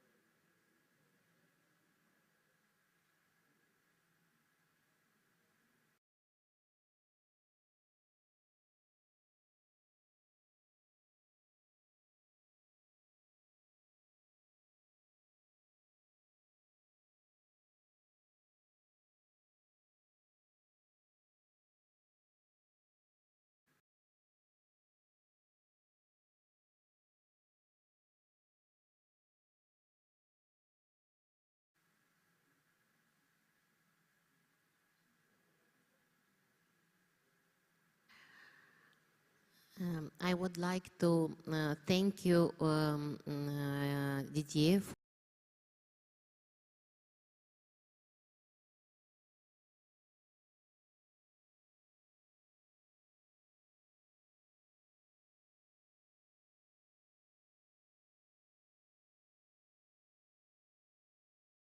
of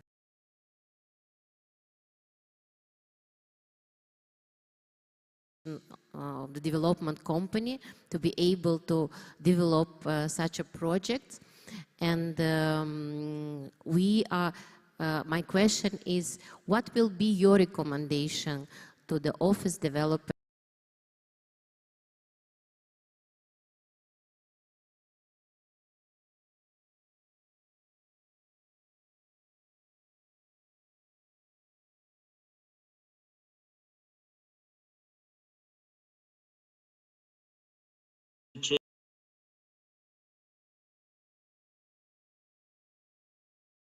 The use of offices is completely different now, and being in an office is part of organizing your life, actually. So the facts of having mixed-use projects close to public transport,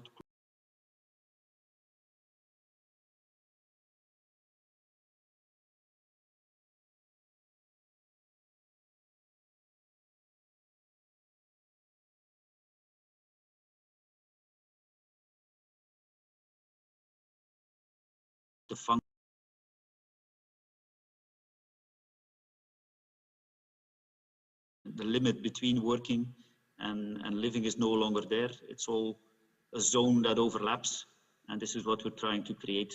And if we can do that by not tapping into green fields, but by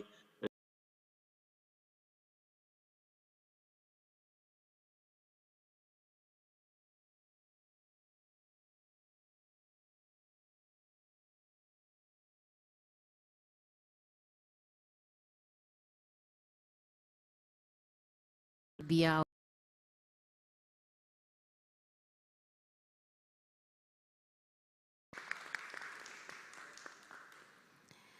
I would like to pass the word to Roman Yemi, the Chief Executive Officer of Royal Tower Business Center.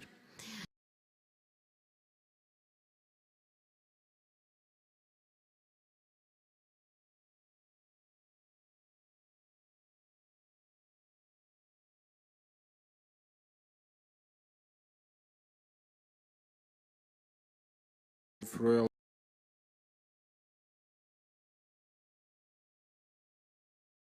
Center that is situated very close to the city center on the street of Mihai Viteazul, and it's an office building that has an 2000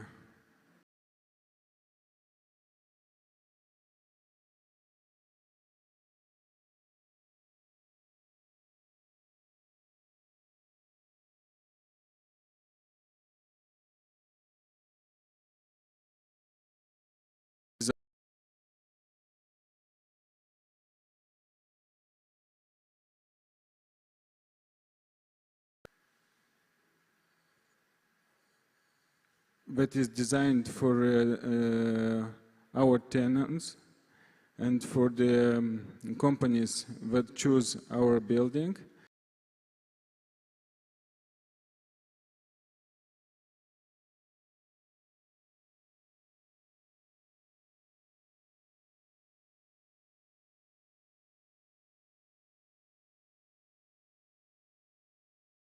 Example,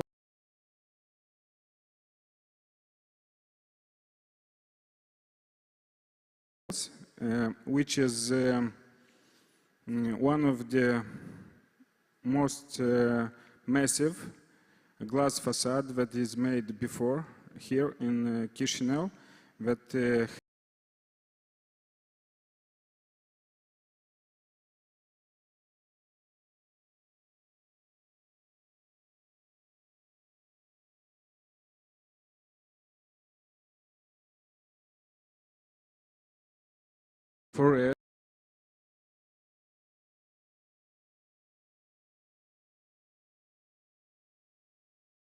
for the comfort and for the ergonomic of the spaces, and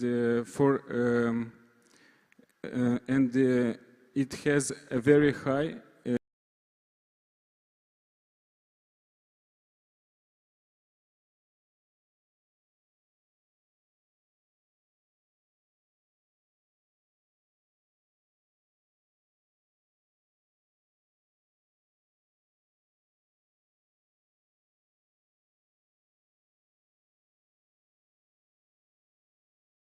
situated on the 17th floor, and it's a 360 view. It's a rooftop restaurant, and it's a unique object in Chisinau.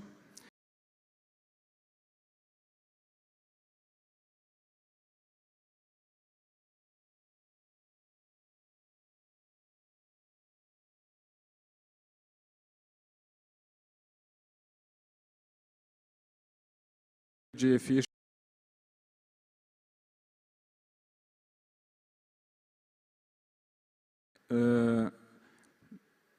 Of 1.197 UG, that is considered now a very efficient product, and it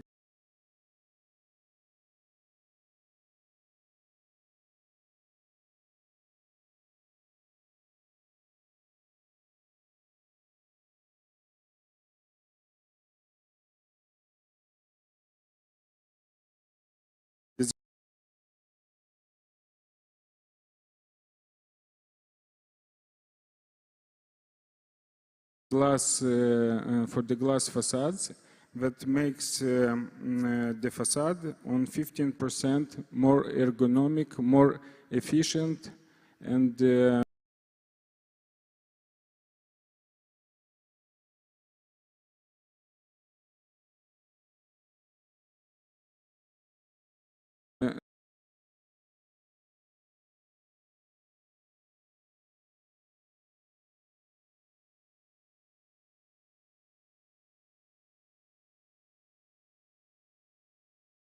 latest inquiries and to the latest category of the products, which is placed very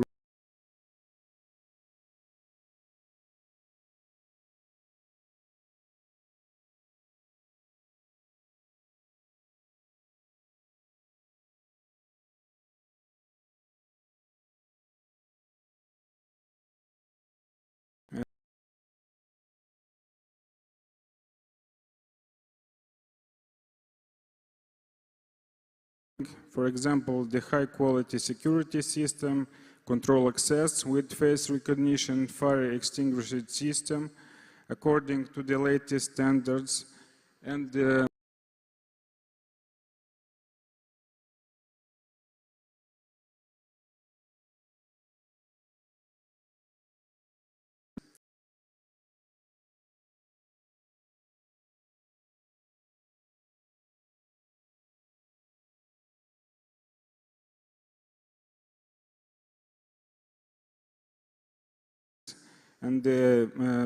these elevators are the top of the brand. It's Schindler. It's a Swiss brand, and it's a top of the line. It's 55.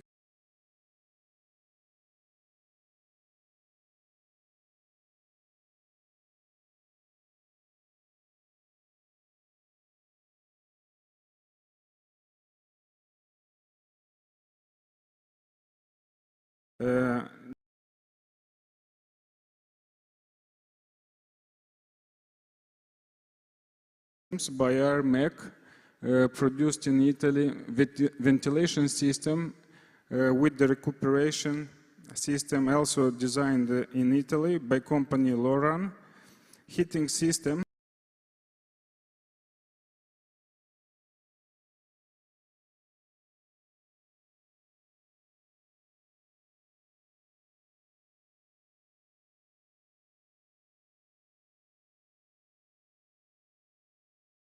To the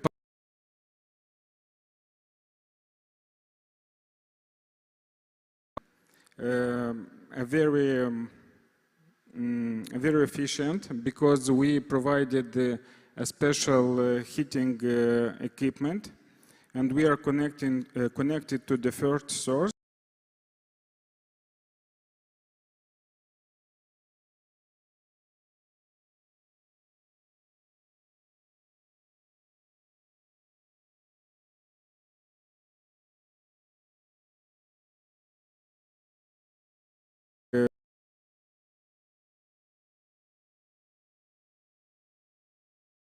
Are used for finishing, because our offices are turnkey offices.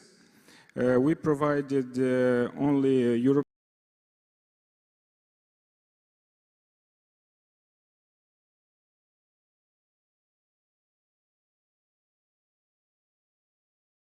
That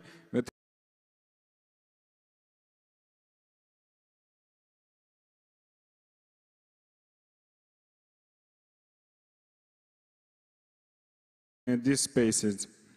The business center also has a very important point that is located is near to the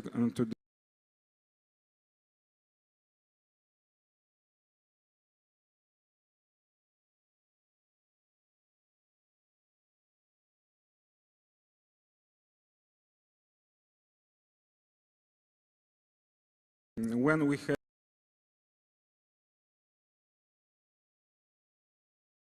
spaces that are about 1,000 square meters in open space, we can easily respond to this inquiry, and the colleagues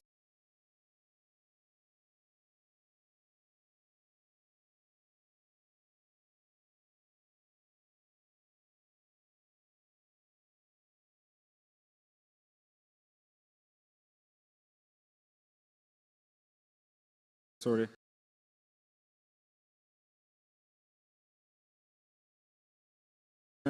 We can provide this type of spaces that are designed for the comfort and for the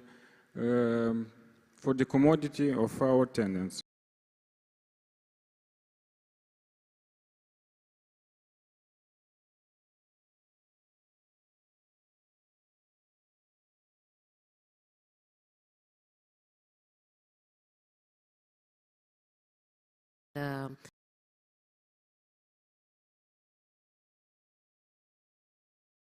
Of course, because your clients are also clients from that request all this quality, comfort, and safety standards.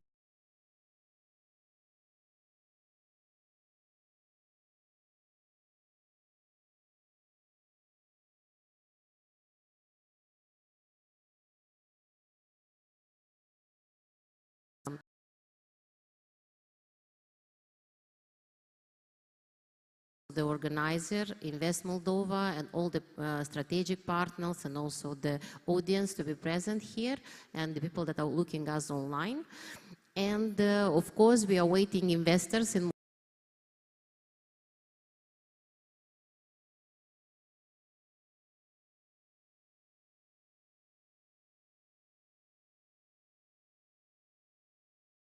this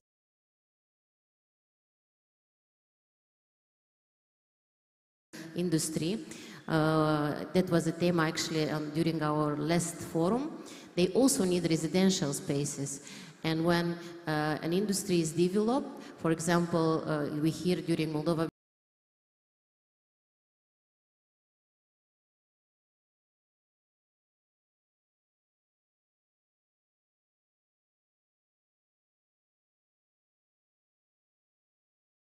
only with people. This is making us very, very, very proud, and a good wish for the entire sector. And thank you very much. Thank you.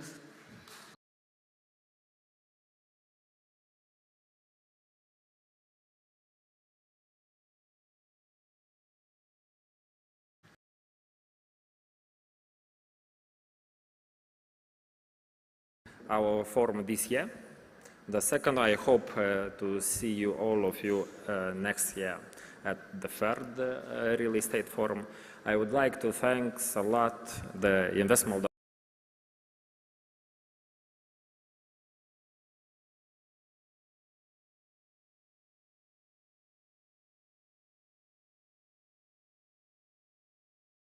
GIZ and the international partner Belgium, Luxembourg, Romanian Chamber of Commerce. Of course, we also have a nice sponsor, Comsales Group, and we have one more surprise.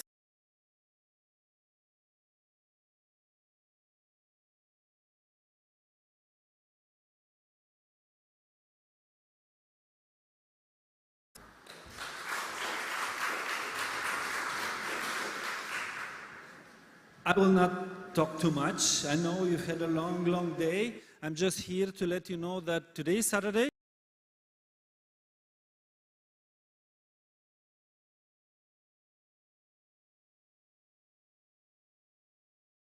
We will try to find the best wine for you. You've done a great job. Thank you. Waiting for you out there.